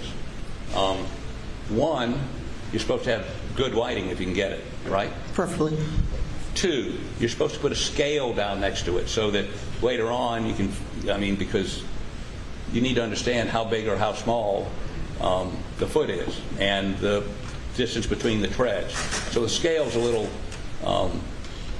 like a little ruler, just a piece of a ruler that you put down next to it to get some idea what an inch looks like, what 2 inches look like. And that's really important, is it not? It is, to make sure it's to scale. Okay. And then you're supposed to do a photograph straight down on it with, again, with good lighting, so that you can you understand what you're seeing is a straight-on impression, correct? That's right. Now, was that done on any of the impressions that y'all analyzed? No. We didn't recognize on scene. I'm sorry? We didn't recognize on scene that there was footwear. You didn't recognize on scene there was what? Footwear impressions in the room. Well, that brings up another topic. There was what may have been a footwear impression on Maggie's calf, correct? I couldn't say that was a footwear impression, just an impression. Well, there was something on her leg that could have been a footwear impression, correct? Possibly. Possibly. And again, they didn't put a scale, they didn't do any of this procedure, correct? That's right. And it was in dirt. Yes. So, or mud, one. And so, once her body was removed from the scene, that examination could never be done, correct? That's right. Matter of fact, none of the impressions could be examined after the next day at best, correct? Not physically. Right. I mean, we couldn't go back out and take new photographs. Right. So the procedures followed were not the procedures recommended by every agency and in your agency, correct? If I had realized that was footwear on scene, I would have documented it properly, yes. Okay. But since it wasn't documented properly, we can't include or exclude, except for Paul's, correct? That's right. Now, are you a certified footwear examiner? Yes. By who? Well, within SLED, yes. I'm sorry? Within SLED. Within SLED, but you not peer-reviewed or... Oh, yes, I am peer-reviewed. By somebody at SLED? Yes. Okay. And your analysis is that one set of those footwear impressions is Paul facing the back of the feed room, right? Right. And yet we know, and they're bloody, so he's already been shot. Right. And we know the initial shot came buckshot, very small pattern, in his chest, and came out underneath his left arm. Matter of fact, there was wadding under his left arm, and buckshot went through the back window and embedded in the windowsill. You documented that, right? Right. And then I think some of it embedded in a tree back behind that window, correct? I think, yes. And he's facing backwards, bloody footprints. Has anyone discussed with you how he got faced away from where he was shot? No. Were the footprints smudged as if he was turning? And there was blood dripping. He was stepping in the blood and leaving his own footwear impressions in the blood. I don't know that it was smeared necessarily. Well, we also know that a second shot, literally his head exploded, his brain flew out. We know there's hair and blood all over that door up high. There's actually hair and blood and pieces of his skull in the ceiling and around him. Assuming the first shot would not have been immediately fatal because it didn't hit any critical organs, he would have been alive for some period of time after that shotgun blast to the chest. But the second shot, as you've seen in the pictures, and you were there that night, wasn't his brain laying at his feet? It was beside his left leg, yes. I'm sorry? It was beside his left leg, yes. Yeah. And his feet are just, one of them is just inside the feed room and the other's not. Yes. And he's face down. Right. So you can't explain how he got shot in the front when he's at some point soon thereafter is facing backwards. I can't say which way he was facing when he was actually shot. The second shot, he was right there at the door. I can tell you that. So he got from facing the back door after he was shot, I mean the back window, to facing forward for the second shot. Is that right? Right.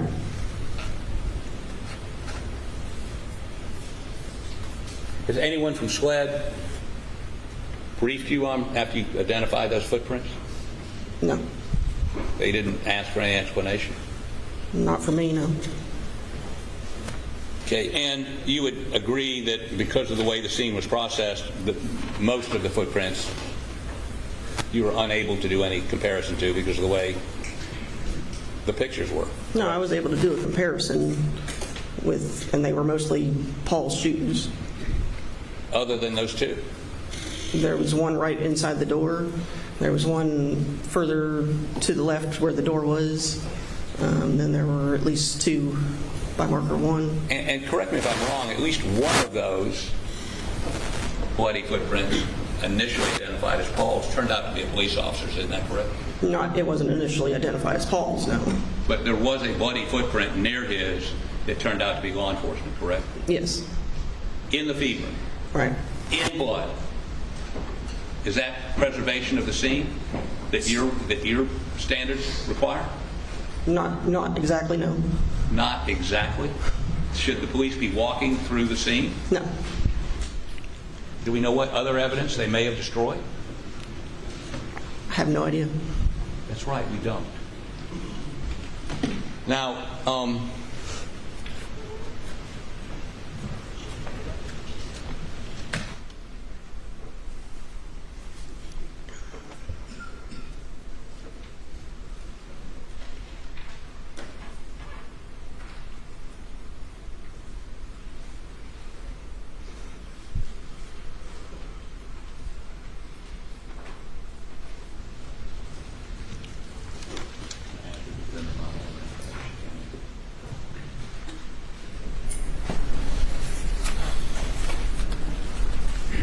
have you seen this photograph before? Can you identify it?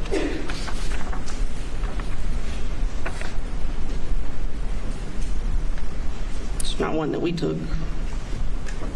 But does it appear to be in the area you've been describing? Close, yes. It's in the feed room. So you don't know whose feet those are? No. Okay.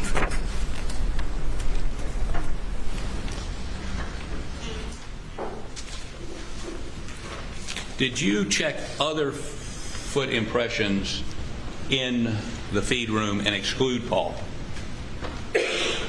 No. There were other bloody footprints or impressions in the feed room. Did you identify them as Paul's? I thought I accounted for all the ones that we knew of. Okay. Now,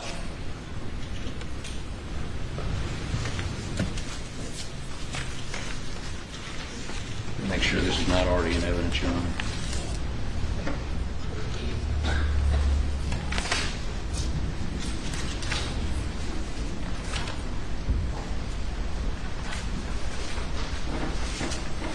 Could we look at defense exhibit number 2, and we need to cover the screens.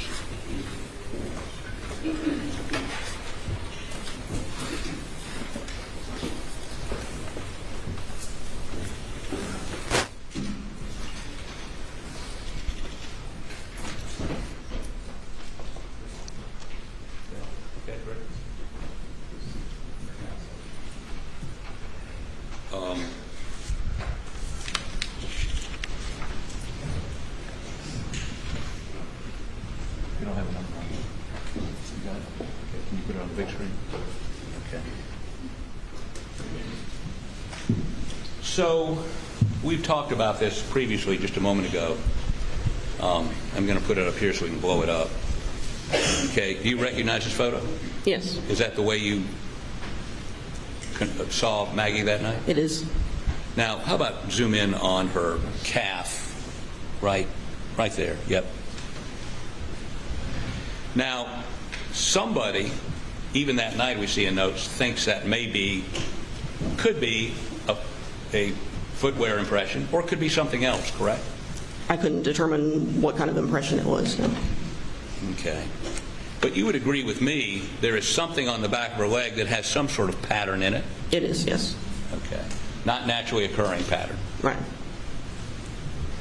And this is the only photograph you received that night, or you received ever, of Maggie's calf, correct? That's not the photo I used at all. I'm sorry? That's not the photograph I used at all for my footwear examination. What photograph?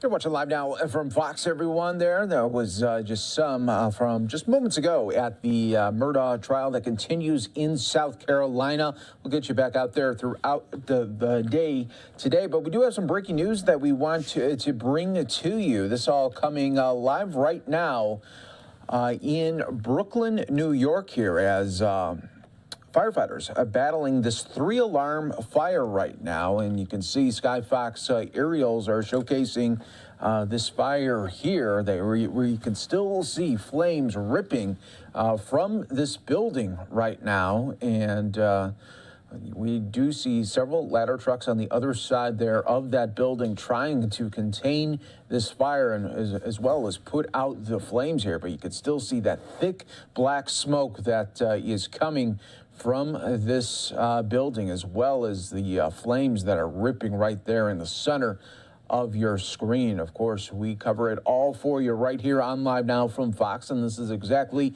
what we do here when we get breaking news feeds in. We bring it in as soon as we get it right to you, live, raw, and always unfiltered right here. So you are seeing this all in real time right here in Brooklyn, New York right now, and crews right now just dousing this building now with water there, and you can see there that the black smoke now getting a grayish whitish hue, so that is always a good sign there for firefighters as they continue to battle this fire that started a little bit ago earlier this morning there in the Brooklyn borough. And you can see right there in the center of your screen that we just saw moments ago some flames there, but the amount of smoke now is really not showcasing those flames there, but crews once again doing a great job of trying to contain this fire as well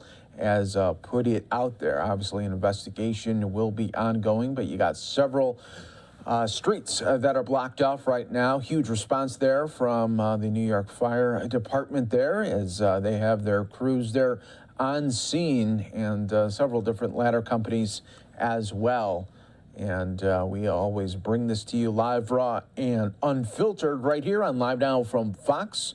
What we are going to do is take our final break here of this hour. Stay right here with us. We'll have more coverage on the other side of the break here on Live Now from Fox.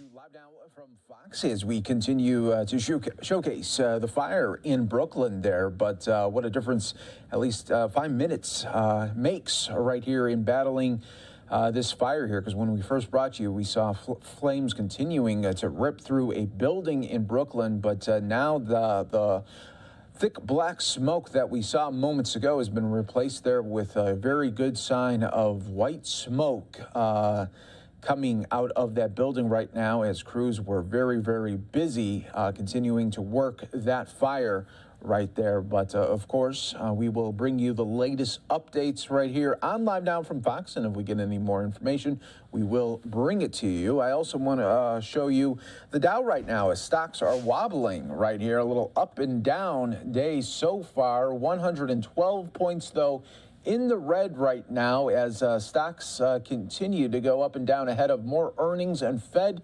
decision on interest rates this week there. So that is what investors are weighing right now. And we will bring you always the latest right here on Live Now from Fox. But I want to go back out to South Carolina, live in the courtroom here as the partial recess has been lifted there. We have a new witness on the stand there in the Alex Murdaugh double murder trial that is once again happening live right here on Live Now from Fox.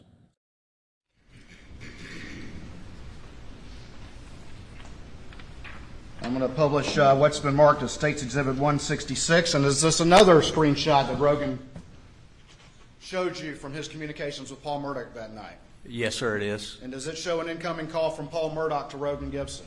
Yes, sir, it does. And what time is that call? 8:44 p.m. 8:44 p.m.? That is correct.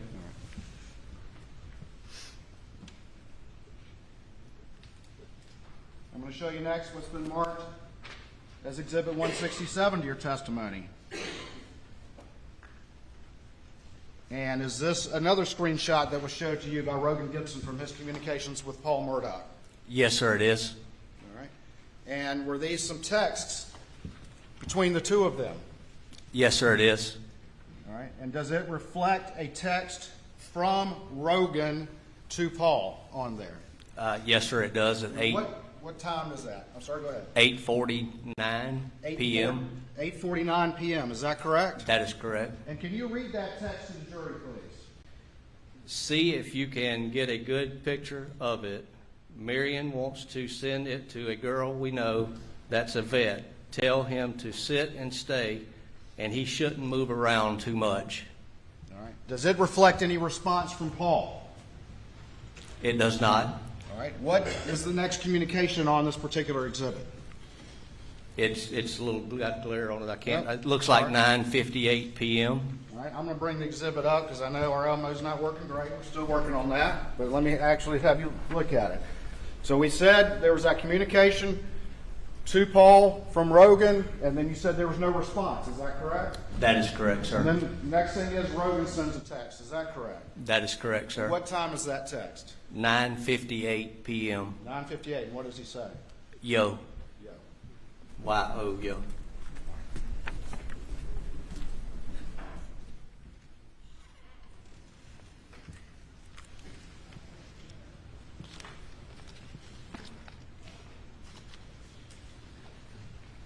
I'm going to put up on the screen State's Exhibit 168. Can you see that all right? Yes, sir. All right. And does this reflect a number of outgoing calls from Rogan to Paul, trying to get him to answer? Yes, sir, it does. Can you tell the jury the times, starting at the bottom, that he's trying to call Paul Murdaugh without an answer? At 9:10 p.m., there's a 2-second outgoing call. At 9:29 p.m., there's a 1-second outgoing call. At 9:42 p.m., there's a 1-second outgoing call. And at 9:57 p.m., there's a 4-second outgoing call. All right. I'm going to put up on the screen State's Exhibit 169. And does this also reflect an outgoing call from Rogan to Paul that is unanswered? Yes, sir, it does. And what time was that? 10:08 p.m.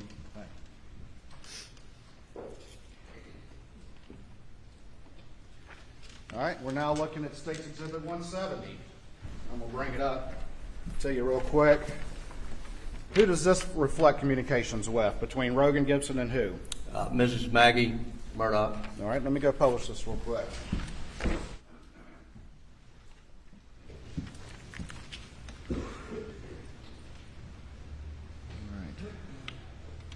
So it's from who? Miss Maggie Murdaugh. All right.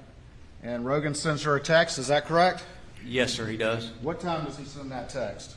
9:34 p.m. And what does he say? Tell Paul to call me.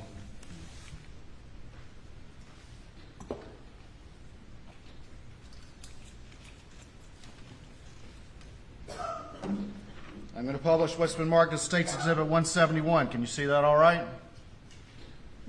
Yes, sir, I can see the times. I can't see the top of it. Okay. Okay, I can see All right. it. And who are these communications from on Rogan Gibson's phone? Mr. Alex Murdaugh. The defendant? That's correct.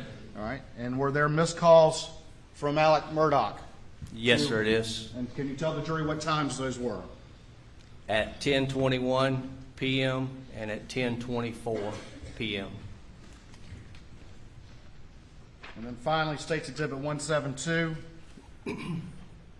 Are these additional missed calls on Rogan's phone? Or outgoing, missed calls? Yes, sir, it's missed calls. And who are they from?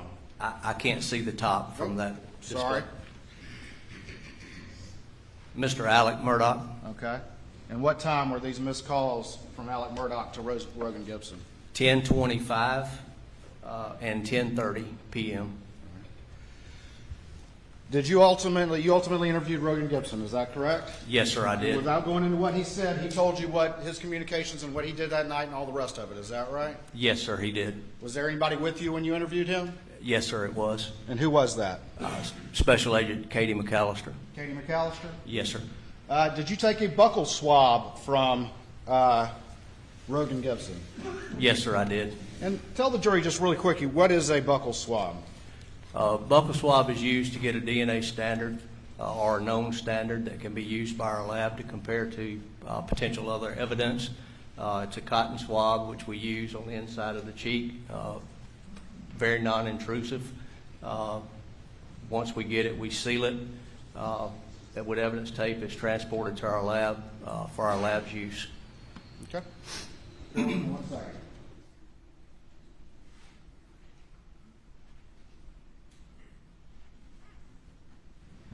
I'm going to show you what's been marked as State's Exhibit 154 and see if you recognize this document.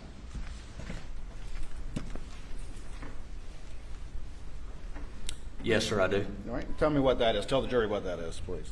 It's a chain of custody form that we used when we secured the buccal swab from, or buccal swab from Rogan Gibson.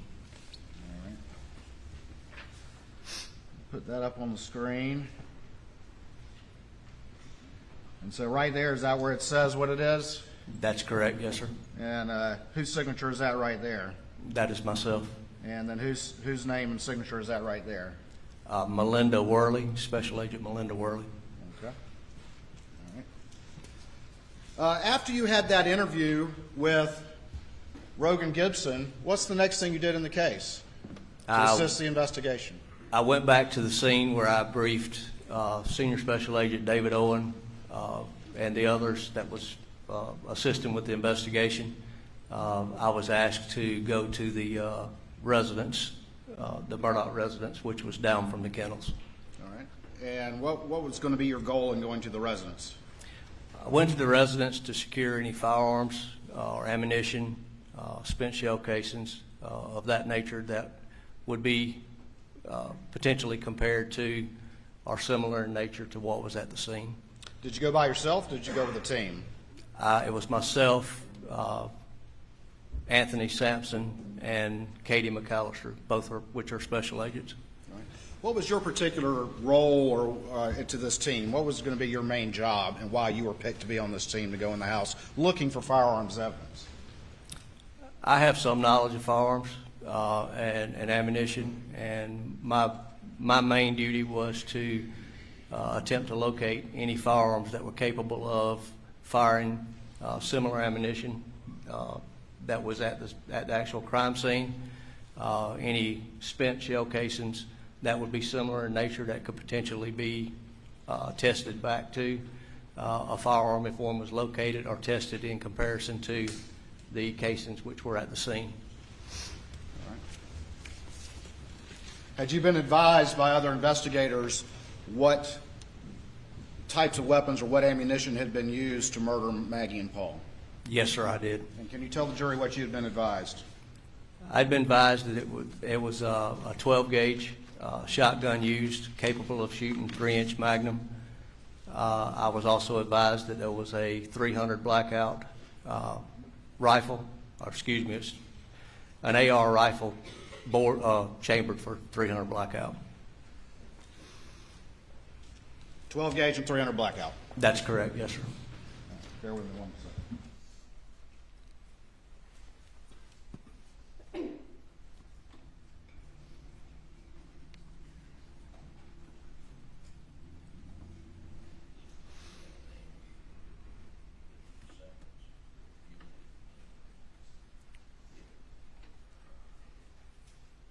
All right.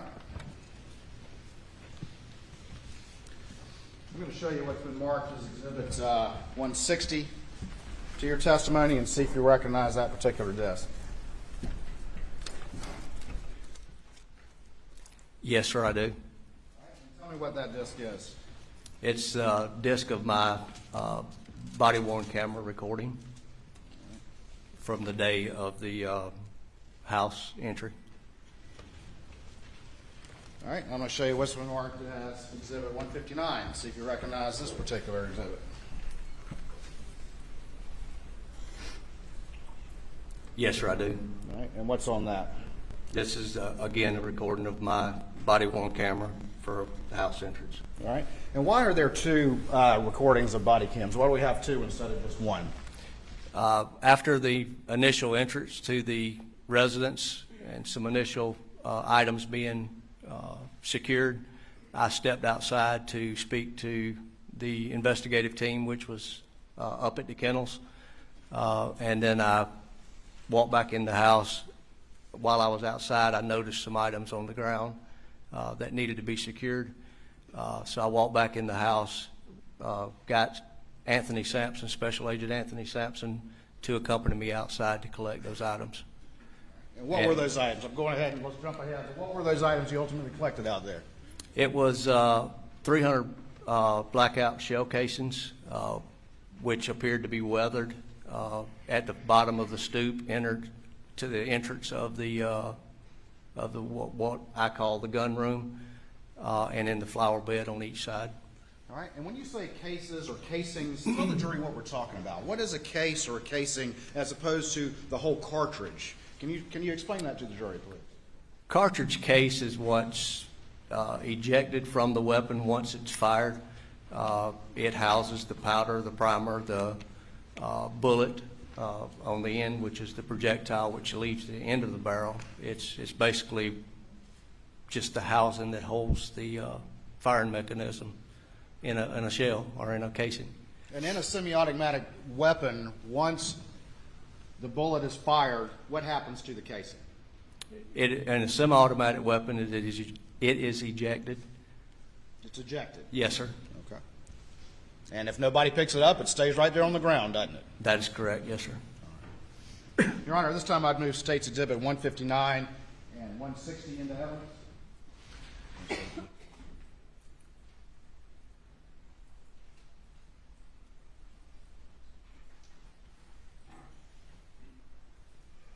We don't object to the video of either one, and there's one longer video that's in the House. I don't know if 159 and 160 that we would object to the audio portion being played. And Your Honor, I have no problem with that. I'm going to play that particular video with the audio down because there is discussion with other witnesses who will testify who were in the House, and so that's acceptable to the state for that particular exhibit. Mr. Griffin? yeah, that's acceptable. All right. As long as there's no hearsay from the witnesses. He said the audio is down, so it's admitted under those conditions. Thank you, Your Honor.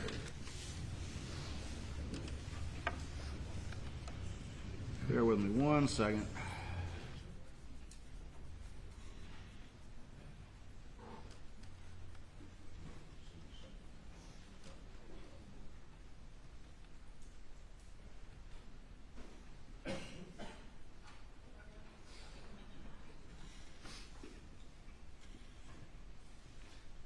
For the record, 159 is the exhibit. We'll play with the audio down. Thank you. Can I get the input changed, please, to the laptop?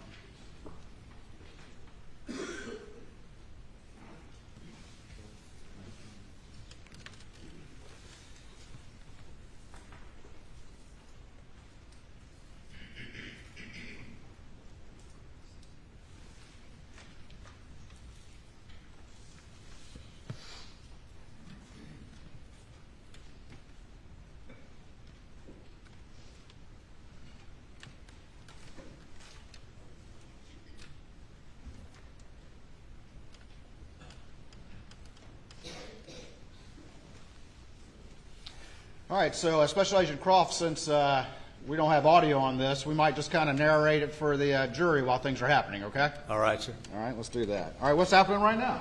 We are walking up to the side door of the residence, which enters the gun room. And just real quick, we see that side stoop right there? Yes, sir. And what was found right there, if anything, by that stoop? 300 blackout casings. Is that what you just were talking about? Yes, sir, it is. Right there, huh? Yes, sir. Thank you.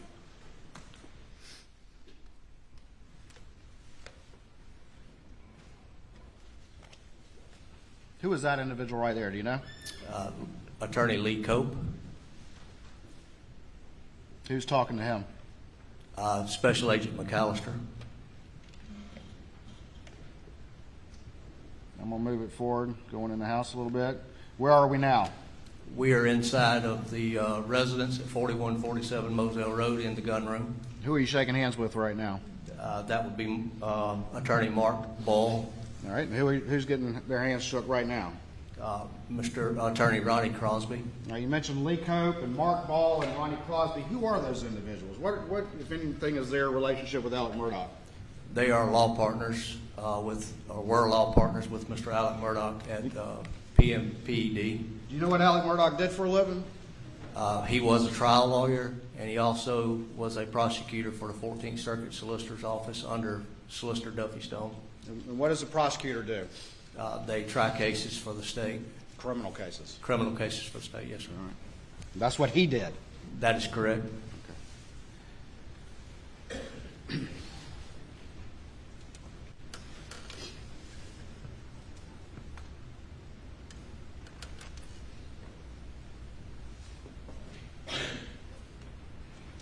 I'm going to fast forward just a little bit. What's that sort of in the center of the screen right there? That's a gun cabinet or gun shelf.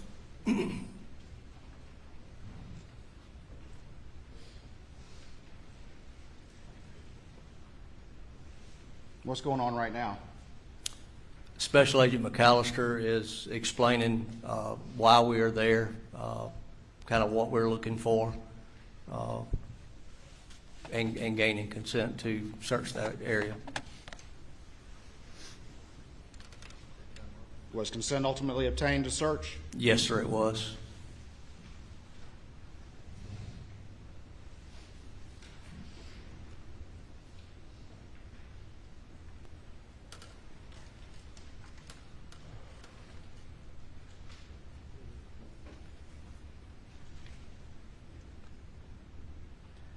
Let me back it up real quick. All right, at this point, are y'all having a conversation with people who were there? I'm not trying to get into the conversation, just were you having a conversation? Yes, sir, we were. All right, and who are the two individuals you're talking to, or three individuals you're talking to right there? Ronnie Crosby on the right Mark Ball in the center, and Mr. Lee Cope on the left-hand side. Agent McAllister standing with her back turned. At some point, did Mark Ball point to anything? Yes, sir, he did. And what did he point to? A 300 blackout rifle, which was sitting in the gun wall.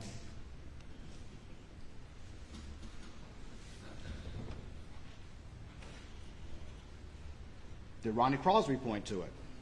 Let me back up.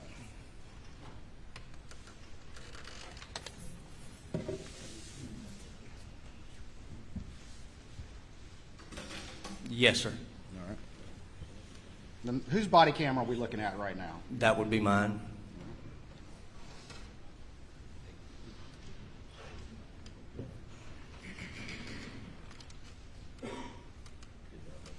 Where are you going right now? I'm walking over to the gun wall or gun cabinet in order to get a better picture of what Mr. Ball is pointing to. Is that it right there in the middle? That is it, yes, sir.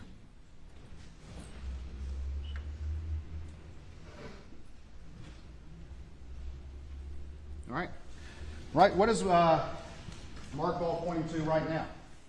He's pointing to the numbers which are displayed on the bottom of the magazine. All right. And is this the blackout we're talking about? That is correct.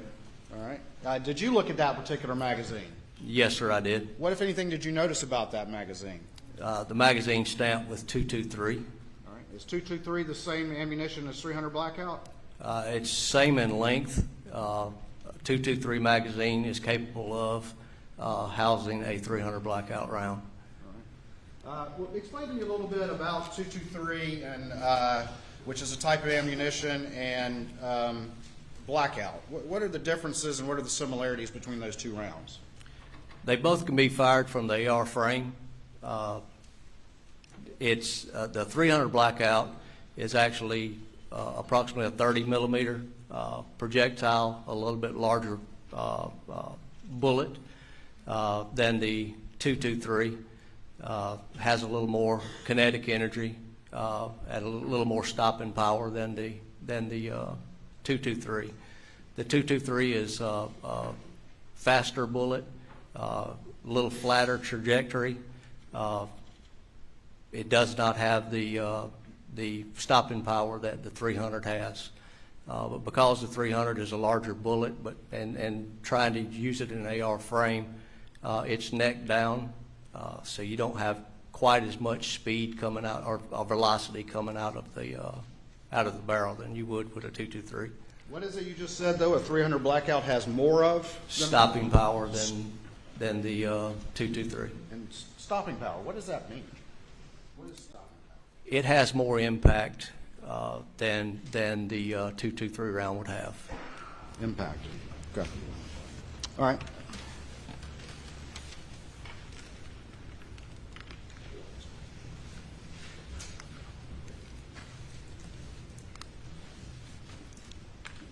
What else are you looking for right now as you look through the other firearms on that particular gun rack? Any additional rifles capable of shooting a 300 blackout, and also the any 12 gauge shotguns which are capable of shooting 3-inch Magnum. Let me ask you this: did you find any other weapons that could shoot 300 blackout? No, sir, we did not. Did you ever find any other weapons on Alex Murdaugh's property that could shoot 300 blackouts other than that one that was in the gun rack? No, sir, we did not. We're going to talk more about this in a minute, but did you find some 12 gauges? Yes, sir, we did.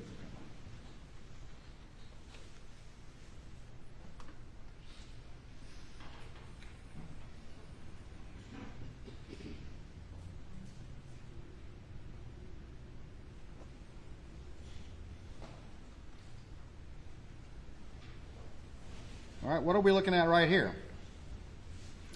That's to the right of the gun wall or gun cabinet. It's various ammunitions for different type of weapons,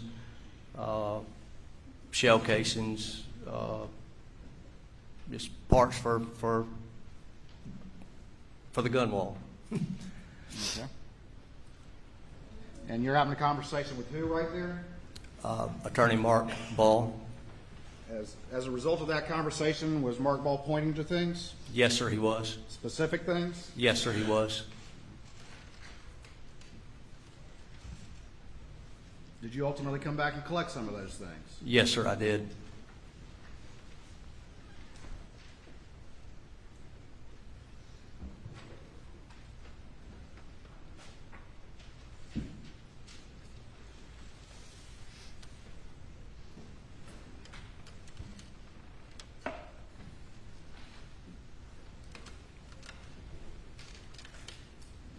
We'll fast forward to about 7 minutes and 30 seconds. Keep this thing moving.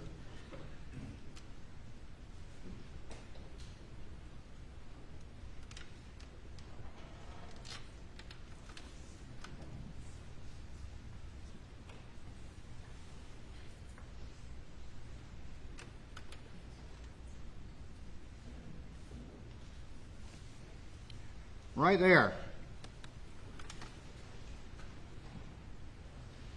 What's that right there?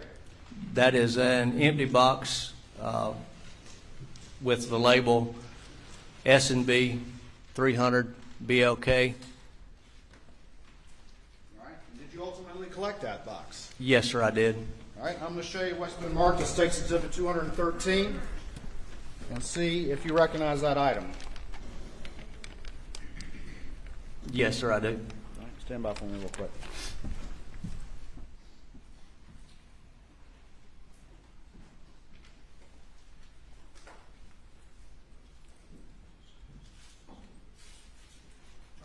This time we move State's Exhibit 213 into evidence, I believe, without objection. No objection.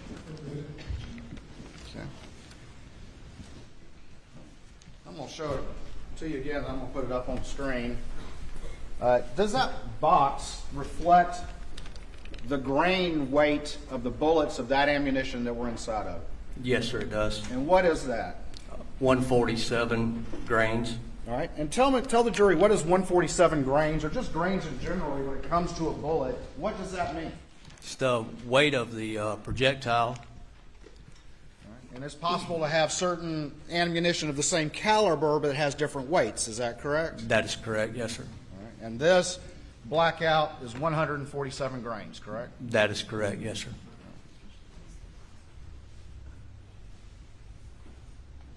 Sorry. Can we, no, that's fine. I'll show it later.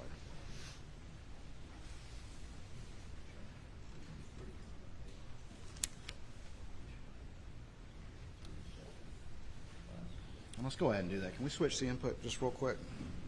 I'm going to switch it right back. I just want to show this to the jury, please. All right. Everybody can see that? Maybe if I do it, get it this way. All right. And that's the empty box you found in the gun room? Yes, sir, it is. All right. And right there, is that the grains that you were talking about? Yes, sir, it is. Step down if you need to. See what I'm pointing at? I can see you, sir. All right.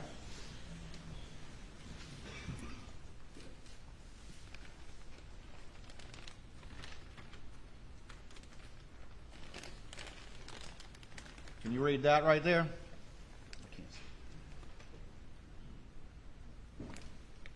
Yes, sir, I can. And what does it say? Cellular and looks like bellet. All right. And in shorthand, when people are talking about ammunition, how do they say that? S&B. S&B.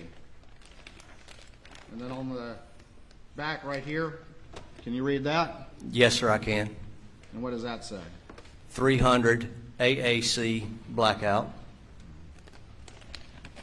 right, if we go back to the video, please.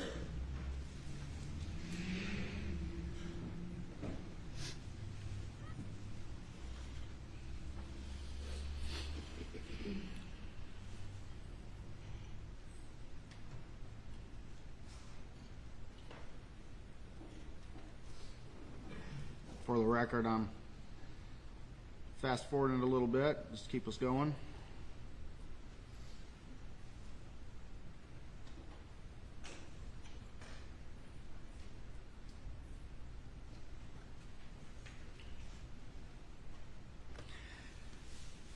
At this particular time, as it relates to the shotguns, are you looking to collect every single shotgun that's on that rack or only specific shotguns? Only specific shotguns. And what specific gauge of shotgun were you looking to collect? 12 gauge. And why only 12 gauge? That was the shell casings that was located at the crime scene.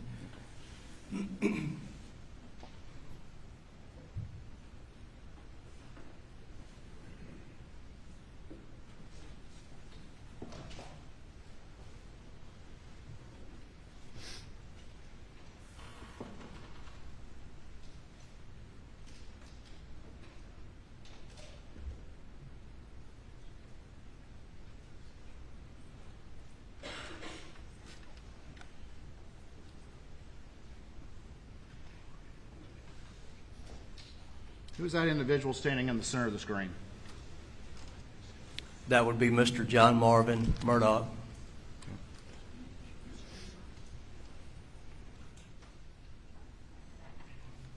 Now, you mentioned attorneys Lee Cope, Mark Ball, and Ronnie Crosby were in that room as well. Is that correct? That is correct, yes, sir. And Mr. John Marvin Murdaugh, is that correct? That is correct, yes, and sir. what's his relation to the defendant? He is the brother. Was that everyone that was kind of there, or was there another attorney as well that was present? There was an additional attorney that walked in the room early in the recording. And who was that? Chris Wilson. Chris Wilson.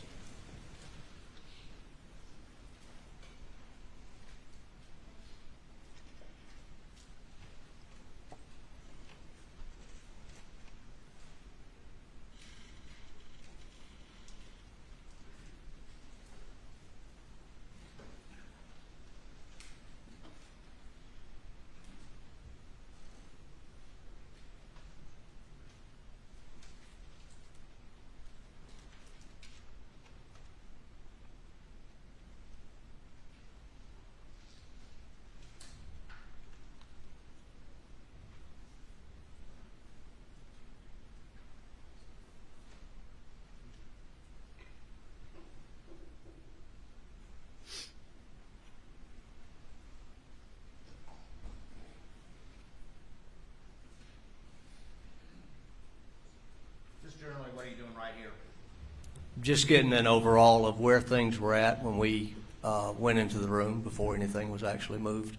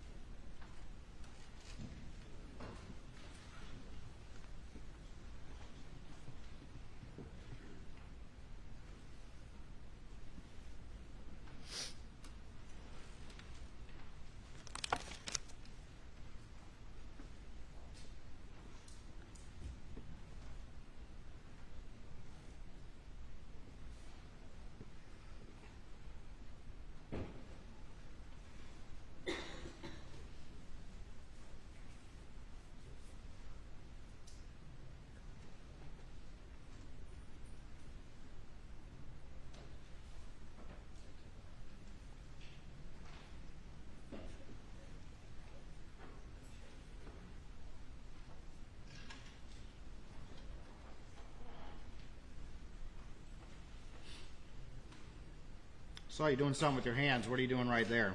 I'm putting latex gloves on my hands. And what is it you're about to do? I'm going to start collecting or securing those firearms. Okay.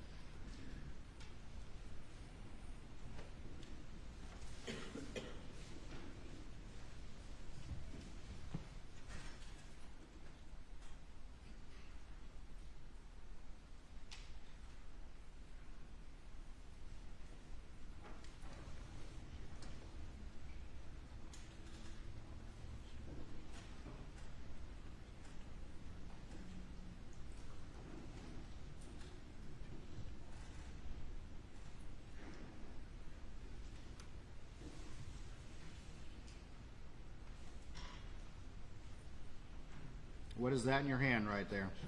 That is a 300 or an AR-15 chambered to 300 blackout.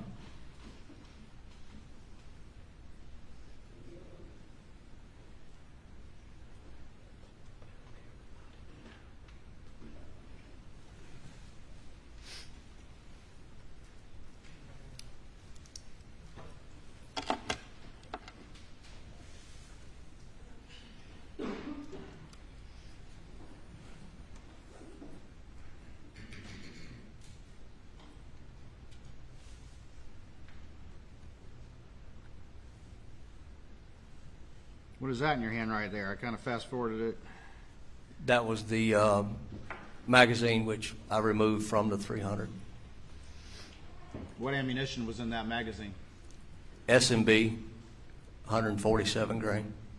300 blackout? 300 blackout.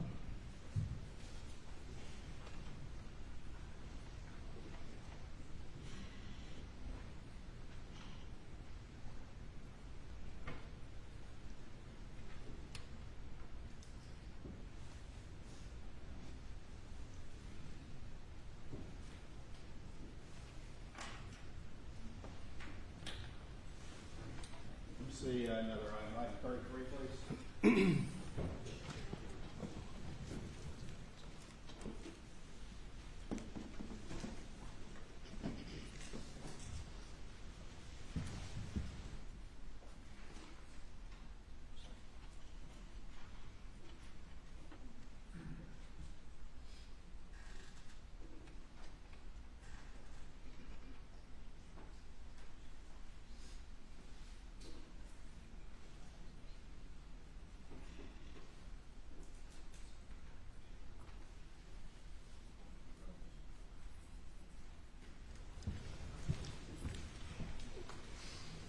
Right.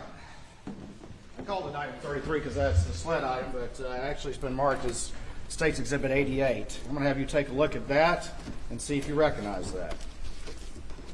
Go ahead and pull it out. Just make sure not to point it at the jury. And if you could also make sure that it is not in a firing state, please, sir. It is safe. All right. And what is that item right there? This is the 300 blackout rifle which I secured from the gun wall. All right. Let me see it. Your Honor, at this time we would move State's Exhibit 84 into evidence. Your Honor, I object on relevancy grounds. There's no evidence that this gun was the gun. I mean, it's just not relevant. It was found in the house. It ain't the gun. Objection is overruled. Thank you, Your Honor. Hold on that gun for me, please, Special Agent Croft. Let's see what else is in this box.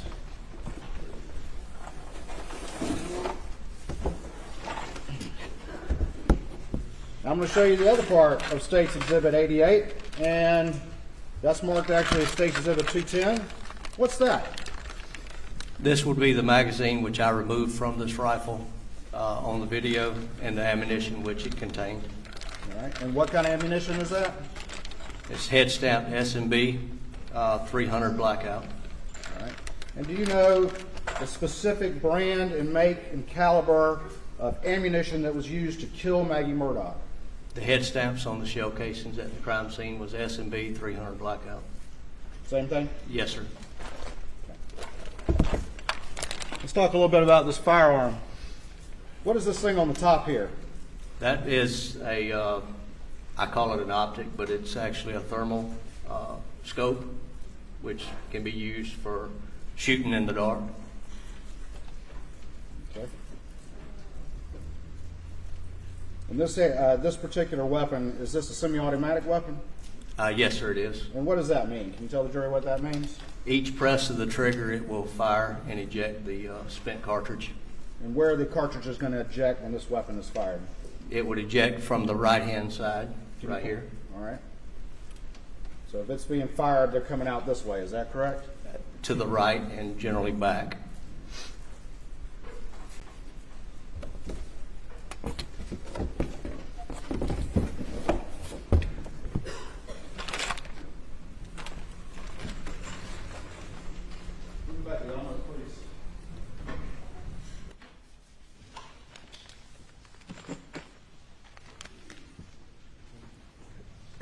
Excuse me.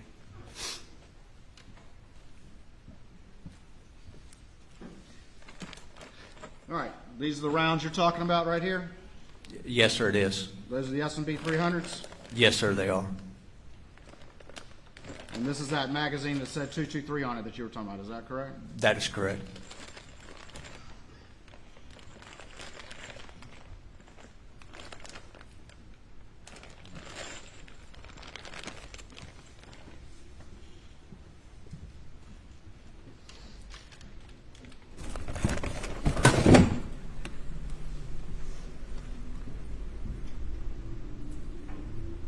Turn to the video, please, ma'am.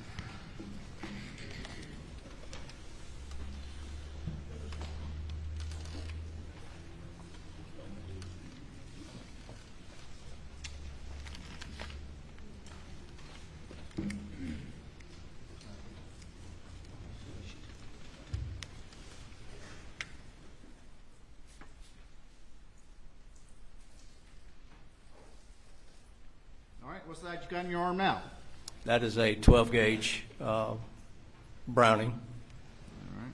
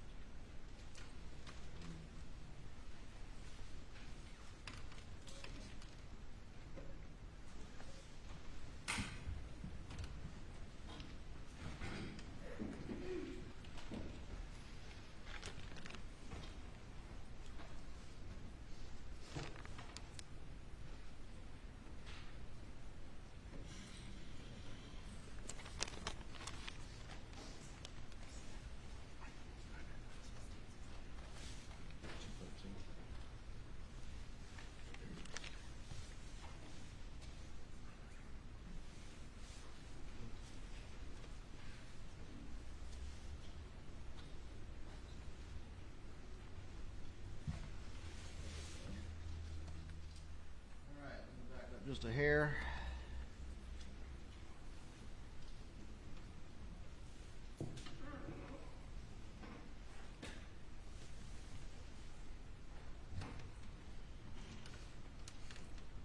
All right, and so that's the Browning you collected, is that correct? Yes, sir, it is.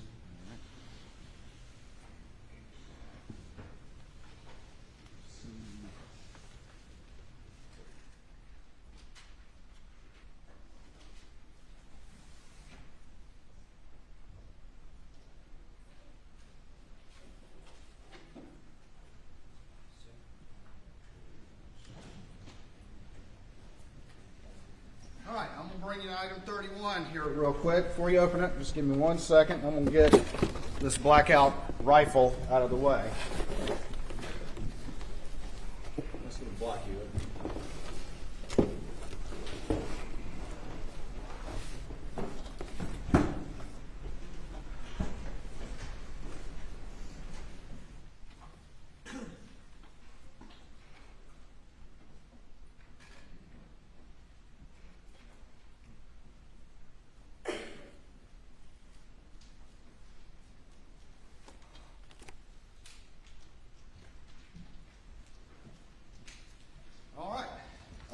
That's been using the sled item number, but that's State's Exhibit 90. Is that correct?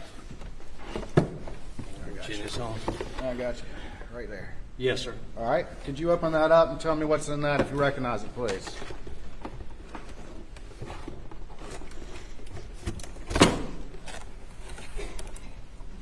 That would be the Browning which I secured from the gun room. All right. Can you, is it in an unfired condition? Can you show that to the jury, please? It's in a safe condition, breech open. All right. And this is chambered in what gauge? 12 gauge. All right. Your Honor, at this time we would move State's Exhibit 80 into evidence. Relevancy, unless they have evidence tying it to the murders, I mean, there are a lot of guns that were seized, Your Honor. Objections overruled. Thank you, Your Honor. My apologies. All right.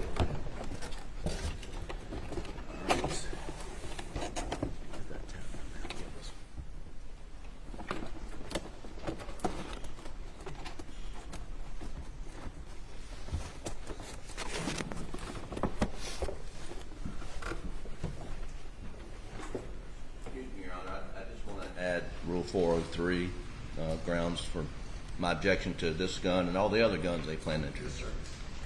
May proceed. Thank you, Your Honor. All right. Let's return to the video.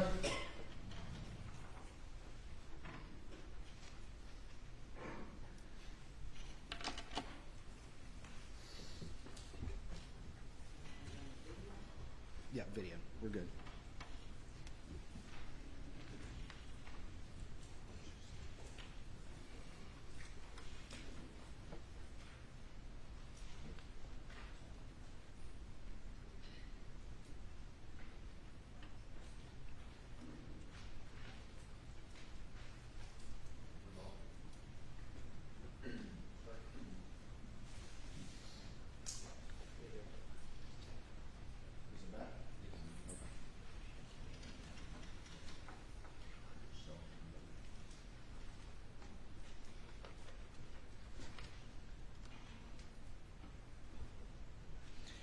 As you were looking through these various shotguns and picking some up and putting them back and all the rest of it, what are you looking for in making that determination, the ones you take and the ones that you're putting back? That it was chambered in 12 gauge.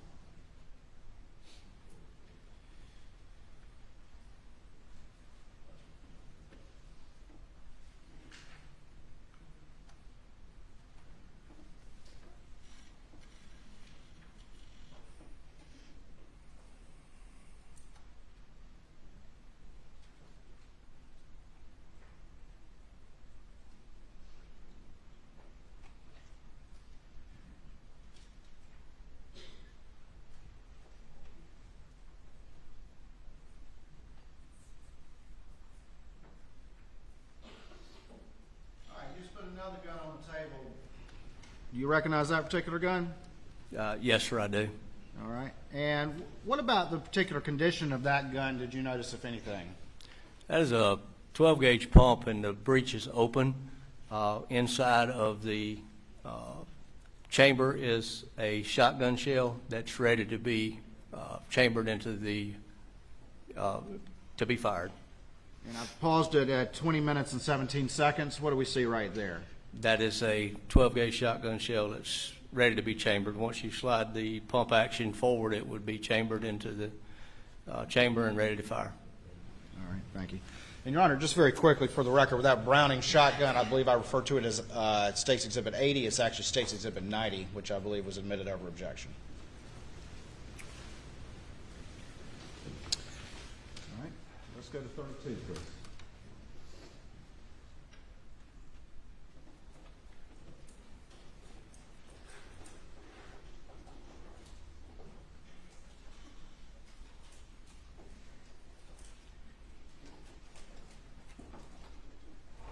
I'm going to show you what's been marked as State's Exhibit 91. You could just take a look at it before you pull it out and tell me if you recognize what that is.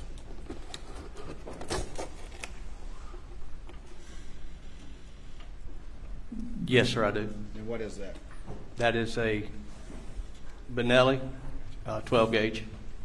Thank you. Let me close that back up real quick.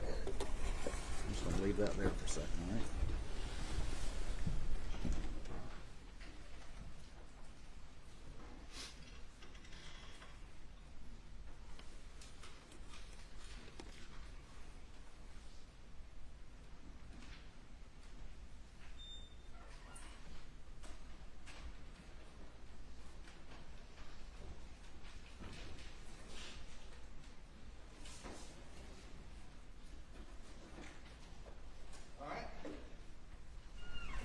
Step ahead of ourselves, so let's do this one. This is State's Exhibit 87. Let's try this one. Can we do this without knocking everything over? I think so. All right, let's try to take a look just real quick. Don't show it to the jury and tell me if you recognize that. Yes, sir, I do. All right, tell me what that is. That is the pump shotgun, which I secured from the gun wall, which is depicted in the video. All right, this is the one that's on the screen right now? Yes, sir, it is.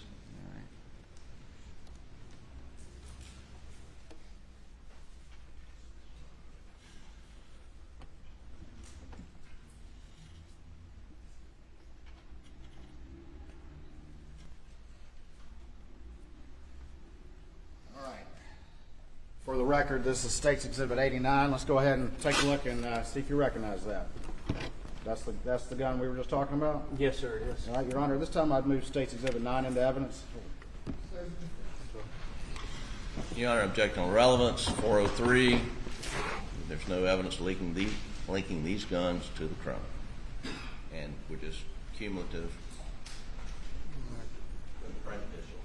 Did you want to respond to the speaking objection? Yes, sir, I do want to respond to the speaking objection.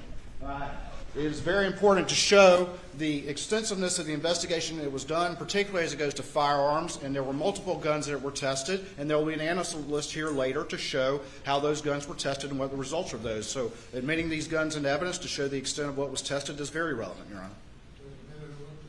Thank you. I'm sorry, Your Honor. All right, let's go ahead and show the jury this one if we can, please. Is it not in a fired condition, fireable condition? Breech is open and it's not in fireable condition. All right.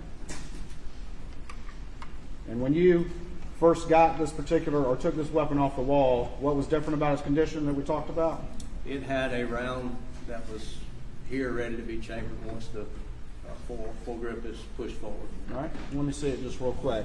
So, is this a semi-automatic type shotgun or a pump shotgun? It's a pump shotgun. All right, and when a shell is fired and the mechanism is used, what happens to the spent shell case? When you bring the forearm back, the shell case is ejected, similar to a semi-auto. Okay. And which way would it go out of this particular firearm? It would go to the right. As an example. Go to the right? Yes, sir. Okay. Just pointed at a court reporter, sorry. All right, this item was found within that weapon, is that correct?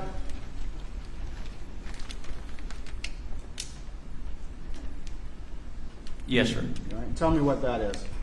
It's a 12 gauge, 3.5 inch shell, 2 1/4, number 7.9.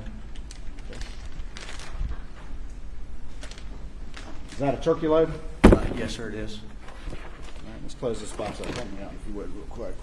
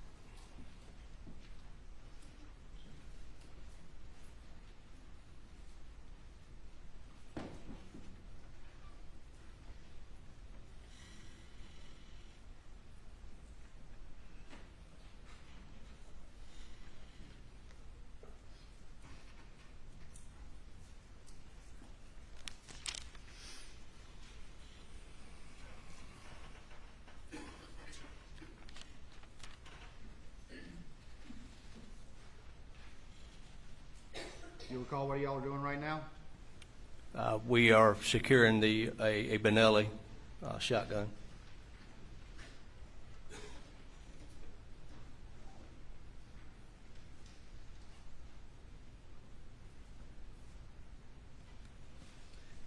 All right.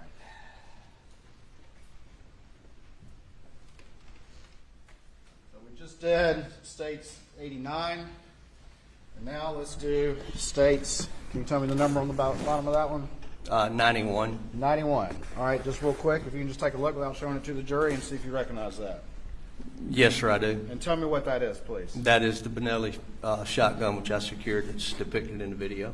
All right. Your Honor, at this time, we would move states 91 into evidence. Yes, Your Honor. All right. Let's go ahead and again, if you can show that to the jury, please.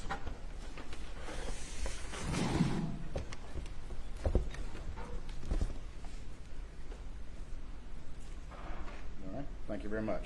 Let's put it back. You can point at me. That's all right. All right. I'm going to show you what's inside this particular exhibit and see if you recognize those items, please.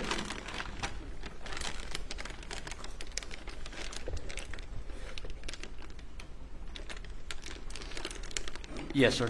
All right, and what are those items? Those are two 12-gauge shells, which were loaded in the Benelli at the time we secured it. What, if anything, can you tell me about the type of shells those are? Head stamp is Winchester 12-gauge, long beard, so 3-inch, number 4, And the head stamp on the red one is a federal 12 gauge,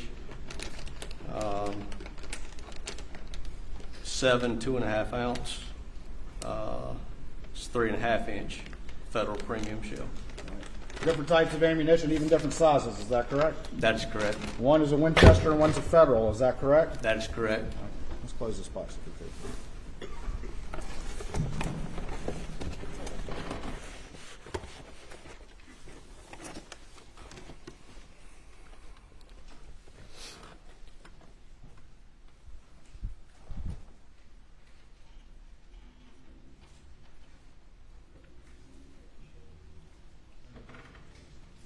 Back to the video. We're picking up at 21:58.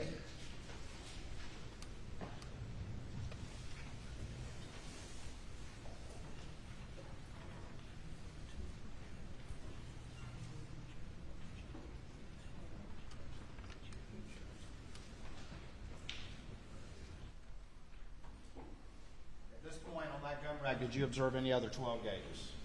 No, sir.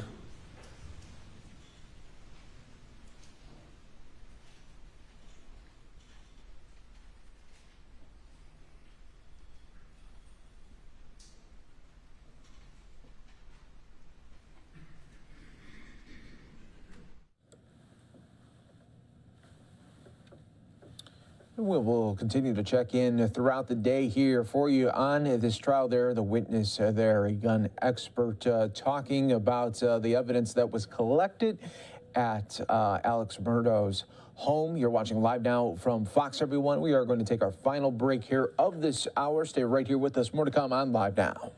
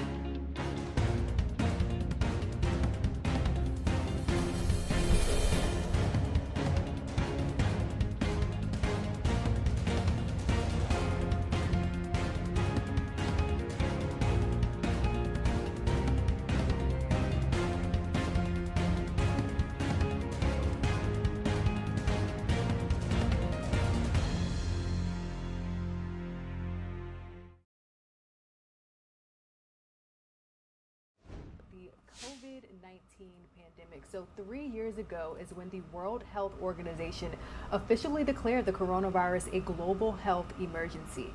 Now, since then, over 1.1 million people in the United States alone have died from COVID-19, and there are currently over 104 million COVID cases. So to help us reflect on the anniversary of COVID-19, let's welcome into our show Dr. Alex Murdaugh. He's joining us now live. Doctor, I know that you've been talking about this for some years now, but tell us as we reflect, what have we learned during the past 3 years? Active with an efficiently spreading respiratory virus, you're going to end up in a situation like the U.S. did. And I think that's the biggest lesson, is that we let this virus fester for 2.5 months before we took actual action. And then we had a lot of bad decisions to make and a lot of blunt tools that were used. We also learned, though, that science and medicine can move at breakneck speed to deliver solutions. But those solutions are only good if people actually decide to use them, such as the vaccine, such as antivirals, such as boosters. And we learned that we have a really major problem with our public health system in this country, that it is not responsive enough, that it is not well resourced enough, and it is not prioritized as much. There's so many different learning curves there, Doctor. Now, let's talk about COVID-19 remaining in our lives, because many medical experts are calling this now an endemic, saying that it will be similar to the common cold or the flu season, that it will just never go away. But during this time, do you think we've let our guard down when it comes to COVID-19? Well, I think that each person has to kind of risk acclimatize or risk adjust to the fact that this is a virus that's going to be with us forever, that it's going to be one of the respiratory viruses that we contend with. And I think people are trying to understandably learn how to navigate a world in which there's always going to be some COVID-19 risk. What's really important, though, is that people who have risk conditions that put them at a higher rate of hospitalization and death, for example, people who are older or obese or pregnant, immunocompromised, heart and lung disease, those types of people really need to be careful, because they know they have to recognize that COVID-19 is around and it's always going to be around, so they have to take special precautions. And I think that's what we're kind of adjusting to, is that each person has a different risk, and they have to kind of acclimatize to that in their life in a way that's going to be different for each person. Absolutely. Let's continue to talk about people who are at risk, and more importantly, people who are still suffering. You know, people are experiencing what's being called a long haul COVID symptoms. Is this something that medical professionals like yourself are now shifting their attention to? There definitely has been a lot of effort to try and understand long COVID, and that's becoming one of the more pressing problems to deal with, as we're not currently dealing with hospitals in crisis or worrying about ventilators or access to vaccines. All of that, those problems have sort of been solved. Now we're trying to unravel the secrets of long COVID, understanding who is at risk, how to predict it, how to prevent it, how do people how to actually define it. We're really just scratching the surface of this, and I think there's going to be a lot of changes in how we think about this once we start getting more rigorous studies to really drill into what's behind it. So we have seen kind of an increase, a massive surge in COVID-19 cases in China, for example. Is this concerning at all to you?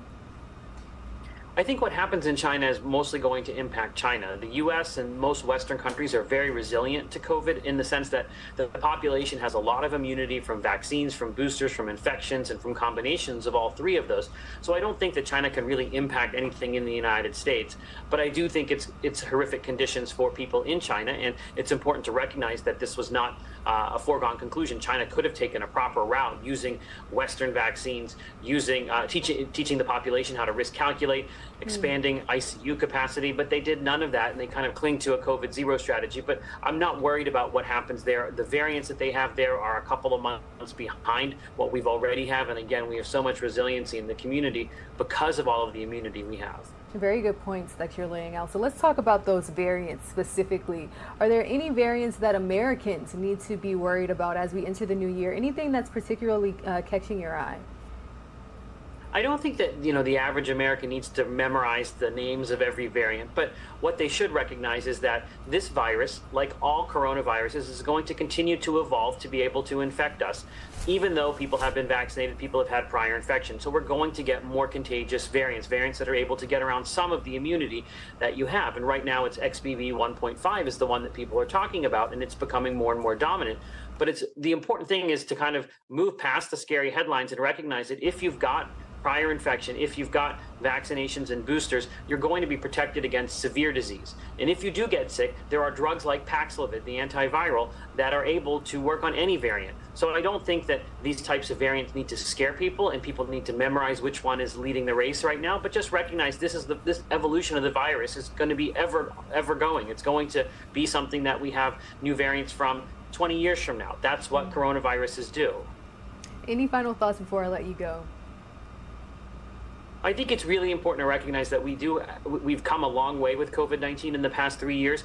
This is a virus that wasn't even known to science before December 31st, 2019, and now we have multiple vaccines, antivirals, a lot of knowledge, and we do have a country that's more resilient to it. But we've got to take these lessons and apply them to the next infectious disease threat and not allow our policymakers in Washington to become complacent. There are ways to fix this. There are ways to be proactive, but only if people actually demand that kind of action, so we never have something like COVID-19 disrupt our lives the way it did. Definitely remarkable strides being made on the medical front. And that was from earlier today. You're watching Live Now from Fox, everyone. It is a new hour here on Live Now, and we do have, this is back out live right here in Delaware as the President Biden is going to be leaving his home and heading to Baltimore to talk infrastructure today. So in just moments, we will see President Biden aboard Marine One here, and he will be touting the infrastructure package that was passed last year by Congress. And of course, we will have that coverage for you starting at 2:45 Eastern today, and we'll be bringing that to you right here on Live Now from Fox. And coming up here in just moments, we'll take you out to Florida, where Governor Ron DeSantis was actually talking about infrastructure as well, trying to relieve congestion for drivers in the Sunshine State. So we are going to bring that to you here in just moments, as we just saw President Biden board Marine One. They're headed to Baltimore, and we'll have full coverage for you on his remarks coming up a little bit later here on Live Now from Fox. I want to show you the Dow right here, as the Dow 117 points there in the red, as it could break its 6-day winning streak of a winning streak for the Dow. We'll see just how it shakes out for the rest of the trading day. But now I want to go out to Florida. Governor Ron from earlier this morning talking about ways to relieve congestion for drivers in the Sunshine State. We'll bring it to you right here on Live Now from Fox. Proud of that, but there's challenges that come with that. Our unemployment rate is 2.5%, one of the lowest on record. And if you look at the country as a whole since COVID, most of the jobs that have been added on net is like Florida and Texas and like a couple other states. And so we have more people employed in the state of Florida today than prior to COVID. That is not true for a lot of other states.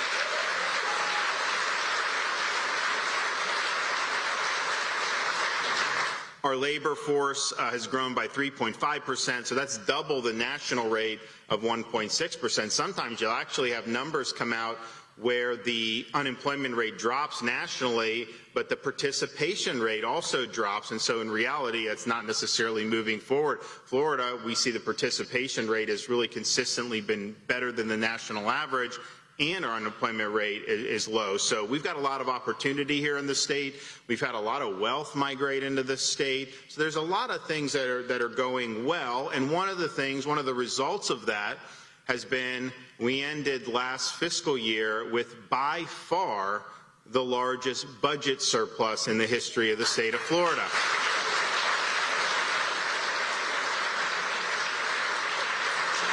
And you always want to have a surplus rather than a deficit. You look, California, they got a $25 billion deficit. We ended the year with a $22 billion surplus. Actually, it grew since then because of the revenue coming in, and that's great, and we're prepared for whatever may be thrown our way in terms of the national economy, because there's been a lot of problems, not just with the inflation. You're starting to see layoffs. You're starting to see a lot of things, and Florida's doing better than the nation as a whole, but we're not immune to these trends. And so you want to make sure you have money tucked away, which we do. We have a big budget stabilization fund. I think it's about $3.3 billion now. We've got billions and billions of additional reserves, and that's great and it's good, but in some respects it's like, okay, we got to give some of this money back to taxpayers, which we are doing. We just did. I think people in Central Florida will be benefiting very soon. We just did the biggest toll relief program in Florida history. So it's going to be $500 million in toll relief. Basically, anybody that commutes, meaning like you ping it enough times in a month, you get a rebate on your bill for 50% off. And so that's significant for people because you're looking at a lot of costs. And not every part of the state has the same amount of tolls. You have some, like in Central Florida, there's a lot of different toll roads, so it's hard to get around. Southeast Florida, similar. There's other parts of the state, not as much, but even those parts that have some, this is very, very helpful. So that is, and I promised I was going to do this during the campaign, got elected. We actually did this in December during a special session, so it went into effect January 1st, so we're not wasting any time on that. So Florida commuters are going to start seeing those rebates in the month of February for January's bills, and so we're proud of that. We're happy about that. We're also going to do more tax relief, and we'll be unveiling kind of the full package, but I did mention during the campaign that we are going to make permanent our provisions for tax-free baby supplies, diapers, baby food, clothes for the young kids. We're going to add strollers and cribs and all these other things.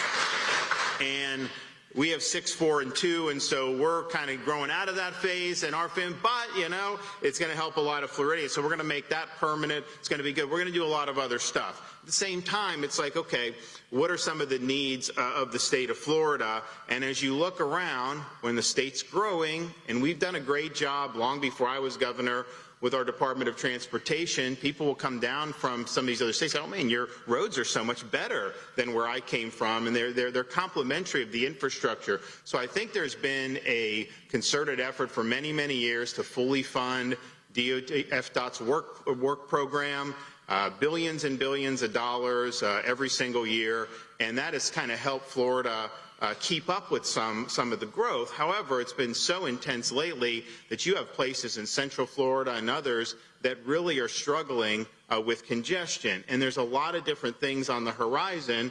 You see some of those projects which need to be done. The problem is, on the current course, some of these things, you know, won't be completed for 20 years. And so I don't think that we can wait 20 years to get this type of relief. So we've worked with FDOT, we've worked with people in my office, as well as consulting with members of the House and Senate.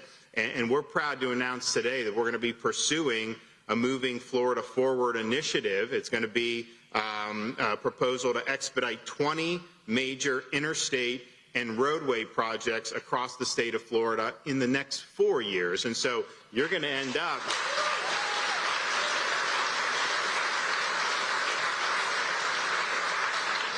you're going to end up seeing some of these projects completed 10, 12 years ahead of schedule of where they're currently scheduled now. So we're putting in, just in this year, we're going to put in $4 billion from our budget surplus to be in these key projects. We're also going to dedicate $134 million each year to the State Transportation Work Program to further support.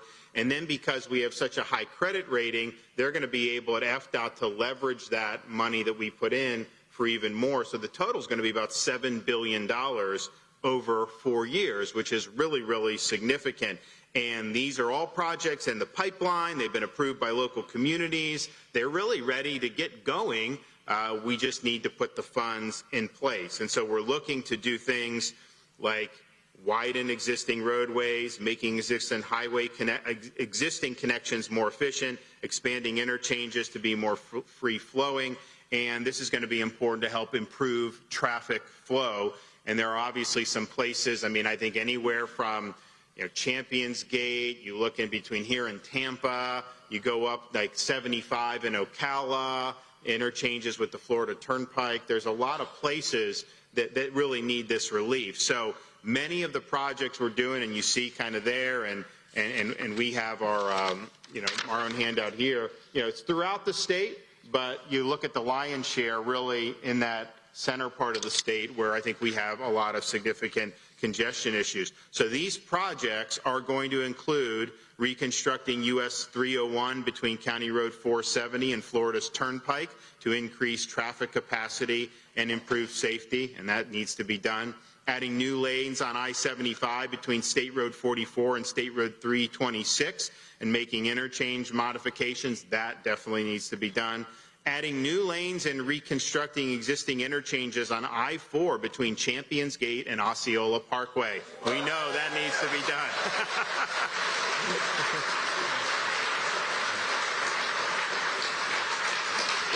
constructing a roadway to connect County Road 532 and State Road 429 to Interstate 4. Improving I-4 traffic interchange at State Road 33 to support more traffic and adding new lanes. Yes. And adding new lanes on I-4 between US 27 and Champions Gate interchanges to support more traffic. So I think this makes sense to do. These are things we're going to have to do anyways. We have more than enough resources to make it happen much sooner.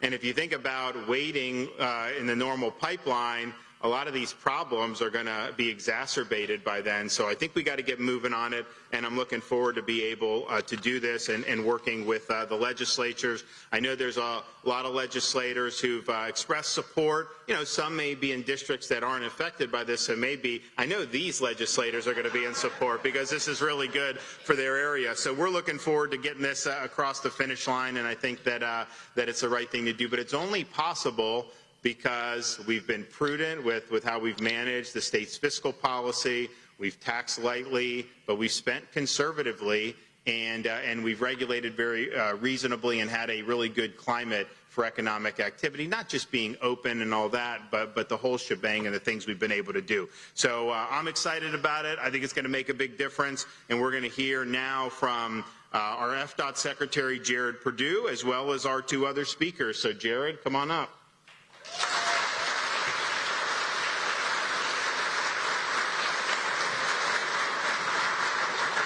Thank you, Governor DeSantis. As a transportation professional, a longtime FDOT employee, and a native Floridian, I'm proud to have a leader who understands the importance of investing in our infrastructure. I'm thrilled to have everyone here at SunTrax, FDOT's state-of-the-art facility.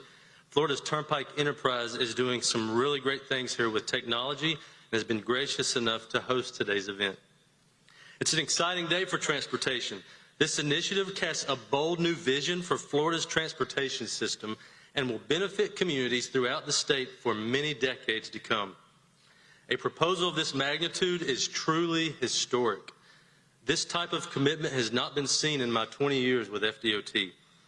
People are continuing to flock to the free state of Florida, and many regions are seeing exponential population growth, to include Central Florida. This challenges us to find ways to accelerate much-needed infrastructure. The good news is FDOT does not shy away from a challenge. We're here today to rise to the challenge and deliver the transportation infrastructure Floridians want and need. As you heard from the governor, this initiative totals $7 billion worth of infrastructure and will advance 20 major projects into our existing work program over the next 4 years. The proposal dedicates $4 billion of general revenue surplus and leverages innovative financing tools, contracting methods, and policy proposals for an additional $3 billion. Offering a strong vision like this is exactly why Florida remains a national leader in transportation. As Florida continues to grow, the department is seeking bold and innovative solutions and cutting through unnecessary red tape to keep Florida on top. FDOT's efforts will remain focused on meeting transportation needs that enhance the quality of life for residents, preserve our environment, and ensure Florida's infrastructure is safe and resilient far into the future. To learn more about the proposal, including the projects, please visit fdot.gov/moving Florida forward. Thank you again, Governor DeSantis. The department is committed to carrying out your bold vision and working closely with the legislature to bring these projects to reality. The FDOT team and industry partners stand ready for the opportunity to keep moving Florida forward. Thank you.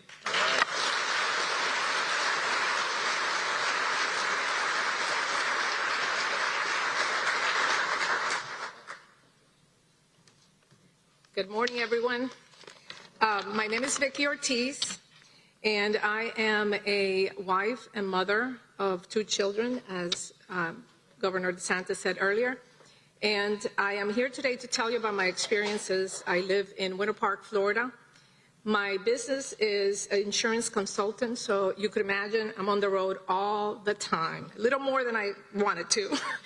But between my family and my business, I would say I'm on the road 70% of the time some days. I mean, I could take Winter Park to Lake Mary for a meeting one day, and next day I'm in Homestead. So all this commute that we do has really gotten so much better. Like before the I-4 expansion, I was maybe on a lucky day seeing 2 clients. Right now, I probably could squeeze 4. So that's good. My daughter is in a traveling volleyball team, and her commute and ours is very challenging as well. So we go between tournaments, practices, etc., and just hopping on I-4 in Winter Park and going to the convention center in Central Florida is heaven sent. Seriously, we've shaved probably 15 to 20 minutes easily one way.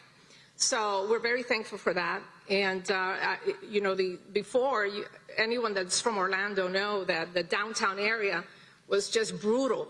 So you would stand in traffic for 45 minutes before you could even get to the turnpike to go to South Florida. Right now, and today's a perfect example. You hop on the express lanes, congestion in downtown was almost non-existent, very minimal. And next thing you know, I shaved today 30 minutes to get here. So I was very glad to hear that. So the express lanes are, in my opinion, were developed extremely well because they thought about the whole process so well. They built shoulders so that in the event of a car breaking down or an accident, you're able to push it to the side, and it's less accidents and less congestions, less frustration. So at the end of the day, it's been really, really positive. People ask me, well, what about the tolls? And I go, well, the tolls is a minimal amount to pay, and thank you, Governor DeSantis and his team, for keeping them low. I mean, after all, we don't have state tax in Florida, so what are we complaining? So, no, it's been terrific. So, in that regard, it's been awesome. I traveled to South Florida as well, and the extensions there they have limited space as to what to do, so I feel like it's a little more dangerous. But the other thing is, when I travel to see my grandchildren in Tampa, my eldest son lives there, and my only thing is, why don't we take this express lane and get it past Disney? And now this is music to my ears. So, yeah. So for my family and for my business as a whole, I'm really appreciative of the improvements that the I-4 expansion has created for us personally. And at this time, I would love to thank the governor and his team for putting so much emphasis on the roads and you know, fixing them throughout the state of Florida. So thank you very much. Okay.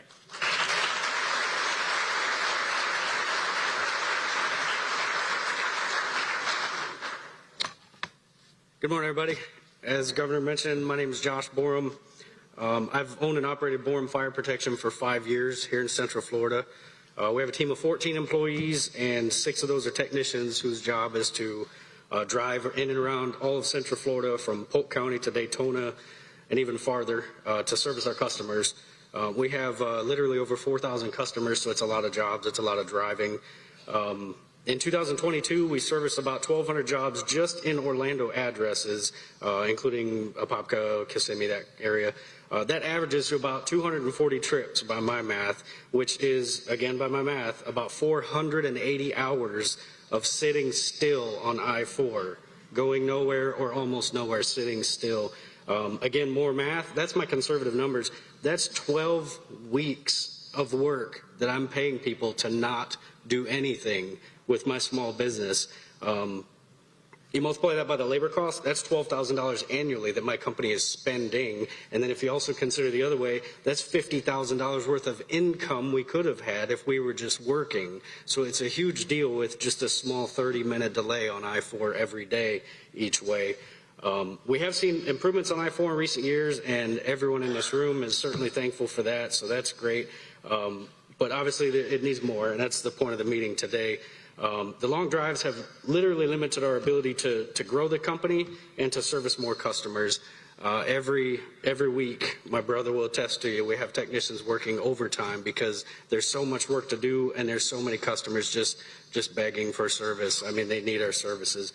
On top of all of that, there's a mental toll. Again, everyone in this room knows that, but there's a mental toll of sitting on I-4. I see a lot of heads nodding. Am I right? So imagine if you do that every day as your job, and maybe some of you do.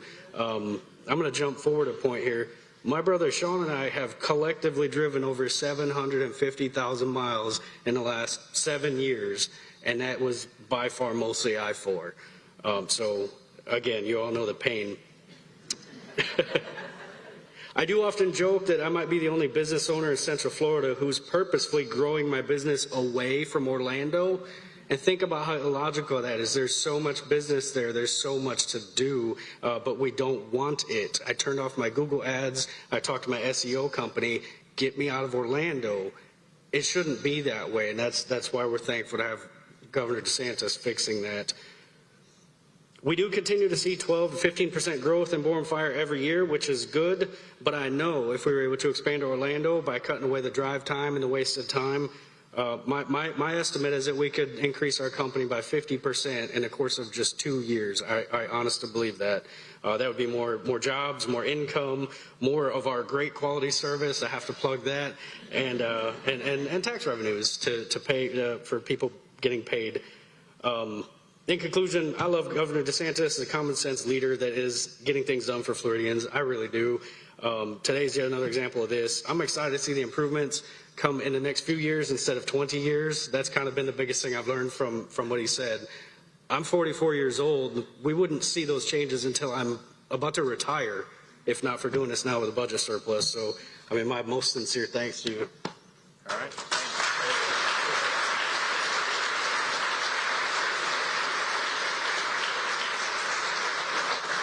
And, the thing about it, especially in like this part of the state, it's one thing to have rush hour traffic, but you could end up just stand still at any time of the day, a weekend, all this stuff. And it's like, I think at some point people are just like, man, so we want to make sure that it is productivity is on the line when you can improve this for businesses.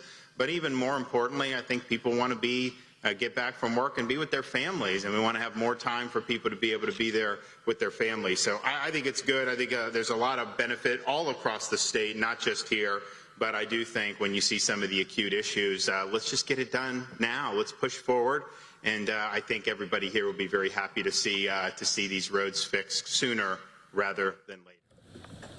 All right, Governor Ron DeSantis there talking about the new plans there to expedite some of the roadway projects there in Florida using the state's surplus to finance those projects. You're watching Live Now from Fox, everyone. We are going to take another quick 2-minute break.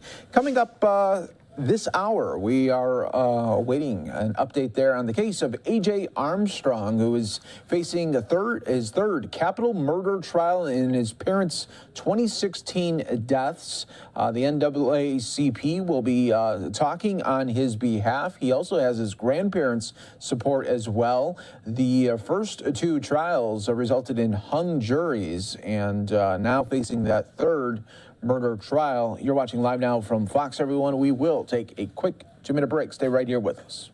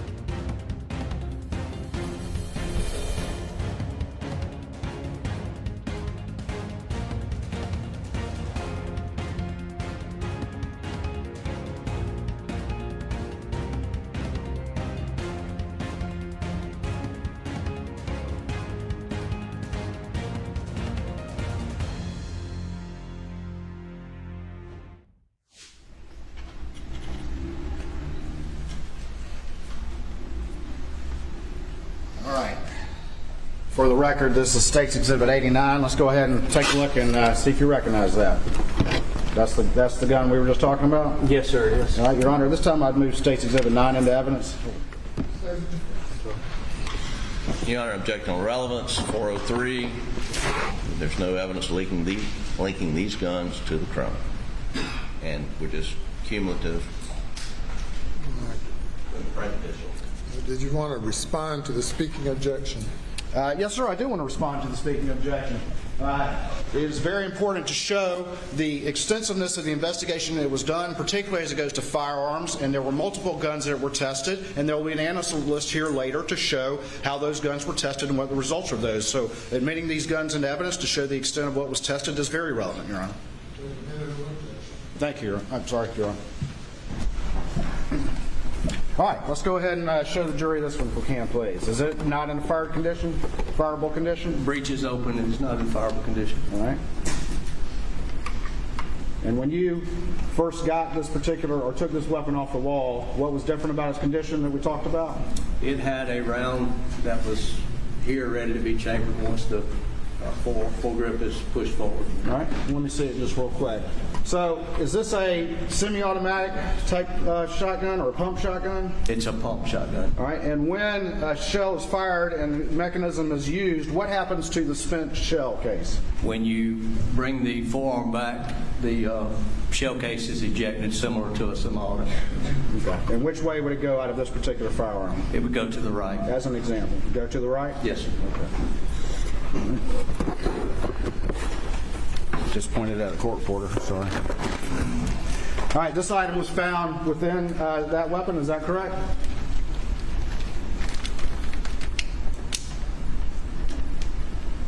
Yes, sir. All right, tell me what that is. It's a 12 gauge, 3.5 inch shell, 2 1/4, number 7.9. Is that a turkey load? Yes, sir, it is. All right, let's close this box up. Help me out if you would, real quick.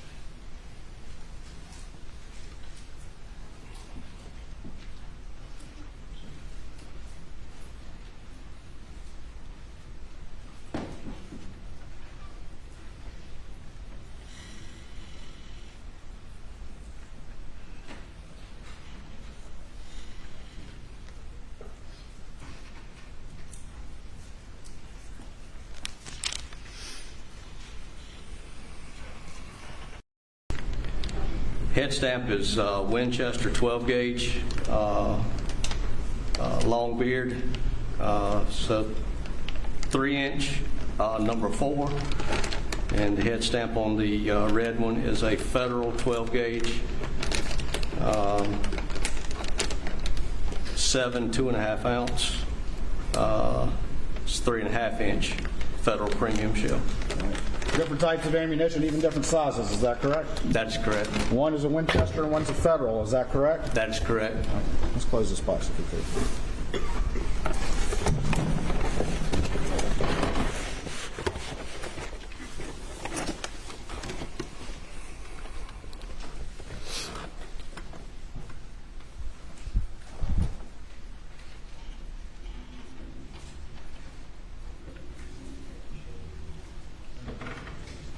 All right, back to the video. We're picking up at 21:58.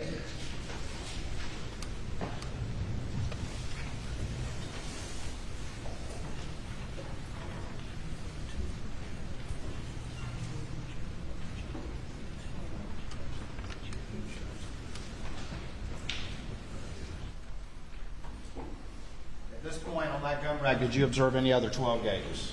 No, sir.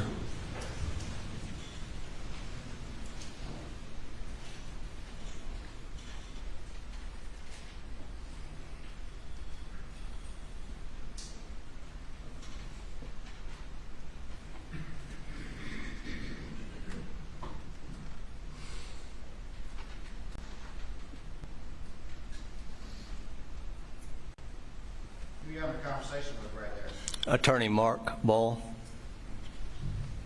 Is he pointing in that box? Yes, sir, he is. Was he pointing about what y'all were talking about? Yes, sir, he is.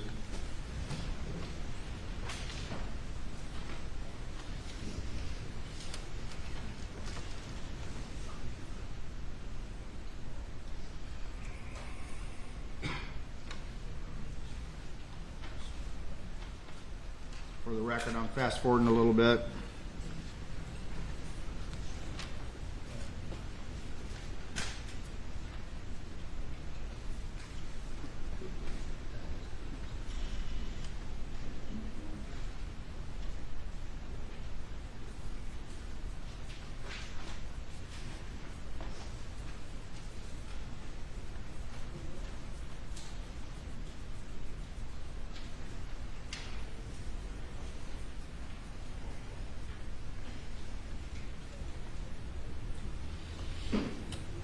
We're going to talk more about this, but after collecting these various firearms, did you and the other agents ultimately collect both spent rounds as well as unfired rounds in the property and at the house? Yes, sir, we did. And that's what generally the video is depicting from here on out? Yes, sir, it is.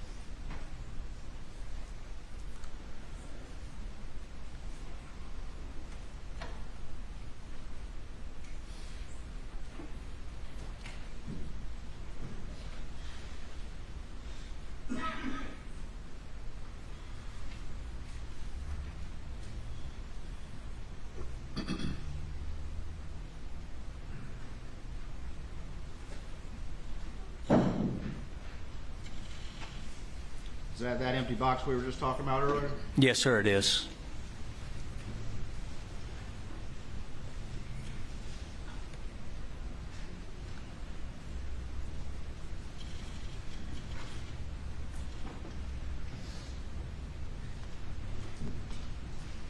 For the record, we're at 28 minutes and 59 seconds.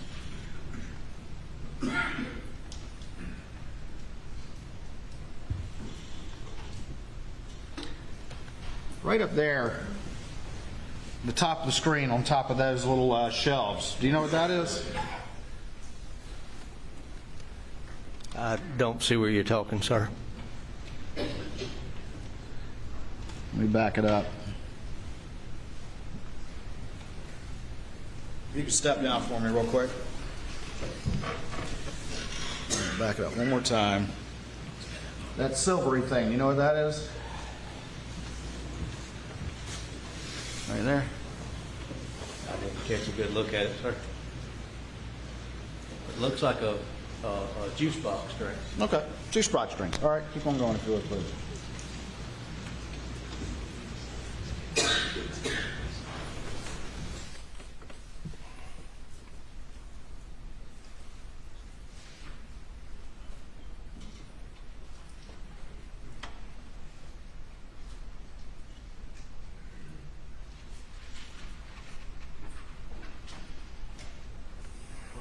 I'm just kind of fast forwarding it.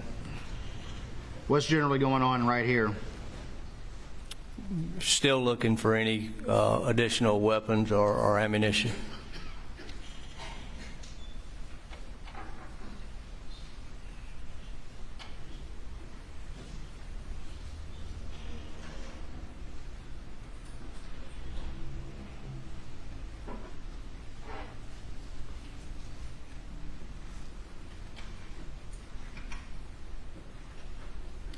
right there on the image at 3804. Who's sitting on the couch?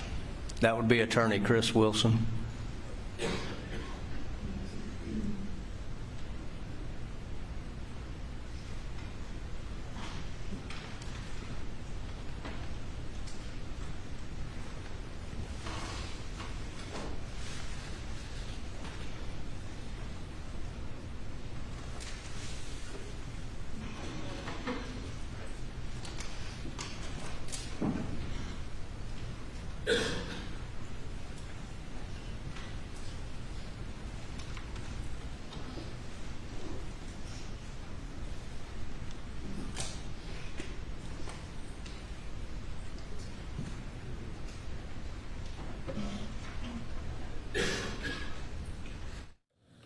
We'll continue to check in there as this trial continues there for Alex Murdaugh, accused of killing his wife and son there, as day 3 there of witness testimony continues. Just showing you some of the highlights there. We are going to take another quick 2-minute break here on Live Now from Fox. Coming up after the break, we have the Vice President, Kamala Harris, right now. She is talking about small businesses in America. We will listen on the other side of the break.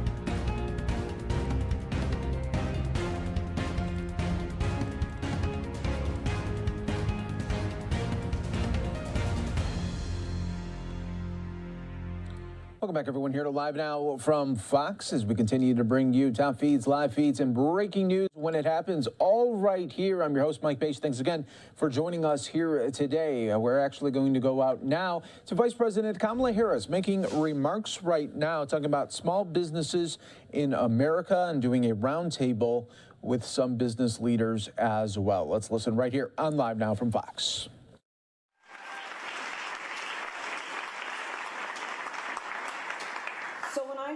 Small businesses, I think of it in 2 ways predominantly, about what we must do to support small businesses and what we must do to support small business owners.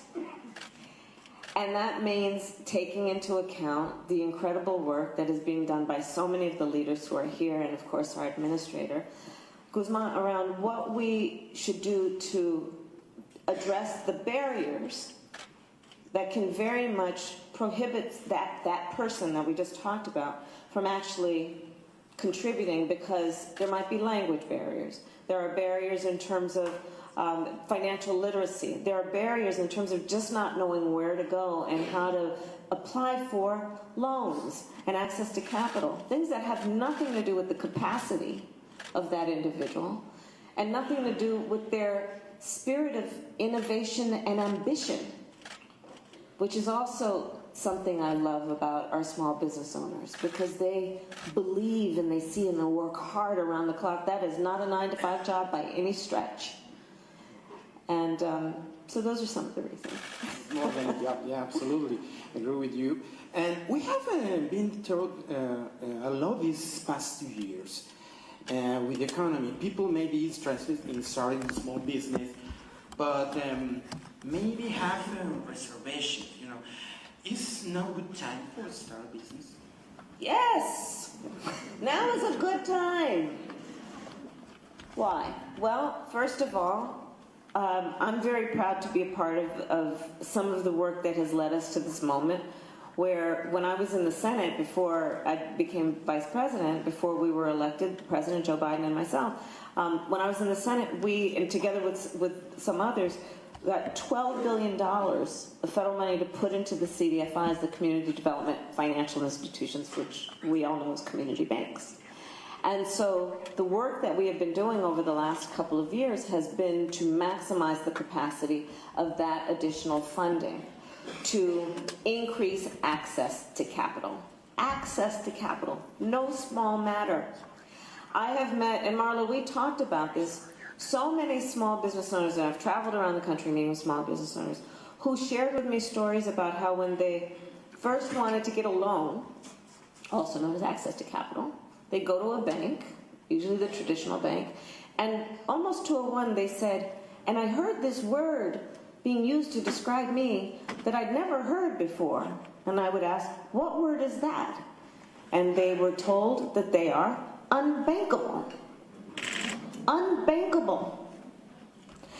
And so what ended up happening, though, and most of those stories that I've had the benefit of hearing, had a good ending, because what they then realized is there are other places to go, such as community banks, which are in the community, run by members of the community. They understand the capacity of the community. They understand the culture of the community, the mores of the community, what the community wants for itself. And then they look at the whole human being in terms of that small business owner, and they can see them. So they know what you want to sell, the community actually wants to buy. Whether that be a certain style of food, or just cultural, or just what it needs. And what ends up happening is the community bank then says, okay, let's sit down and talk about how you apply for that loan. Let's talk about how you get a line of credit. Who of us grew up with our parents talking about a phrase, line of credit, right? These are things you learn if someone takes the time to teach you, because they know. That's what community banks do. They then help them understand, this is how you need to think about your capital. This is how you need to think about how you're going to be able to afford your employees and their benefits. You get the point. They sit down and they take the time, because they understand the value of the person that's sitting across that desk in terms of who they are in the community and what they can contribute to the community. So we put more money into the CDFIs. You look at it, in the last 2 years, we have, as an administration and leaders who are present at this moment in time, and I know the governor is here, Roy Cooper, I want to thank him always. We have, over the last 2 years, grown and started as a country more small businesses in the last 2 years than any other 2 years in the history of the country. That's the environment.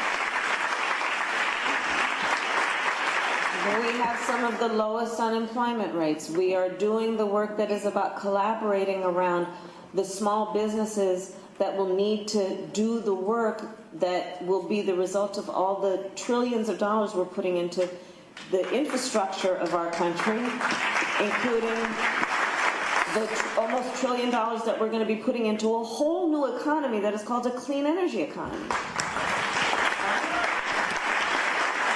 This money is about to hit the streets. And so what we know as an administration is we want to make sure the folks in the community are going to be able to take those jobs. So we are investing in the skills development. We are partnering with everyone from community colleges to organized labor to make sure that we are training folks up to take those jobs. That's all happening right now. Right now, we are looking at, the administrator shared with me, I'll never forget one of the sessions that we had together, that was it over 75% of small businesses that are manufacturing, right? Because a lot of this is about also our administration's perspective that we need to have domestic manufacturing, okay? Well, what the administrator shared with me, it was an aha moment for me, Isabella, was that 75% of manufacturing businesses in America have 20 or fewer employees. Right? So think about this. We're about to put all of these resources into building back up the infrastructure of America, roads and bridges. That's about work that ranges from electricians and engineers to construction workers. Well, the other number that I have tells me that I think it's over 35% of construction workers in America are Latino. Right? So I think about that, yes, as in terms of the worker and that person's quality of life and are they getting paid their value and all of that. But I also think about it in the context of a small business, right? Including manufacturing and what that requires in terms of who the workers are and what their familiarity is with what we need to do to build back up the infrastructure. And then coupling all that with an absolute promise that we have made as an administration, which we are seeing through, that over the next now 4 years, we will increase federal contracts by 50% for minority-owned businesses. So these are federal contracts we're talking about, right? So when you couple these approaches, which is a comprehensive approach, we're going to put the resources into building back up. We understand who small businesses are. We understand who manufacturing businesses are. We understand the importance of lifting up community. We understand the importance of federal contracting because that's a whole lot of dough that goes into those contracts and paying attention to who's getting those contracts. It's really very important, and we think that, therefore, this is a good time. The time is now. Yeah, absolutely. President. Well, and now I want to turn to Vicky Garcia, and who helps the Latino Community Credit Union here in Raleigh. Vicky, can you tell us what are community lenders and why they are important to Hispanic-owned small business? Buenas tardes. Thank you. First, I want to thank you, President, for being here and putting up a spotlight in community lenders. That's the fancy name for credit unions or banks that care about the community. Credit unions in particular, and the Latino Credit Union, was founded by Latinos, for Latinos, and is actually administered by Latinos. So it is an example on how the grassroots movements in North Carolina have created something that can put the economic opportunity there for Latinos in North Carolina. I would like to tell the story how community organizations like ours can help Latinos with the story of one member. His name is Roberto. He came from Mexico. And one of the characteristics of Latinos in North Carolina, we are about 10% of the population here, we're new to the state. This is a state that had received Latinos between the 1990s and the early 2000s. And we are starting to scratch the surface and get noticed because we are creating these small businesses. So Roberto came to the credit union and asked to open an account. Why? Because he just got robbed down the street after cashing his check. So the story starts not only with the idea of having a small business, but also protecting your assets and your family. So the credit union takes care of that member from the very beginning. So opening an account, doing financial counseling, as you were saying, providing financial education, and also helping them move through the continuum of what is a financial history for an individual. So Roberto had his painting business. He had a band and 5 or 6 employees, and he was painting houses, across the region.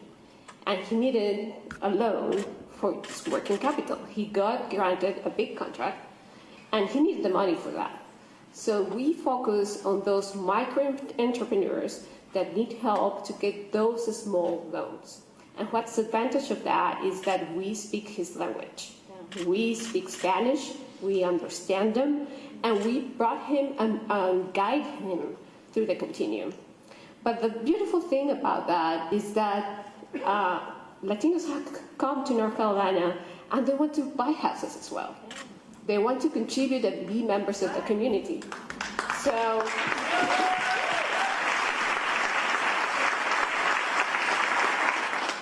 we created a mortgage product for all the Latinos that are wanting to buy a house and stay here and participate in the community in North Carolina. 40% of our mortgages are done to individuals who own their own business and have 4 or 5 employees working for them. And the beauty of that is that they transmit that information to their 4 or 5 employees. And those are the ones that come after and apply for those mortgages. So we're not only creating value through the initial loan, the small business loan, but we are also helping them to stay, create roots, and participate and contribute to the community in general. So one of the things that we are very proud of is that we received through the ECIP program $99 million from the administration.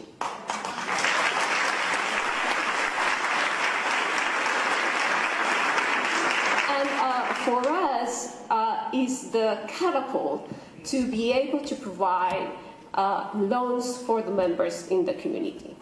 What that money is going to do, we're going to be able to provide 1 million loans in the life of this loan that the administration has given us, and it's going to provide $30 billion in loans that we can provide to the community.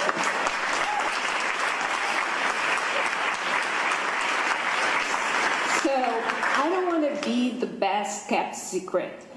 Please tell everyone that you can go to the credit union, ask for a loan, get through the financial education program, and build your assets with us and in this beautiful country that I now call home. I am from Colombia originally, but American, and been here for 20 years, and I cannot see myself doing something better.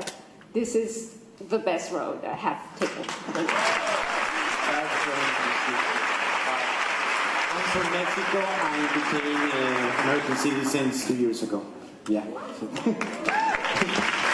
It's a great honor to be part of this country. Well, here for Ms. Garcia, how important community banks and credit unions are, Madam Vice President. Can you tell us the administration is doing for support the community banks and credit unions and for small business? Well, Vicki just gave an example, almost $100 million, because and this is just one of over 150 community banks where we are dispersing these additional resources.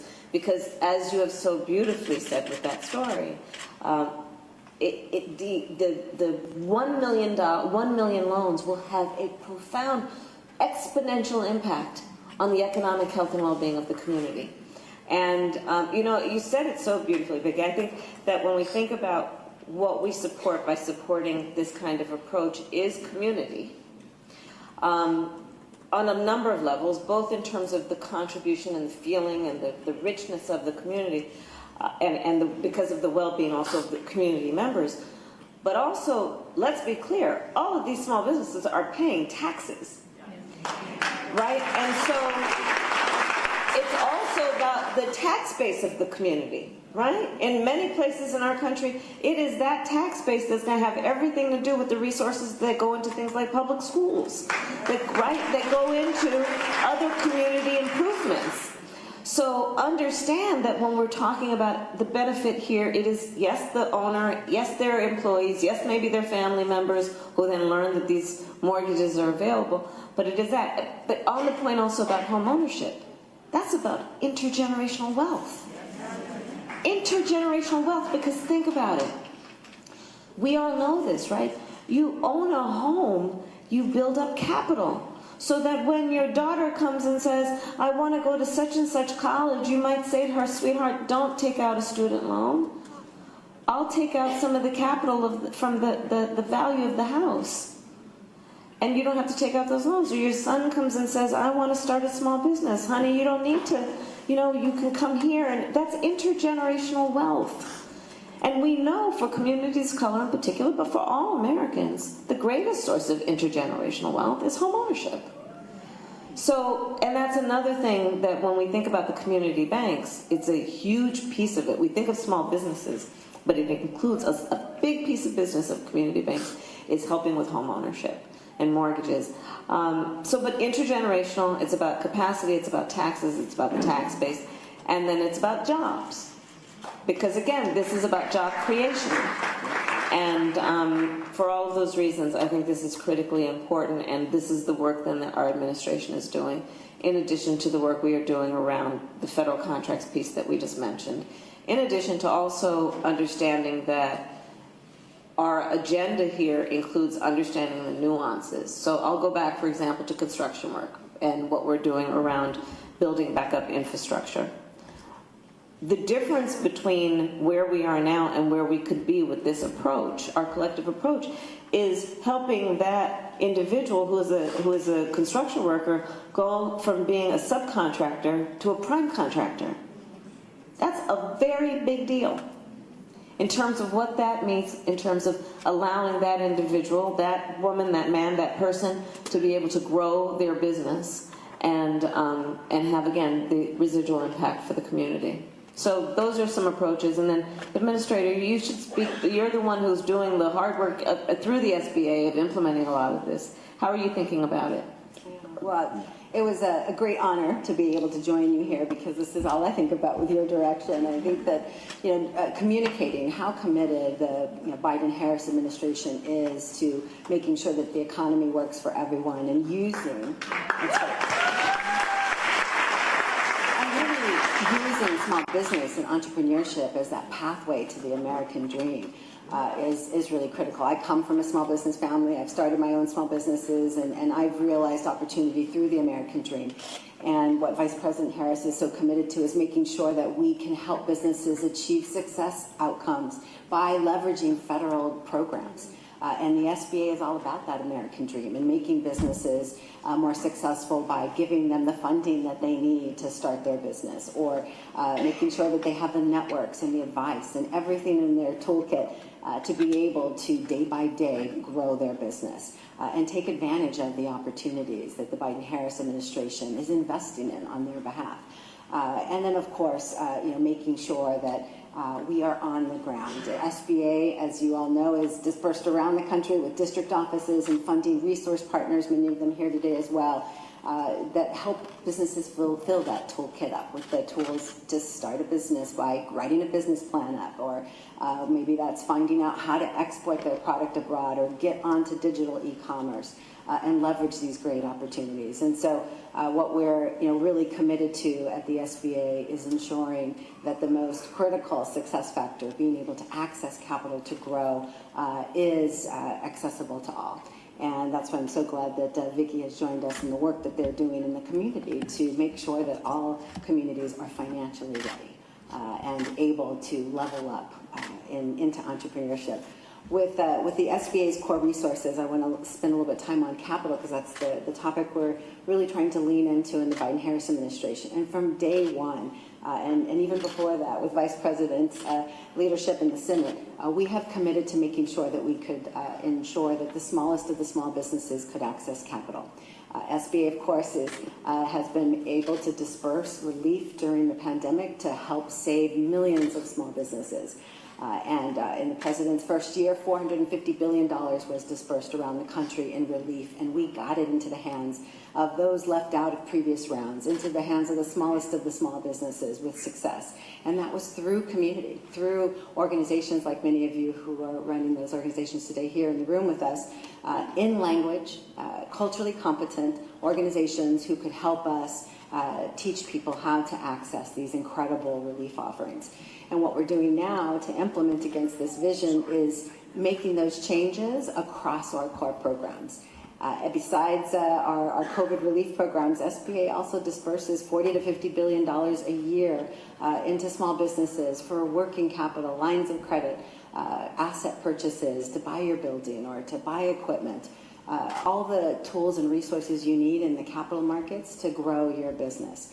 And so with the changes that we're making to expand our footprint with more lenders, as well as simplifying our products so that it's easier to meet you where you are and everywhere that you are and serve you with a product that is as accessible to you. Those changes are really critical to making sure that small businesses can get the startup capital or the growth capital that they need to be a part of those historic investments. And right now, small businesses around the state are building bridges and helping us, implement the Infrastructure Investment and Jobs Act and creating jobs in the process. And the SBA is here to help them do just that. Wow.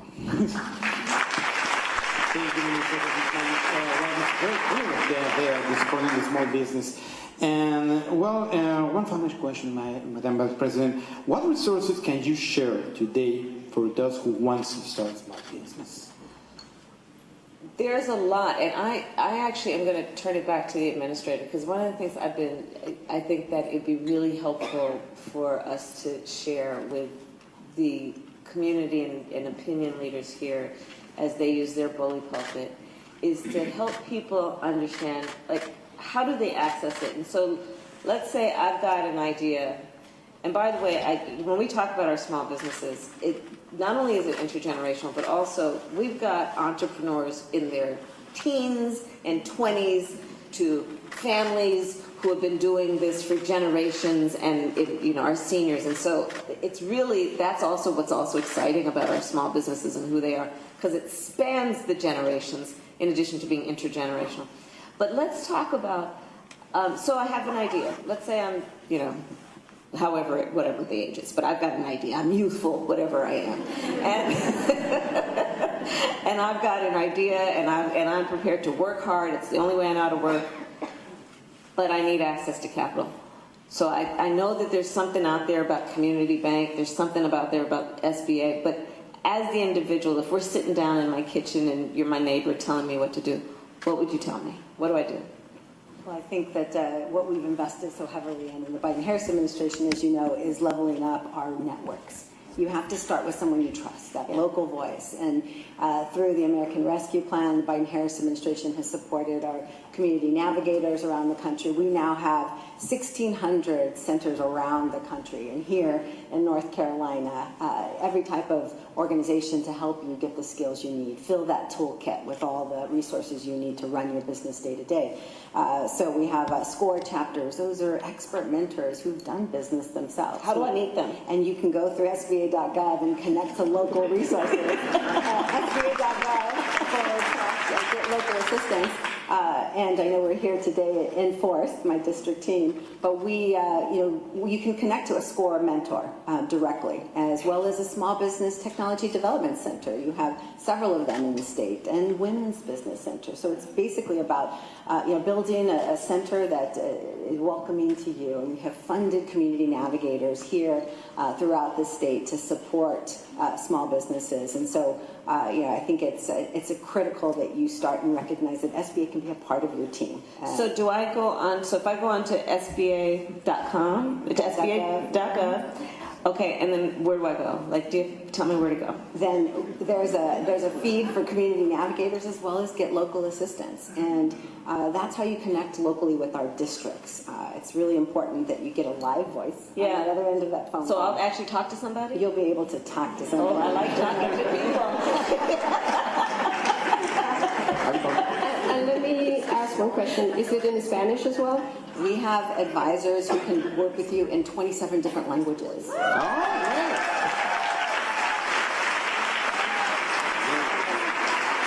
invested heavily in making sure that our resource partners, those small business development centers, the women's business centers, the veterans business outreach centers, the community navigators, and our districts have the cultural and language competency to be able to deliver. And for the first time ever in the Biden-Harris administration, the SBA actually put one of its COVID relief resources in 2 languages, in Spanish and English. So natively you could go through the platform and not have to translate it alongside. And so that's, we really are committed to making sure that we reach those smallest of the small with the best resources available in federal government. Wow, great. Thank you, Madam President. Thank you. And what resources can you share today for those who want to start a small business? So I would say go to a credit union, go to Latino credit union, and open an account with us. Those deposits are the ones who get recycled in the system. Those are the funds that we can lend to those small businesses. So the investment that the administration did to the credit union is $99 million. That amount of money could be multiplied by us being able to get $700 million in deposits. And that is all of you here, plus all the members of the credit union, and more importantly, organizations that care about small business and the mission that we have as a community lender. So those private funds and big companies, health organizations can put their deposits with the credit union so we can lend them out to those who need the money the most. So what we have available for you is the ability to open an account, get financial education, and get ready when you are. I know that it can be daunting when you go and, oh, I have an idea, but I don't know who to talk to. And we, as a community lender, we are there for you. And we understand the route that you have taken, and we understand that you need support from an organization that trusts that you can make it. We have one of the best repayment numbers in the loans that we do. 99.3% of our members pay back the loans. Yeah.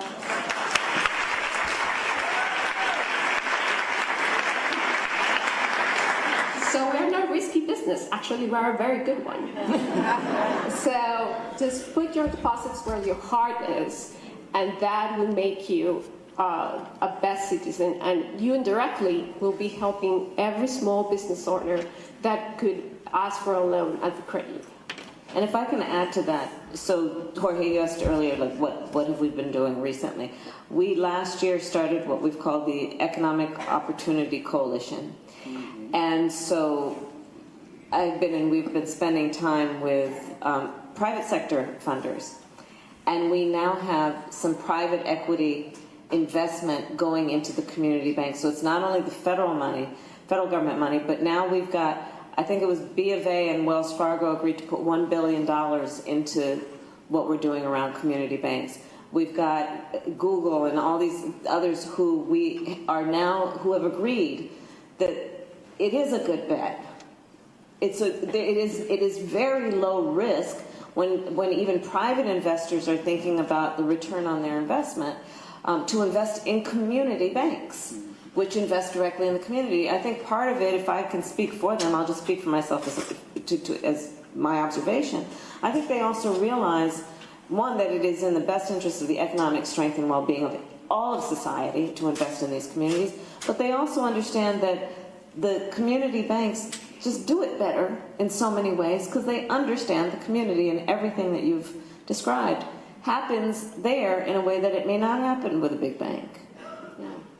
Well, this has been incredible conversation, and I learned a lot, and I hope you too.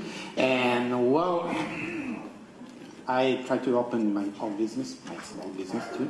So it's very, very useful, this information for me. Thank you, Vicky, Mr. Garcia. Thank you, Administrator Guzman.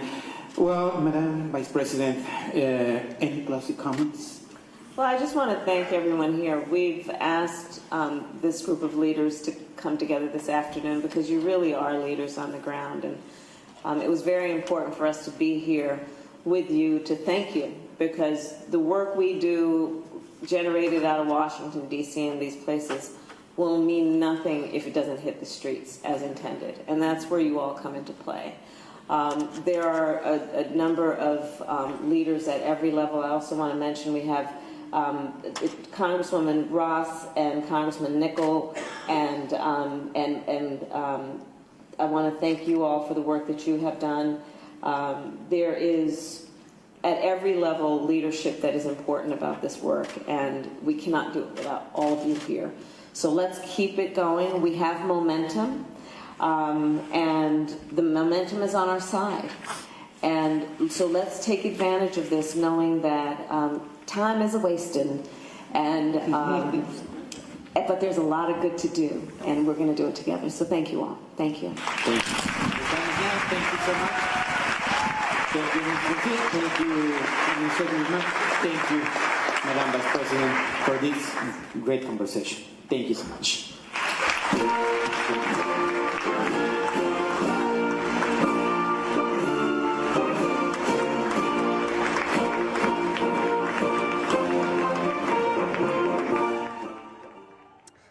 Okay, so that was a look at an event where Vice President Kamala Harris was talking about small businesses and some of the work the administration is doing to help with that. Thanks so much for being with us here on Live Now from Fox.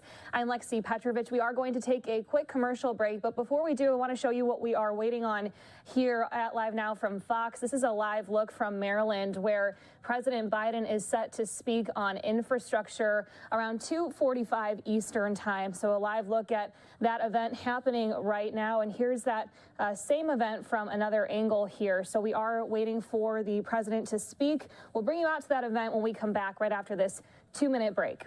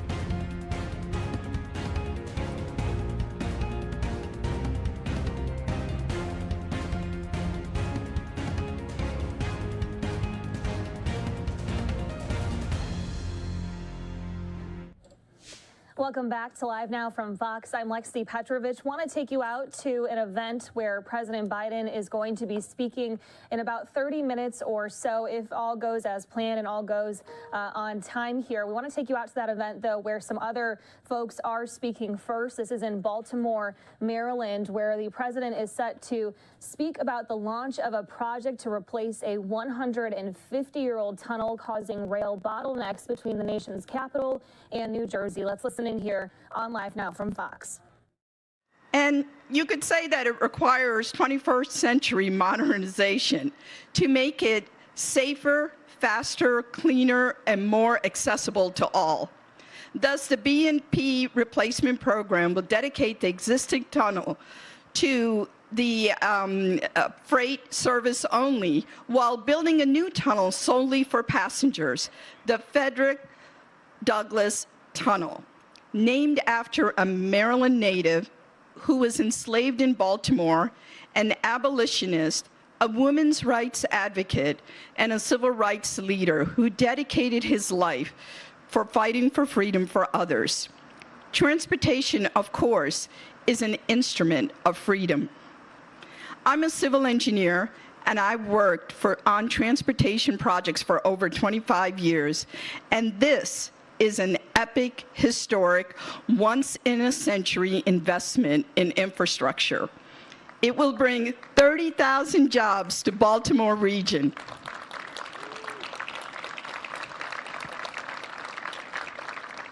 Giving Charm City a major economic boost.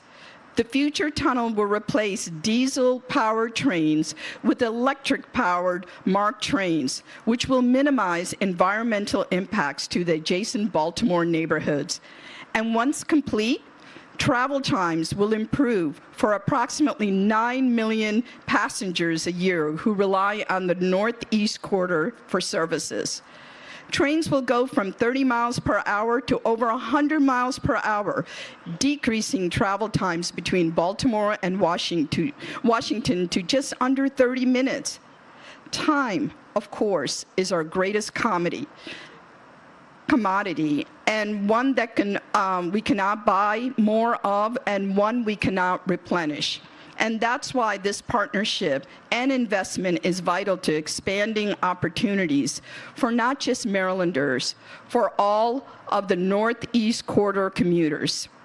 Governor Wes Moore made a commitment that Maryland will be a state where we leave no one behind. And we are deeply grateful for President Joe Biden's and Secretary Buttigieg's support in fulfilling this mission. Thank you. And now it's my great honor to introduce to you our next speaker, Amtrak CEO Stephen Gardner.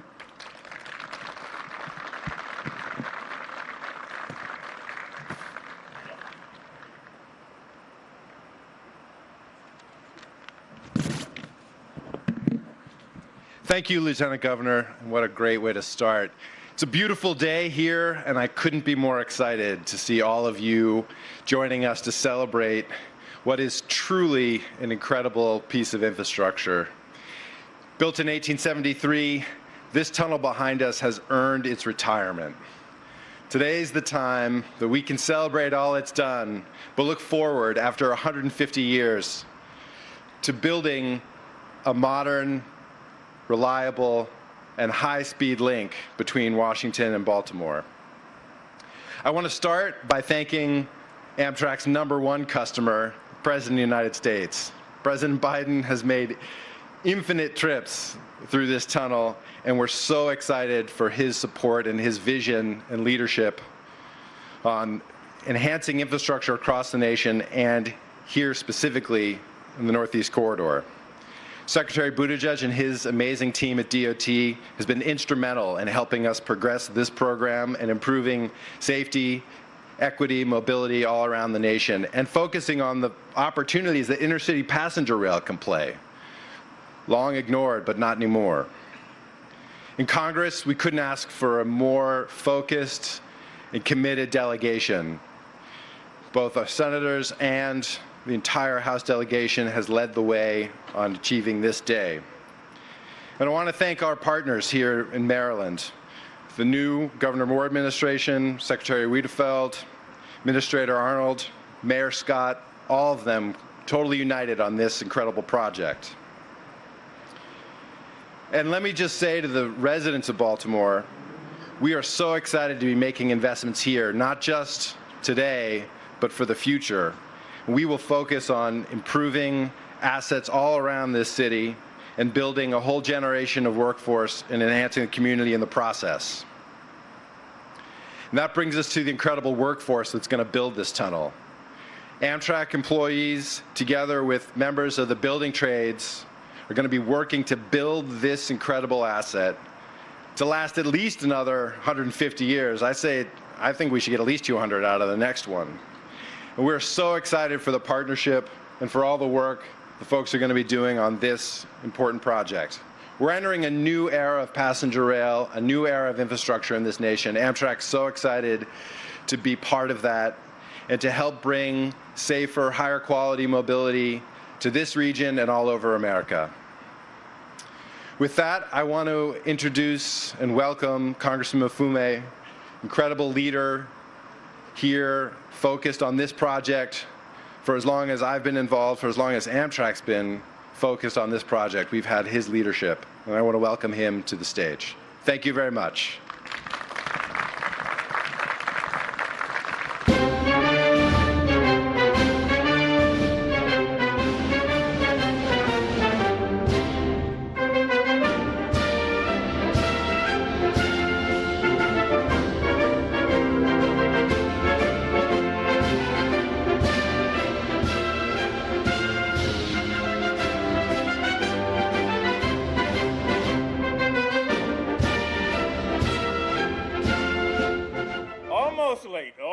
But not quite. And all of you are right on time. Good afternoon. Are we happy? And are we sure? And is this great? Come. The crescendo is falling off. This is a great day. It's the culmination of a great project, and there are a lot of people to thank. I want to begin by thanking the President of the United States, our friend Joe Biden.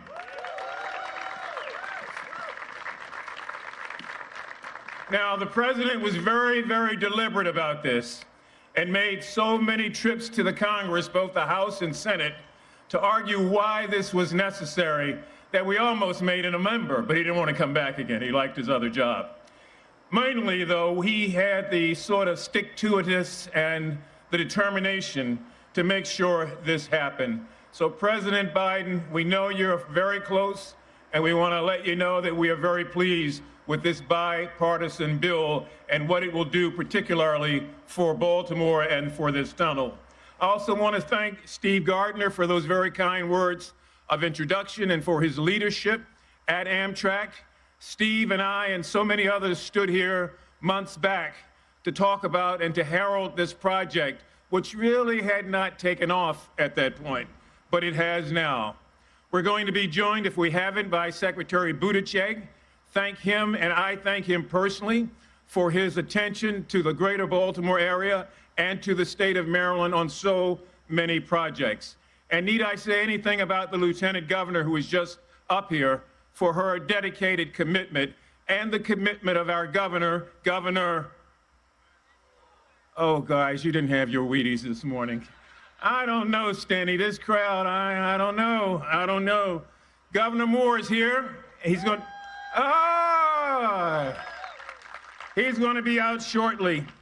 And let me, if I might, on a point of personal privilege, just thank Donna Edwards and Courtney Jenkins and Jermaine Jones and all the men and women who represent organized labor, who've done so much to get us here and who will build this tunnel.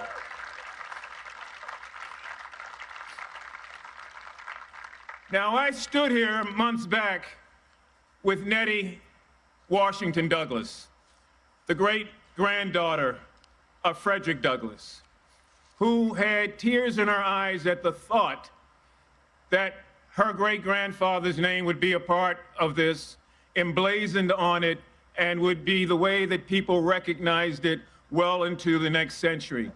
I don't know if Nettie is here today from Atlanta, but her spirit is here, and the spirit of Frederick Douglass. So as we congratulate so many people, we want to thank the Douglas family. We want to thank Amtrak for the vision. We want to take to the neighborhoods most affected. We're going to keep an eye to make sure everything goes as it should. And we thank organized labor and, of course, our president, Joe Biden. Oh, boy. Okay. This is a test. For the next 30 seconds, we will conduct a test of the emergency notification broadcast system. And I'm going to ask you to really put your hands together for somebody who really doesn't want an introduction, but I told him backstage, I'm going to introduce you, and he in turn will introduce someone else. We represent the Maryland team in Washington, D.C., both Ben Cardin, Chris Van Hollen, and myself. It's my pleasure to bring forward Chris Van Hollen, who serves as the member on the Appropriations Committee that makes sure that so much of this funding takes place. He doesn't need an introduction, but we love him up here in Baltimore. Please give a nice round of applause for our Senator, Chris Van Hollen. Thank you, man. Good afternoon, Baltimore. Let's give Kwasi Mfume a big round of applause, not just for those remarks, but for the work he does every day. And I am excited to join all of you as we welcome President Biden back to Charm City. And I know the mayor and the council and everybody gathered here from Baltimore City and Baltimore County has been waiting for this very important day. I also want to salute our partners from across the state, including Governor Wes Moore, who you'll hear from shortly, and the Lieutenant Governor Aruna Miller, and all the other state legislators who are working in Annapolis to make sure the state provides its piece of funding for this important project. If you could just join me in thanking all of them for their efforts. And to the men and women at Amtrak and the men and women at MARC who make the trains run, thank all of you for what you do every day for the millions of Americans who go through this tunnel and through this great city every day. Let's give them all a big round of applause. Thank all of you who are part of Team Amtrak and Team MARC, because what we're here to do today is talk about investments that are going to make those trains run faster, make those trains run more reliably, make those trains run more safely. And by doing that, we're going to unlock a huge amount of economic potential and opportunity right here in Baltimore City. When we say that we need to modernize our infrastructure, this tunnel is Exhibit A, the oldest tunnel in the Amtrak system. This tunnel was right there when Ulysses Grant was president of the United States. And in its current form and its current state, it causes huge, constant, and persistent delays in our system, which take thousands and thousands of hours away from people being able to spend time with their families or doing other things, and thousands and thousands of dollars of lost commerce. So what this will do is shorten the time for the fast trains, the fastest trains from Washington, D.C. to Baltimore, to a half an hour. That not only is going to save people time, it's also going to be a great economic driver for Baltimore City. And that is on top of the projects and the jobs that will be created because of this project. You heard it, 30,000 jobs, including 20,000 construction jobs under the umbrella, and this is very important, of a project labor agreement to support good paying union jobs.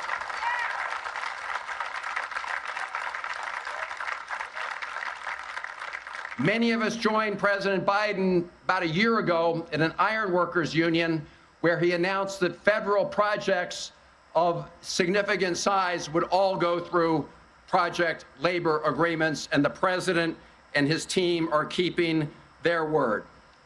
It is very fitting that this tunnel will be renamed in honor of Frederick Douglass. Born into slavery on Maryland's Eastern Shore, Douglass wrote in his autobiography, and I quote, "Going to Baltimore opened the gateway to all my subsequent prosperity." And of course, he ultimately took a train to freedom. Now I want to close with this point. This kind of announcement doesn't happen by accident. It doesn't just spontaneously erupt. It is the result of a determined strategy. And it's because of the passage of the bipartisan infrastructure modernization bill. And before President Biden was sworn in, we had a running joke in Washington that every week was Infrastructure Week. And it was a joke because everyone always talked about it, how we had to modernize infrastructure, but never actually did it. And it was after President Biden was elected that when we say every week is Infrastructure Week, we mean we're putting those dollars to work every day and every week in modernization projects just like this one. That's what making every week Infrastructure Week is all about. And that was also possible, of course, because President Biden worked with members of Congress. And we have members of our terrific team right here. You heard from Congressman Mfume. We also have Congressman Hoyer. We also have Congressman Sarbanes. I also want to thank Congressman Ruppersberger. In fact, the entire delegation in the House worked with President Biden to get this over the finish line. Thank you. Thank you all. And finally, it wouldn't have happened, of course, without the vote in the Senate, pulling together the votes in the Senate in a bipartisan way. And one of the key people in the Senate working to make sure that we got this over the finish line was somebody who serves on the Environment and Public Works Committee. In fact, he chaired the Infrastructure Subcommittee on the Environment and Public Works Committee. That's our friend, my friend, your friend, my partner in the United States Senate, Ben Cardin. Ben Cardin.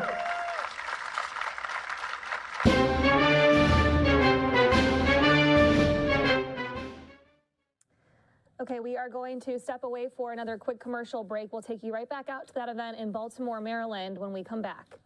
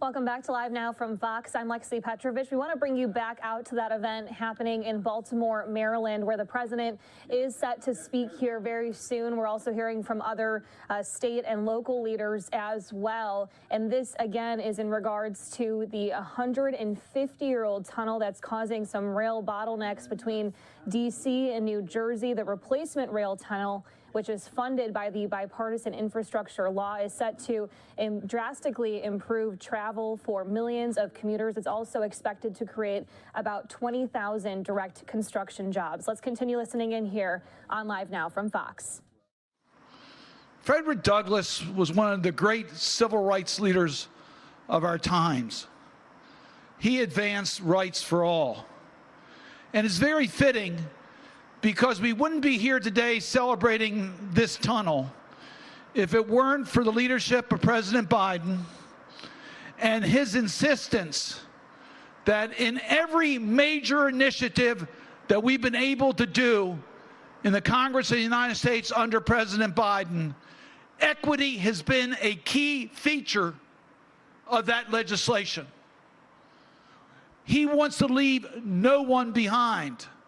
Sounds familiar?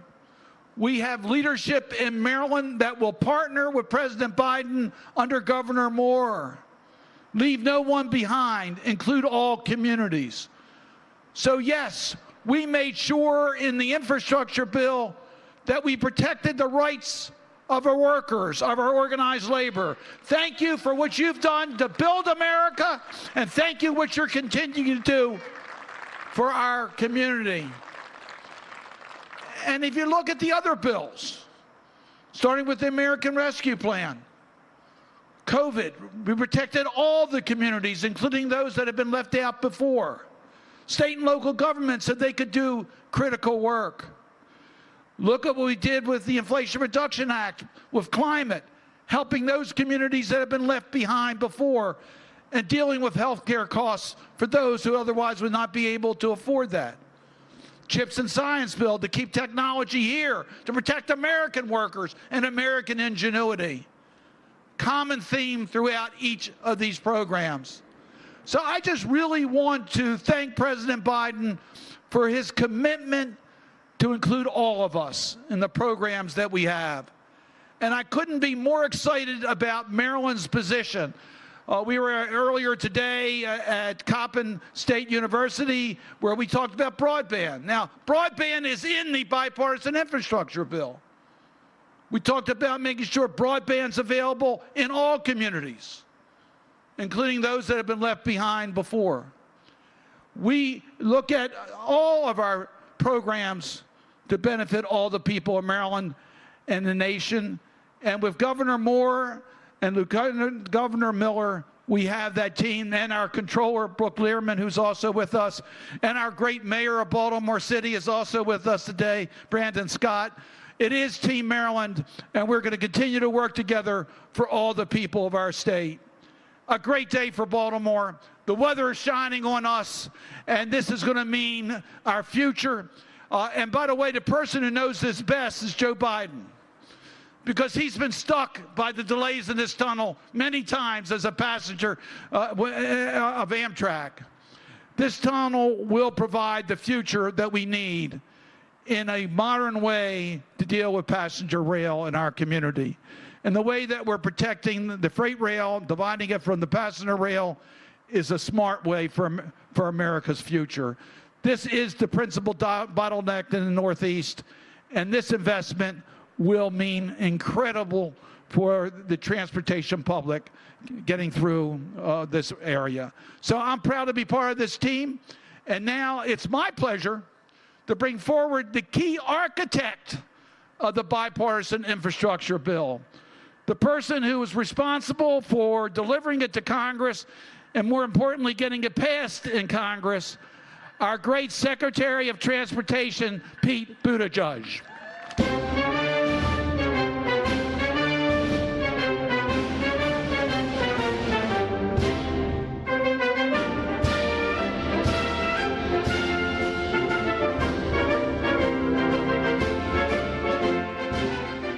I am am so delighted to be here. Thank you, Senator Cardin.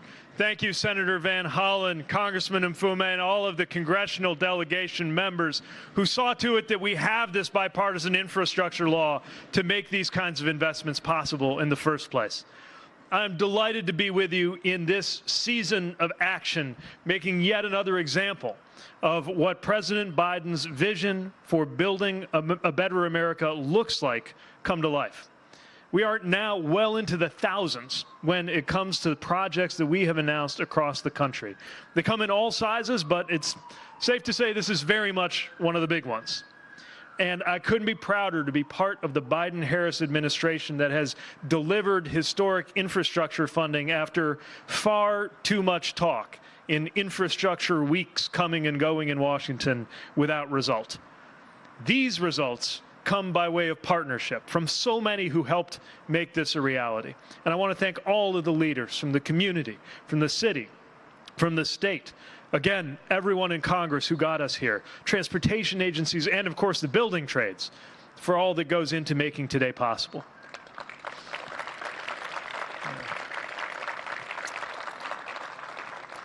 I'm delighted about the work that's getting underway here, an example of the investments we're seeing more and more of as we go into this, the third year of this administration and the second year since the infrastructure law came into effect. Our department focuses every day on building good things well, and this project definitely qualifies as a very good thing. I imagine the workers of 1873 who built the Baltimore and Potomac Tunnel would be proud to see their work still standing. But I imagine they would also be shocked that we haven't invested in replacing it for 150 years. Its condition today accounts for 13 hours of delays a year for a typical commuter. So it is very much time for the Frederick Douglass tunnels, which America's unions will build here and which will make travel more reliable and faster for millions of MARC and Amtrak riders along the Northeast Corridor. But we say build good things well because it also matters how we go about building those good things. And that's what's so thrilling about today. This project labor agreement reflects the understanding that when you do these big infrastructure projects, you're not just building tunnel and track. You're building livelihoods, building futures, building the middle class with the good-paying union jobs here, with careers that can change a family's trajectory.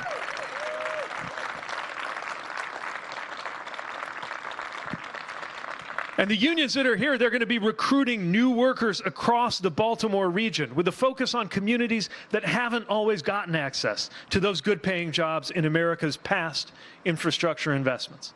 That's part of building good things well, too. So in our generation's answer to the New Deal or the interstate highway system, the people building today's and tomorrow's infrastructure represent the full breadth and diversity of America's talent. This agreement is going to make a big difference in this region, just as the tunnels will. And it's going to be a template used by infrastructure projects we are delivering nationwide. So just like the tunnels, it is going to have an impact far beyond where we're standing. Hundreds of thousands of Americans will build skills and wealth as they build the roads and the bridges and the rails and the airports and the tunnels that will be the foundation of American opportunity for years to come. That is what building a better America looks like. It is an honor to be part of this team with you all, and we are thrilled to be here. And with that, I have the honor of turning it over to a friend, someone who understands the importance of infrastructure and who is off to a terrific start as Maryland's governor. Please welcome Governor Wes Moore.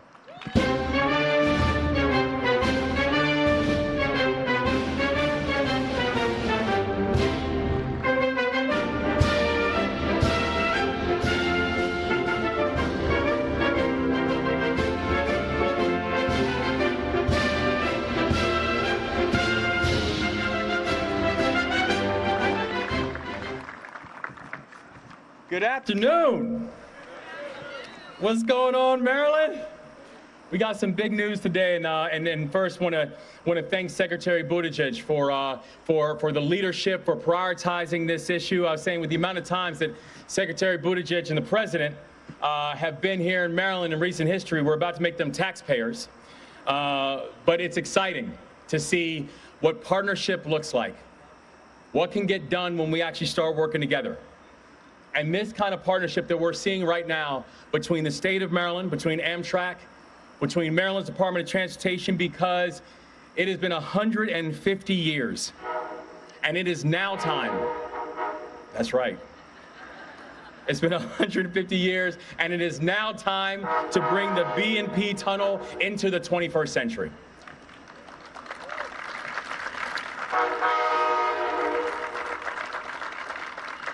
I am incredibly grateful. I'm so thankful for mass transit and letting folks know and reminding people about what we're going to get done here.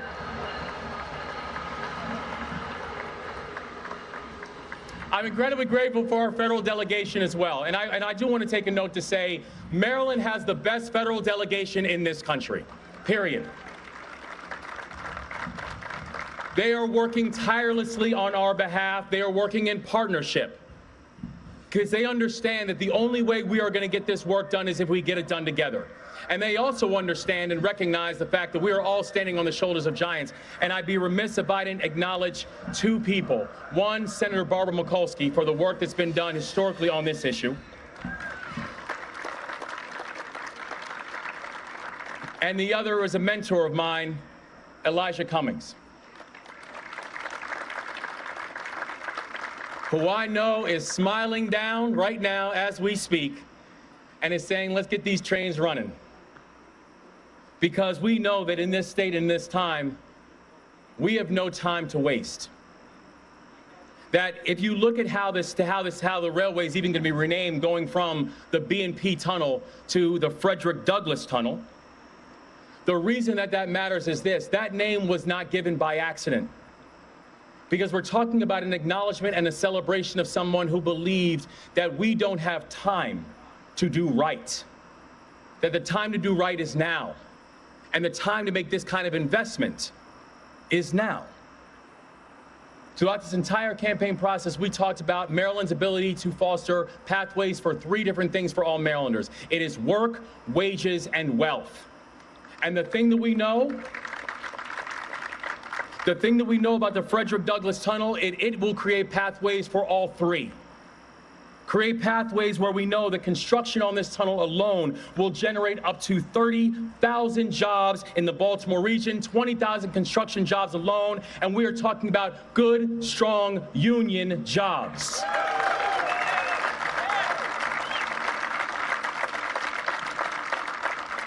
That it's also sustainable because these jobs will be spread out across a decade and will create sustainable investment inside of the region. When we say that this is going to be Maryland's decade, this is going to be a core reason why.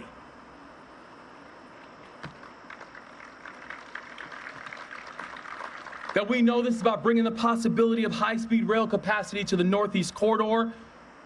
That this is going to create and foster growth that's going to take place not just here, but from the BWI Thurgood Marshall Airport all the way to the Port of Baltimore. That this is an historic investment in Maryland's transportation infrastructure, and in this moment, Maryland is not going to miss this opportunity. As we listen in here, some viewers will see a 2-minute commercial break. Communities that have oftentimes felt left out and never felt included, that this project will enable faster and more efficient transit. A new tunnel that will build to be able to handle actual modern rail operations for increased track speeds and better trip times.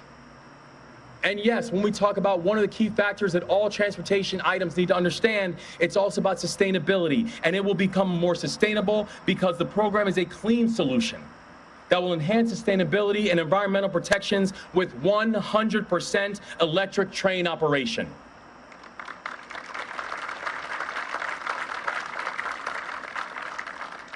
We're excited because the future's now, and the future's Maryland's.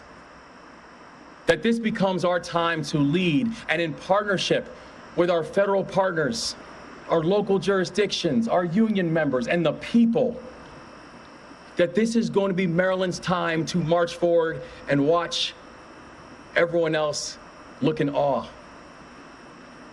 We are so grateful for the investment that this administration is making, and so thankful that President Biden is here to talk about and celebrate and announce this. Presence matters.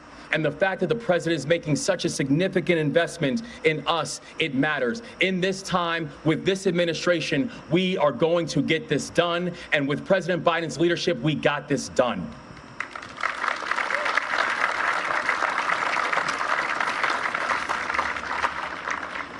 So we're so grateful for today. We're so grateful for the ability to invest in people, invest in communities. The Frederick Douglass Tunnel Project stands as more evidence to our commitment to modernize transit, the utilization of mass transit, and making sure that it is benefiting people all throughout this state. We're building a Maryland where we leave no one behind. We're building a Maryland where we are going to be intentional about that. And we are so beyond grateful to have the president and this administration's help in fulfilling this mission. Maryland, it's our time. Maryland, this is our decade. And Maryland, this is going to be a key part of making that a distinct reality. God bless you all. And thank you so much for all your work in making this happen. Thank you. Thank you. Thanks all.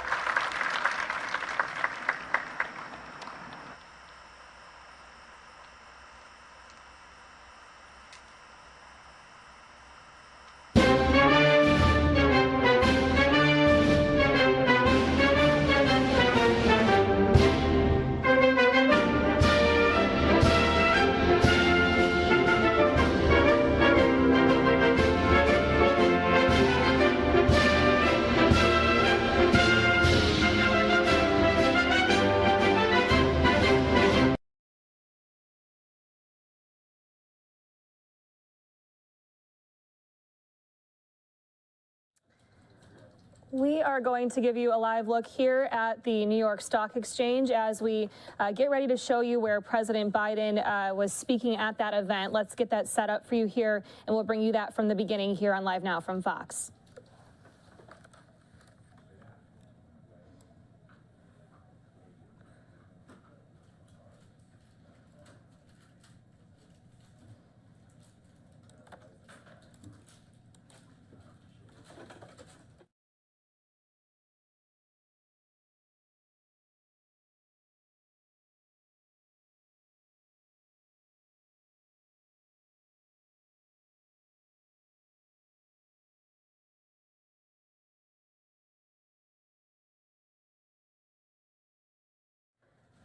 Okay, so President Biden is speaking live right now at that event in Baltimore. Let's bring it to you from the beginning, though, here on Live Now from Fox.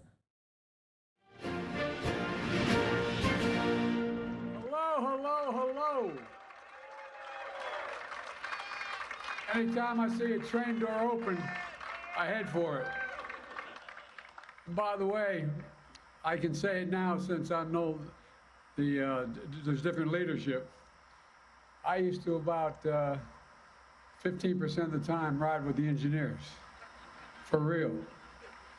And I'm the only guy that I'm aware of when I stopped riding Amtrak that had a key to get in the back. So you can tell your predecessor, he's gone after that. Look, hello, Baltimore. Is there any organized labor, any unions in the house? You're making a run, man. Well, Brandon Scott, thank you for the passport into this great city. And Governor Westmore, Lieutenant Governor Miller, I can't tell you how much I appreciate you being here, and all the money you committed to make this thing work as well. And two of my best buddies in the United States Congress, I think, no hyperbole, the two of the best United States senators I've ever served with, and I served there for 36 years in the Senate, Ben Cardin and Chris Van Hollen. Ben and Chris, thank you. And Kwasi and Fumi, I tell you what, when I get in real trouble, that's the guy I call. There you are, sitting right in front. You helped us get so much of this done, including the project we're here to celebrate. Thank you.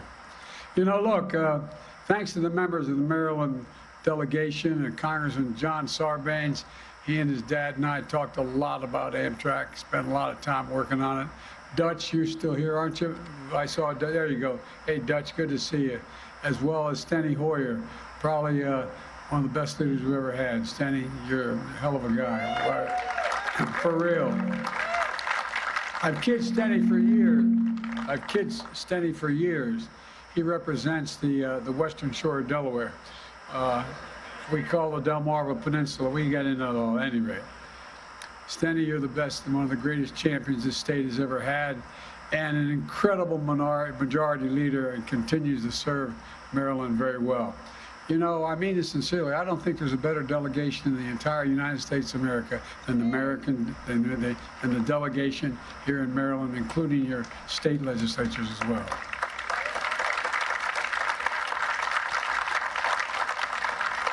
And somebody who I was a senior to, but never referred to me as senator, always say, Biden, come here, Barbara Mikulski. I wish Barbara here. She did a lot to make this day happen as well, all the years we worked on this. Baltimore, particularly Amtrak specifically. And finally, it's been over 3 years since, I didn't know you had seats. Man, you ought to sit down. By the way, I said when I was running in 2020 for the job, I said, everybody take their seat, and there were no seats. And the press said, he is really stupid. So I don't dare tell anybody to take a seat unless I see the chairs. But anyway, thank you. You know, it's been over 3 years since his passing, but my late friend Elijah Cummings, he's with us in spirit looking down saying, Joe, you finally got this sucker done. And CEO, Stephen Gardner. Stephen is, he knows he got a strong support in Amtrak, probably too strong. I'm driving him nuts already. I want to get it all done quickly. And Secretary Pete Buttigieg, this is just one example of the great work you're doing, Pete. Appreciate it a lot.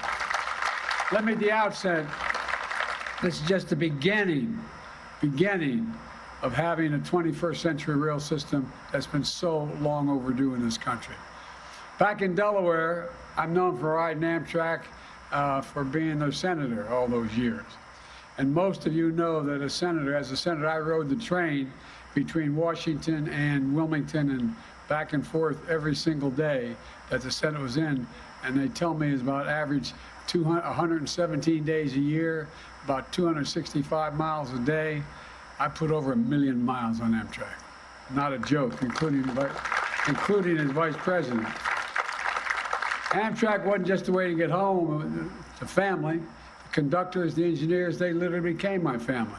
I used to have a summer party at my home in Delaware. Started off with about 10 conductors and engineers. Ended up with about 70 people. They became my friends. Went an awful lot of their children's weddings and, unfortunately, funerals of them. When I was vice president, I flew over 1 million miles on Air Force Two, and I was going home as the United States as vice president. And one of the conductors said to me, "Hey Joe, big deal, 200. You said you've traveled over 1 million miles on Amtrak." I said, "How the hell do you know that?" And they added it up at there. But folks, look, I made 1,000 trips through this tunnel, so I've been through this tunnel 1,000 times. And you know, but when folks talk about how badly the Baltimore tunnel needs an upgrade, you don't need me to tell you. I've been there, and you've been there too. I also know that it's not just Amtrak. I know how important this tunnel is to commuter rail, and MARC rail back and forth to Washington. And I know how much it matters to the entire Northeast corridor from here to Boston, that it matters a great deal. For years, people talked about fixing this tunnel. Well, I think I made one of the few guys back in the early 80s. I actually walked into the tunnel with some of the construction workers. You ought to get inside and see it. This is a 150-year-old tunnel. You wonder how in the hell it's still standing. And with the bipartisan infrastructure law, though, we're finally getting it done. This law is the most significant investment in American roads, bridges, since the interstate highway system. And it's the single most significant investment in rail in America since Amtrak was created 50 years ago. And through the infrastructure law, we're going to invest over $4 billion to replace the existing Baltimore and Potomac tunnel. And that's why it's so important. Over 2,200 trains run on this corridor every single day, and it's the busiest in the United States, one of the busiest corridors in the world. The problem anywhere along the line means they're up and down the East Coast. It means commuters are trying to get to and from work, and they're getting in trouble. Business trying to ship their goods, travelers trying to visit family. If this line shuts down, it's just one day, it would cost the country over $100 million. But this tunnel is a major checkpoint for 9 million Amtrak and MARC commuter rail passengers who pass through it each and every year. 1.4 million, a 1.4 mile stretch with tight curves, so the trains have to slow to 30 miles an hour. You probably all heard this already, but it's important. 99% of the weekdays there's been a delay here somewhere. Trust me, I know. This tunnel is nearly, as I said, 150 years old. This is a Civil War era. Ulysses S. Grant was president. The structure is deteriorating. The roof is leaking. The floor is sinking. This is the United States of America, for God's sake. We know better than that. We know we have to prove we're much better than that. Funding from the infrastructure law is will fully replace this tunnel. And we're naming the new tunnel after Frederick Douglass, who boarded this train to freedom right here in Baltimore. You know, as he escaped slavery, he traveled the country by rail, fighting for abolition and civil rights. So that's fitting we honor him in this way.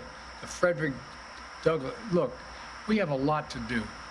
When the project is done, new trains will travel through this tunnel at 110 miles an hour instead of 30 miles an hour. MARC trains will go from here to Washington in 30 minutes.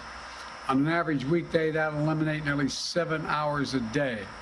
The Frederick Douglass Tunnel will be all electric, and we will continue to invest in rail to make it easier for people to use its potential to take thousands of vehicles off the highways, including the interstate, and save millions of barrels of oil, reducing pollution. All the studies show if you can get from point A to point B by rail faster than you can by automobile, you take the rail. This is going to be a game changer for the environment as well. And so this is what we're doing across the country, not just here. Tomorrow I'll be in New York for a similar announcement, the Hudson Tunnel Project, and a critical juncture in the Northeast Corridor. Earlier this month I was in Kentucky with the Republican leader, and they're standing there, and the Republican governor, and also Democratic leaders. Over $1 billion is being spent on the Brent Spence Bridge over the Ohio River connecting Ohio and Kentucky. We're repairing the original bridge and building an entirely new one parallel to it. Each day, trucks carry about $2 billion worth of freight across that bridge from Florida to Canada. And it was built 60 years ago. Folks have been talking about fixing it for decades, but now we're finally going to get it done. And we're not stopping there. We're closing the digital divide. Nearly 175,000 households in Maryland who haven't had access to high-speed internet are now getting access to it through this infrastructure law, bipartisan infrastructure law. And our broadband program is estimated to create 200,000 jobs across the country just putting it in the ground. And it's all union work. And today,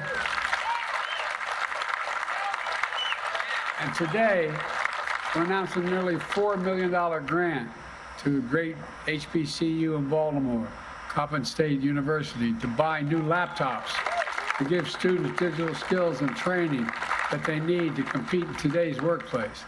The Army Corps of Engineers spends millions each year dredging to keep shipping channels clear of the Port of Baltimore and help bring larger ships and more cargo in and out of Maryland. Now, we're investing another $84 million in infrastructure law to take the dredged material and restore the mid-bay islands on the Chesapeake, a critical habitat for fish and shellfish and birds. And these islands are central to the fishing and tourist industry. There's a lot we're going to get done. And one of the things about the infrastructure law I'm most excited about is we're doing all this with workers, with products made in America, with union labor. In fact, Today, we're announcing this project will be built under a project labor agreement. These agreements are agreements that contractors and unions put in place before the construction begins. They ensure major projects are handled by well-trained, highly skilled union workers, resolve disputes ahead of time, ensuring safer work sites, avoiding disruptions and work stoppages that can cause expensive delays down the line. So they're not just good workers, they're good taxpayers too. Amtrak and the building trades have agreed that the project labor agreement will be in place not just here in Baltimore, but all across major rail construction projects up and down the Northeast Corridor.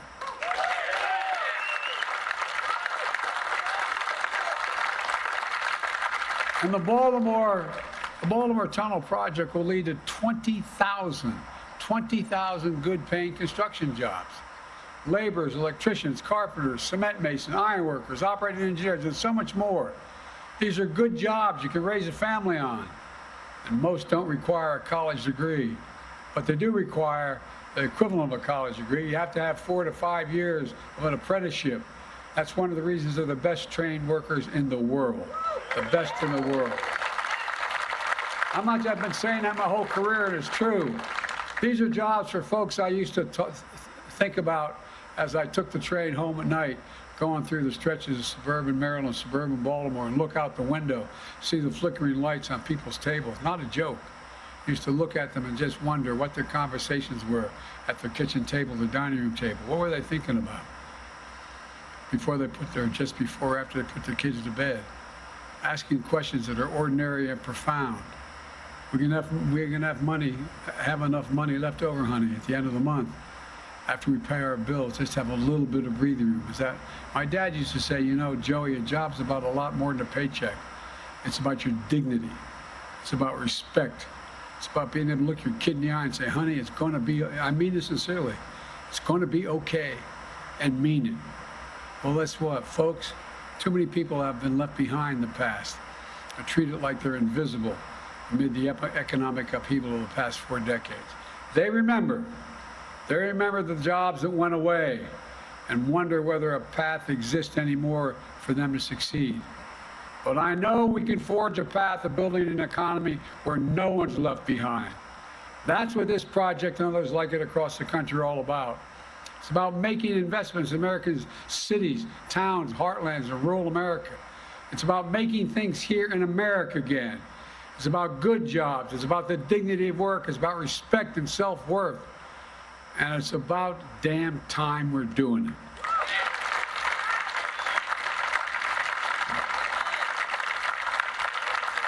We're in through 4 decades where we exported jobs and imported product. We're exporting product and importing jobs now. For too long, we've talked about asserting America's leadership and building the best economy in the world. But we have to have the best economy in the world, you have to have the best infrastructure in the world. That's not hyperbole, it's a fact. To get products to market, to create thousands of good-paying jobs. For most of the last century, we led the world by a significant margin because we invested in our people, we invested in ourselves, we invested in research and development. But along the way, we stopped. We used to rank number 1 in the world in research and development. Now we rank number 9. China used to rank number 8. Now it ranks number 2. The risk of losing our edge as a nation and China and the rest of the world catching up is real. For decades, the backbone of America, the middle class, has been hollowed out.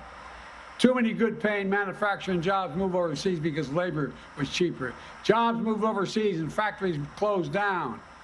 Once thriving cities and towns became shadows of themselves, what they used to be.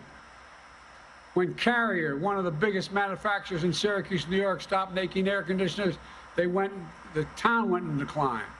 Now, Micron's enormous investment of semiconductors in Syracuse is bringing it all back and more. Same things happened in Lordstown, Ohio, when GM shut down their auto factory. But this past year, thanks to all we're doing with electric vehicles, GM and LG announced they'll hire thousands of workers to build the new electric vehicle batteries. And when these towns were hollowed out, something else was lost. Their pride, their sense of self-esteem.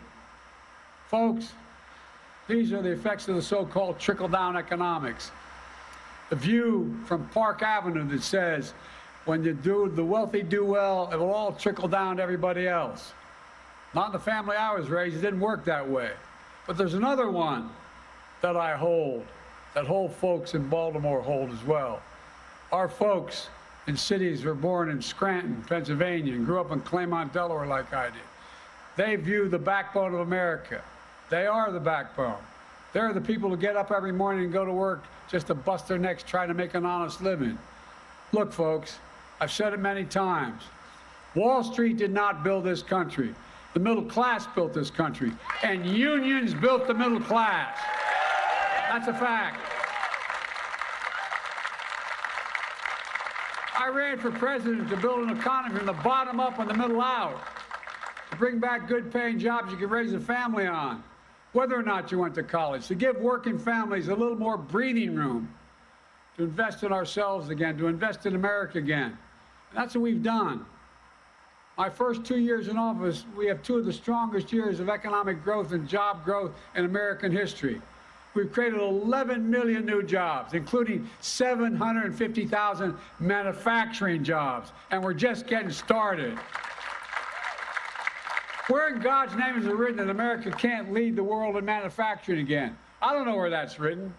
In addition, there's been major private investment, totaling nearly $300 billion in American manufacturing, including for semiconductors and small computer chips that power virtually everything in our lives, from cell phones to automobiles to artificial intelligence. You know, what a lot of people don't remember or don't know, we invented the computer chip in America. We invented it, and we made it more sophisticated. 30 years ago, America had more than 30% of the global chip production, worth tens of billions of dollars. But today, we produce only around 10% of the world's chips. Instead of the supply chain for these chips starting with us, it starts with countries you can't rely on. New automobiles need 3,000 of these chips just to be made.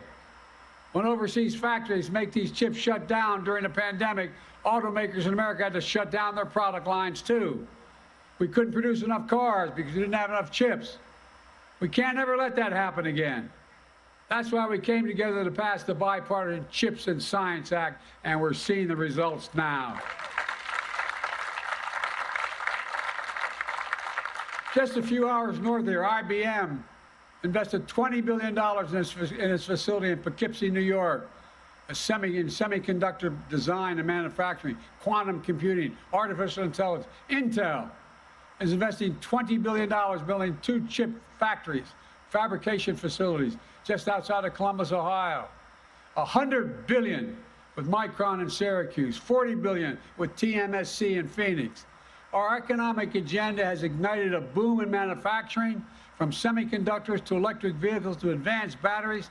They're going to power those vehicles, and in addition to that, anybody from the IBW here?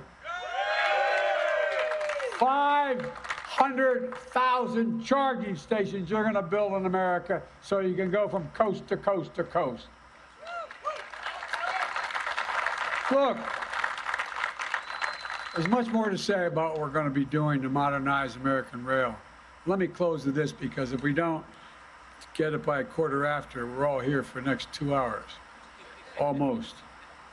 When America sees these projects popping up across the country, it sends a really important message. When we work together, there's not a damn thing we can't do. There's nothing beyond our capacity. We can move this. We can move this nation forward. And it sends another message as well. A message of pride. Pride in our country. Pride in what we can do when we do it together. You've heard me say it, and I apologize for repeating, but as long as I'm here, I'm going to say it. That has never been a good bet. Never been a good bet to bet against America. Never. I can honestly say, as I stand here today, I have never been more optimistic about America's future. You just have to remember who in God's name we are.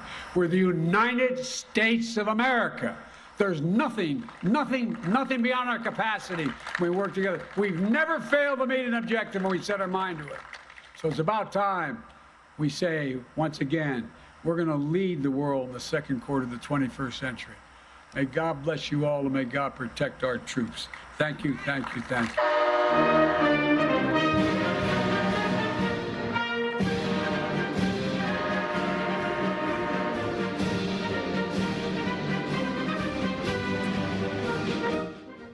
Okay, so we just heard from President Biden on the launch of a project to replace a 150-year-old tunnel that's causing rail bottlenecks between the nation's capital and New Jersey. We are going to step away for a quick commercial break here on Live Now from Fox. But before we do, I want to give you a couple of live looks that we are monitoring here right now. Of course, we have our eyes all on the Alex Murdaugh murder trial, as it is now day 6 of that trial going on, as there's more witness testimony happening today. Also want to show you a live look at another event our cameras are rolling at. This is out of California, where officials there are being joined by some law enforcement officials to introduce a new public safety bill package to provide resources to law enforcement and victims while demanding real consequences for crime sprees that have been spreading across the state. So a live look there from Sacramento. And of course, want to also give you a live look here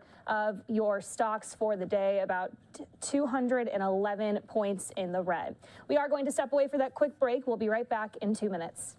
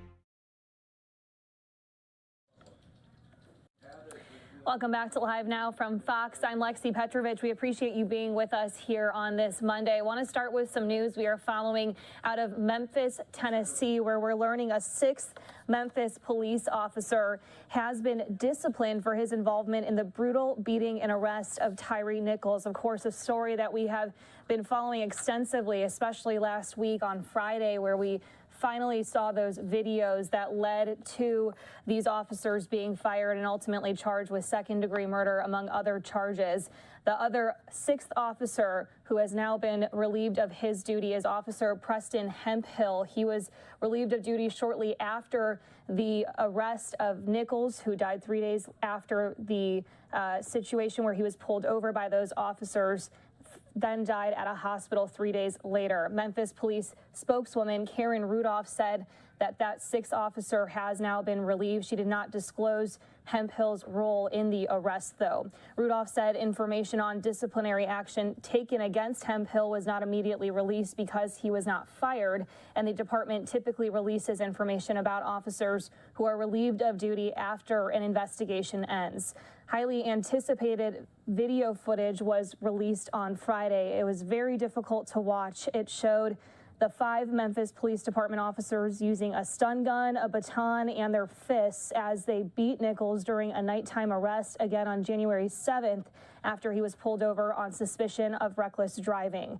Nichols, a 29-year-old father, was heard calling for his mom and seen struggling with his injuries as he sat there helpless on the pavement. He then died at a hospital 3 days later. Again, those 5 officers have been fired and charged with second-degree murder and other alleged offenses stemming from the arrest, which has shocked so many people for its brutality and received calls for more police reform around the country. We also know that the Memphis police chief has disbanded what's known as the Scorpion Unit. The 5 officers fired and criminally charged for their roles in the beating death of Tyre Nichols were a part of that team. The family of Tyre Nichols and other activists are demanding an end to the Scorpion Unit. They called the chief's decision to disband the team appropriate and proportional. That Scorpion Unit was created in 2021. It was a special force that was dedicated to patrolling high-profile crime areas across the city. We're also hearing from community members across the country after the release of the videos over the weekend. We want to play out the latest remarks, the latest response from some community leaders in Minneapolis who are sharing their thoughts. Let's listen. Here to talk about the tragedy last week of Tyre and the murder of Tyre down in Memphis, and to speak on it and say how appalled we are at what happened. But as the UCMT, as a Unity Community Mediation Team, we are in the business of trying to make things better in this city of Minneapolis. So when we have tragedies that's out of state, we just want to get up and recognize of what's going on. We can't stop when tragedy or bumps happen, and as we trying to build a better relationship with law enforcement, not just in Minneapolis, but across the country. These things are happening to African American, Native people, people of color, but really African and Native people. It's been happening for years, but we can't. The message is not to stop doing what you're doing to make a relationship better. We have to continue to try to recruit African American kids to be in law enforcement, even though this was done by 5 black officers. We still must tell African American young men and women that they have to be a part of the change in the system, and to be a part. You're gonna see things like this sometime, but you still have to move forward. Of Native American people, of the African American community, of all people of color. And so when I see tragedies like this, what happened in Memphis, that even though it was people of color that committed this crime, this murder, what we really see is a tragedy and a tragedy in the miscommunication and the training that happens with police forces across the country. And that all stems from a systemic system of racism built to oppress our people, American Indian people and people of color. So we stand here together as the Unity Community Mediation Team, as different leaders in the communities of Minneapolis, to hold accountability and to seek transparency with the Minneapolis Police Department, with the Memphis Police Department, and all of these police departments across the country, so that tragedies like this don't continue to happen. We hold accountability and transparency with the police department here through regular communication.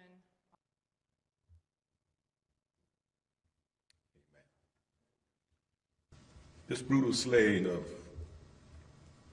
our brother Nichols by police in Memphis brings back the outrage and frustration that's felt by so many when George Floyd was murdered in Minneapolis.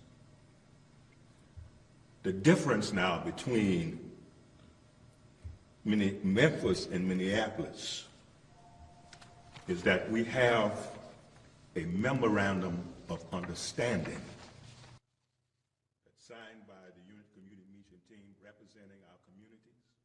For Chief of Staff Gators, this is not a token. This is not a pony show. We've been working together for over 2 years every week to pull together this memorandum of agreement that we both agreed to. Okay, the audio, we apologize, was not great on that, but that was some community officials in Minneapolis reacting to the release of those videos again over the weekend. We also want to bring you an interview that one of our producers here at LiveNow from Fox, Tania Sims, did with an expert talking about the impact that traumatic videos like the ones that we have seen of Tyre Nichols can have on people and how to handle watching those types of things. Let's listen in. This is a story we've been covering since the beginning. Tyre Nichols was beaten severely by 5 Memphis police officers after being pulled over on suspicion of reckless driving. The 29-year-old died in the hospital 3 days later. On Friday, body cam footage of the beating was released to the public and caused an outpour of protests and conversations surrounding around police brutality. Here to talk to you more about the impact of watching videos such as that is Monica Williams, clinical psychology. Thank you so much for joining me. Oh, thank you for having me. Glad to be here. Thank you. Absolutely. So, this was something very difficult for people to witness. It was shared with the public. How can witnessing something like, a video like Tyre Nichols or even a video like George Floyd, how does that impact people? Yeah, I mean, it's always stressful and distressing and sad to see someone beaten, brutalized, killed, and actually seeing this happen can be traumatic. I mean, if you think about it, watching someone die, that's not something that we do every day. And so when you see somebody's life taken from them or beaten to the point where their life is hanging in the balance, I mean, this can be emotionally devastating. It can cause symptoms of trauma, like sleeplessness, anxiety, depression, flashbacks. So this is pretty serious business. Absolutely. And so now, are there certain groups that this impacts the most? I mean, we've experienced this with George Floyd. A lot of the Black community was hurt by this, and then witnessing something like this again, how does this impact them specifically? Oh, absolutely. So the more a person can relate to the victim, the more distressed and the more impacted they're going to be by seeing these acts of violence. And so people who are members of marginalized communities, Black and Brown communities that have been over-policed, people who may have had negative experiences with law enforcement, anyone like this is going to be at higher risk of being distressed and maybe even traumatized by seeing these things. Wow. And so with that being said, in your expert opinion, I mean, I know you've probably talked to so many different people who have experienced a lot of different traumatic things. And so in your opinion, do you think that videos such as these should be shared out to the public? Well, actually, I think that these videos should not be widely released. I don't think it's healthy for a person's mental health, for their psyche, to see this kind of graphic violence. And I mean, if you step back from it and think about it a minute, how could this possibly be good for your emotional and mental health? And also, you have to consider when you release these things widely onto the internet, onto social media, sometimes people see these images without wanting to. Sometimes children see the images, and we know this isn't good for children. And as an example, when George Floyd's death happened, my niece, actually, she's in college, she got a text from someone saying, hey, look at this. She didn't know what it was. She clicked on it and watched in horror as George Floyd's life was snuffed out of him. And she was traumatized. She was crying all night. She called me in a panic. And so you have to consider that this will be the result of putting these things out there everywhere on the media. Yeah, and like you mentioned, people are seeing this sometimes without warning, or they're scrolling on, the internet and it just pops up. And so, what are some things that people can do when they see something traumatic like this? Should they just avoid social media when, what are something that they can do?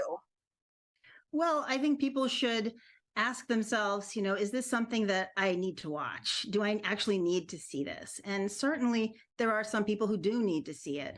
I mean, we need footage like this to hold law enforcement accountable, to give the families closure, to help move ahead legal proceedings. But does everyone need to see it? Absolutely not. It really doesn't. It really doesn't help anything. It doesn't really provide more than you can provide by writing a nice article about it that has details. You could even put pictures in the article, but you don't actually need to see the person beaten to death from 5 different angles. This is really just too much. And so if someone feels like, I don't know if I want to see this, they probably shouldn't see it. I mean, I actually made a choice not to see it myself. For many years, I would watch these things because I felt it was important to be informed and important to know what was going on. I felt like I needed this to be able to do the work that I do. And then I realized, you know what? I don't. It's not good for me. It's not good for my mental health. I can be outraged. I can decide I want to do something about this without actually seeing this act happen. So, so to your point, sometimes people do become traumatized from watching these sorts of things. And there are things people can do to help themselves if they find themselves in that position. One of the first things is to seek social support. Generally, I encourage people to find support in their own communities among people who really understand and get it, and who can, provide, that little bit of encouragement, close friends, caring family, allies. And I would say limit exposures to cues of racism while you're recovering from the trauma of seeing something this horrible. And that could mean signing off social media for a while. It might mean just kind of going to your own quiet place and not being disturbed. It could mean taking time off work. Also, I would say participate in restful, grounding activities, self-care, very important, maybe spiritual practices, meditation, journaling, or art. And then if the symptoms continue, I would say seek some professional help from a culturally competent provider, a counselor, a therapist, a psychologist, a psychiatrist. These would be resources for people who continue to feel distressed long after having watched some footage like this. Wow, thank you for that insight. Like we said, it's definitely something traumatic that people witness and not something that they see all the time.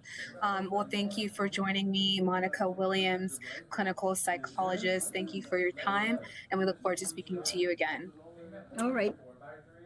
Okay, so some good insight there, a good interview with Tania Sims, one of our producers here at LiveNow from Fox. Want to give you a look at the Tyre Nichols Memorial Fund page, which is live right now. You can see over $1 million has been raised so far. So we will continue to keep our eyes on this story for you here. And we also want to bring you an update on this story out of Virginia, where classes have resumed today after the shooting incident where a 6-year-old shot his teacher. Children at Rich Neck Elementary School in Virginia returned for the first time today after that incident. The boy had allegedly brought a gun legally purchased by his parents to school in his backpack on January 6th and shot his teacher, 25-year-old Abby Zwerner, who was wounded in the hand and chest. She is doing okay today and is recovering. Zwerner's lawyer also announced last week that they are suing the district, saying that the district staff had prior knowledge of concerns regarding that student.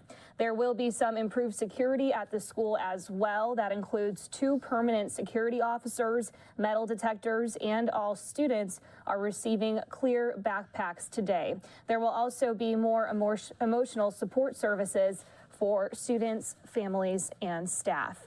We are going to step away for a quick 2-minute break here on Live Now from Fox. When we come back, we're going to take you out to this event that's going on live here.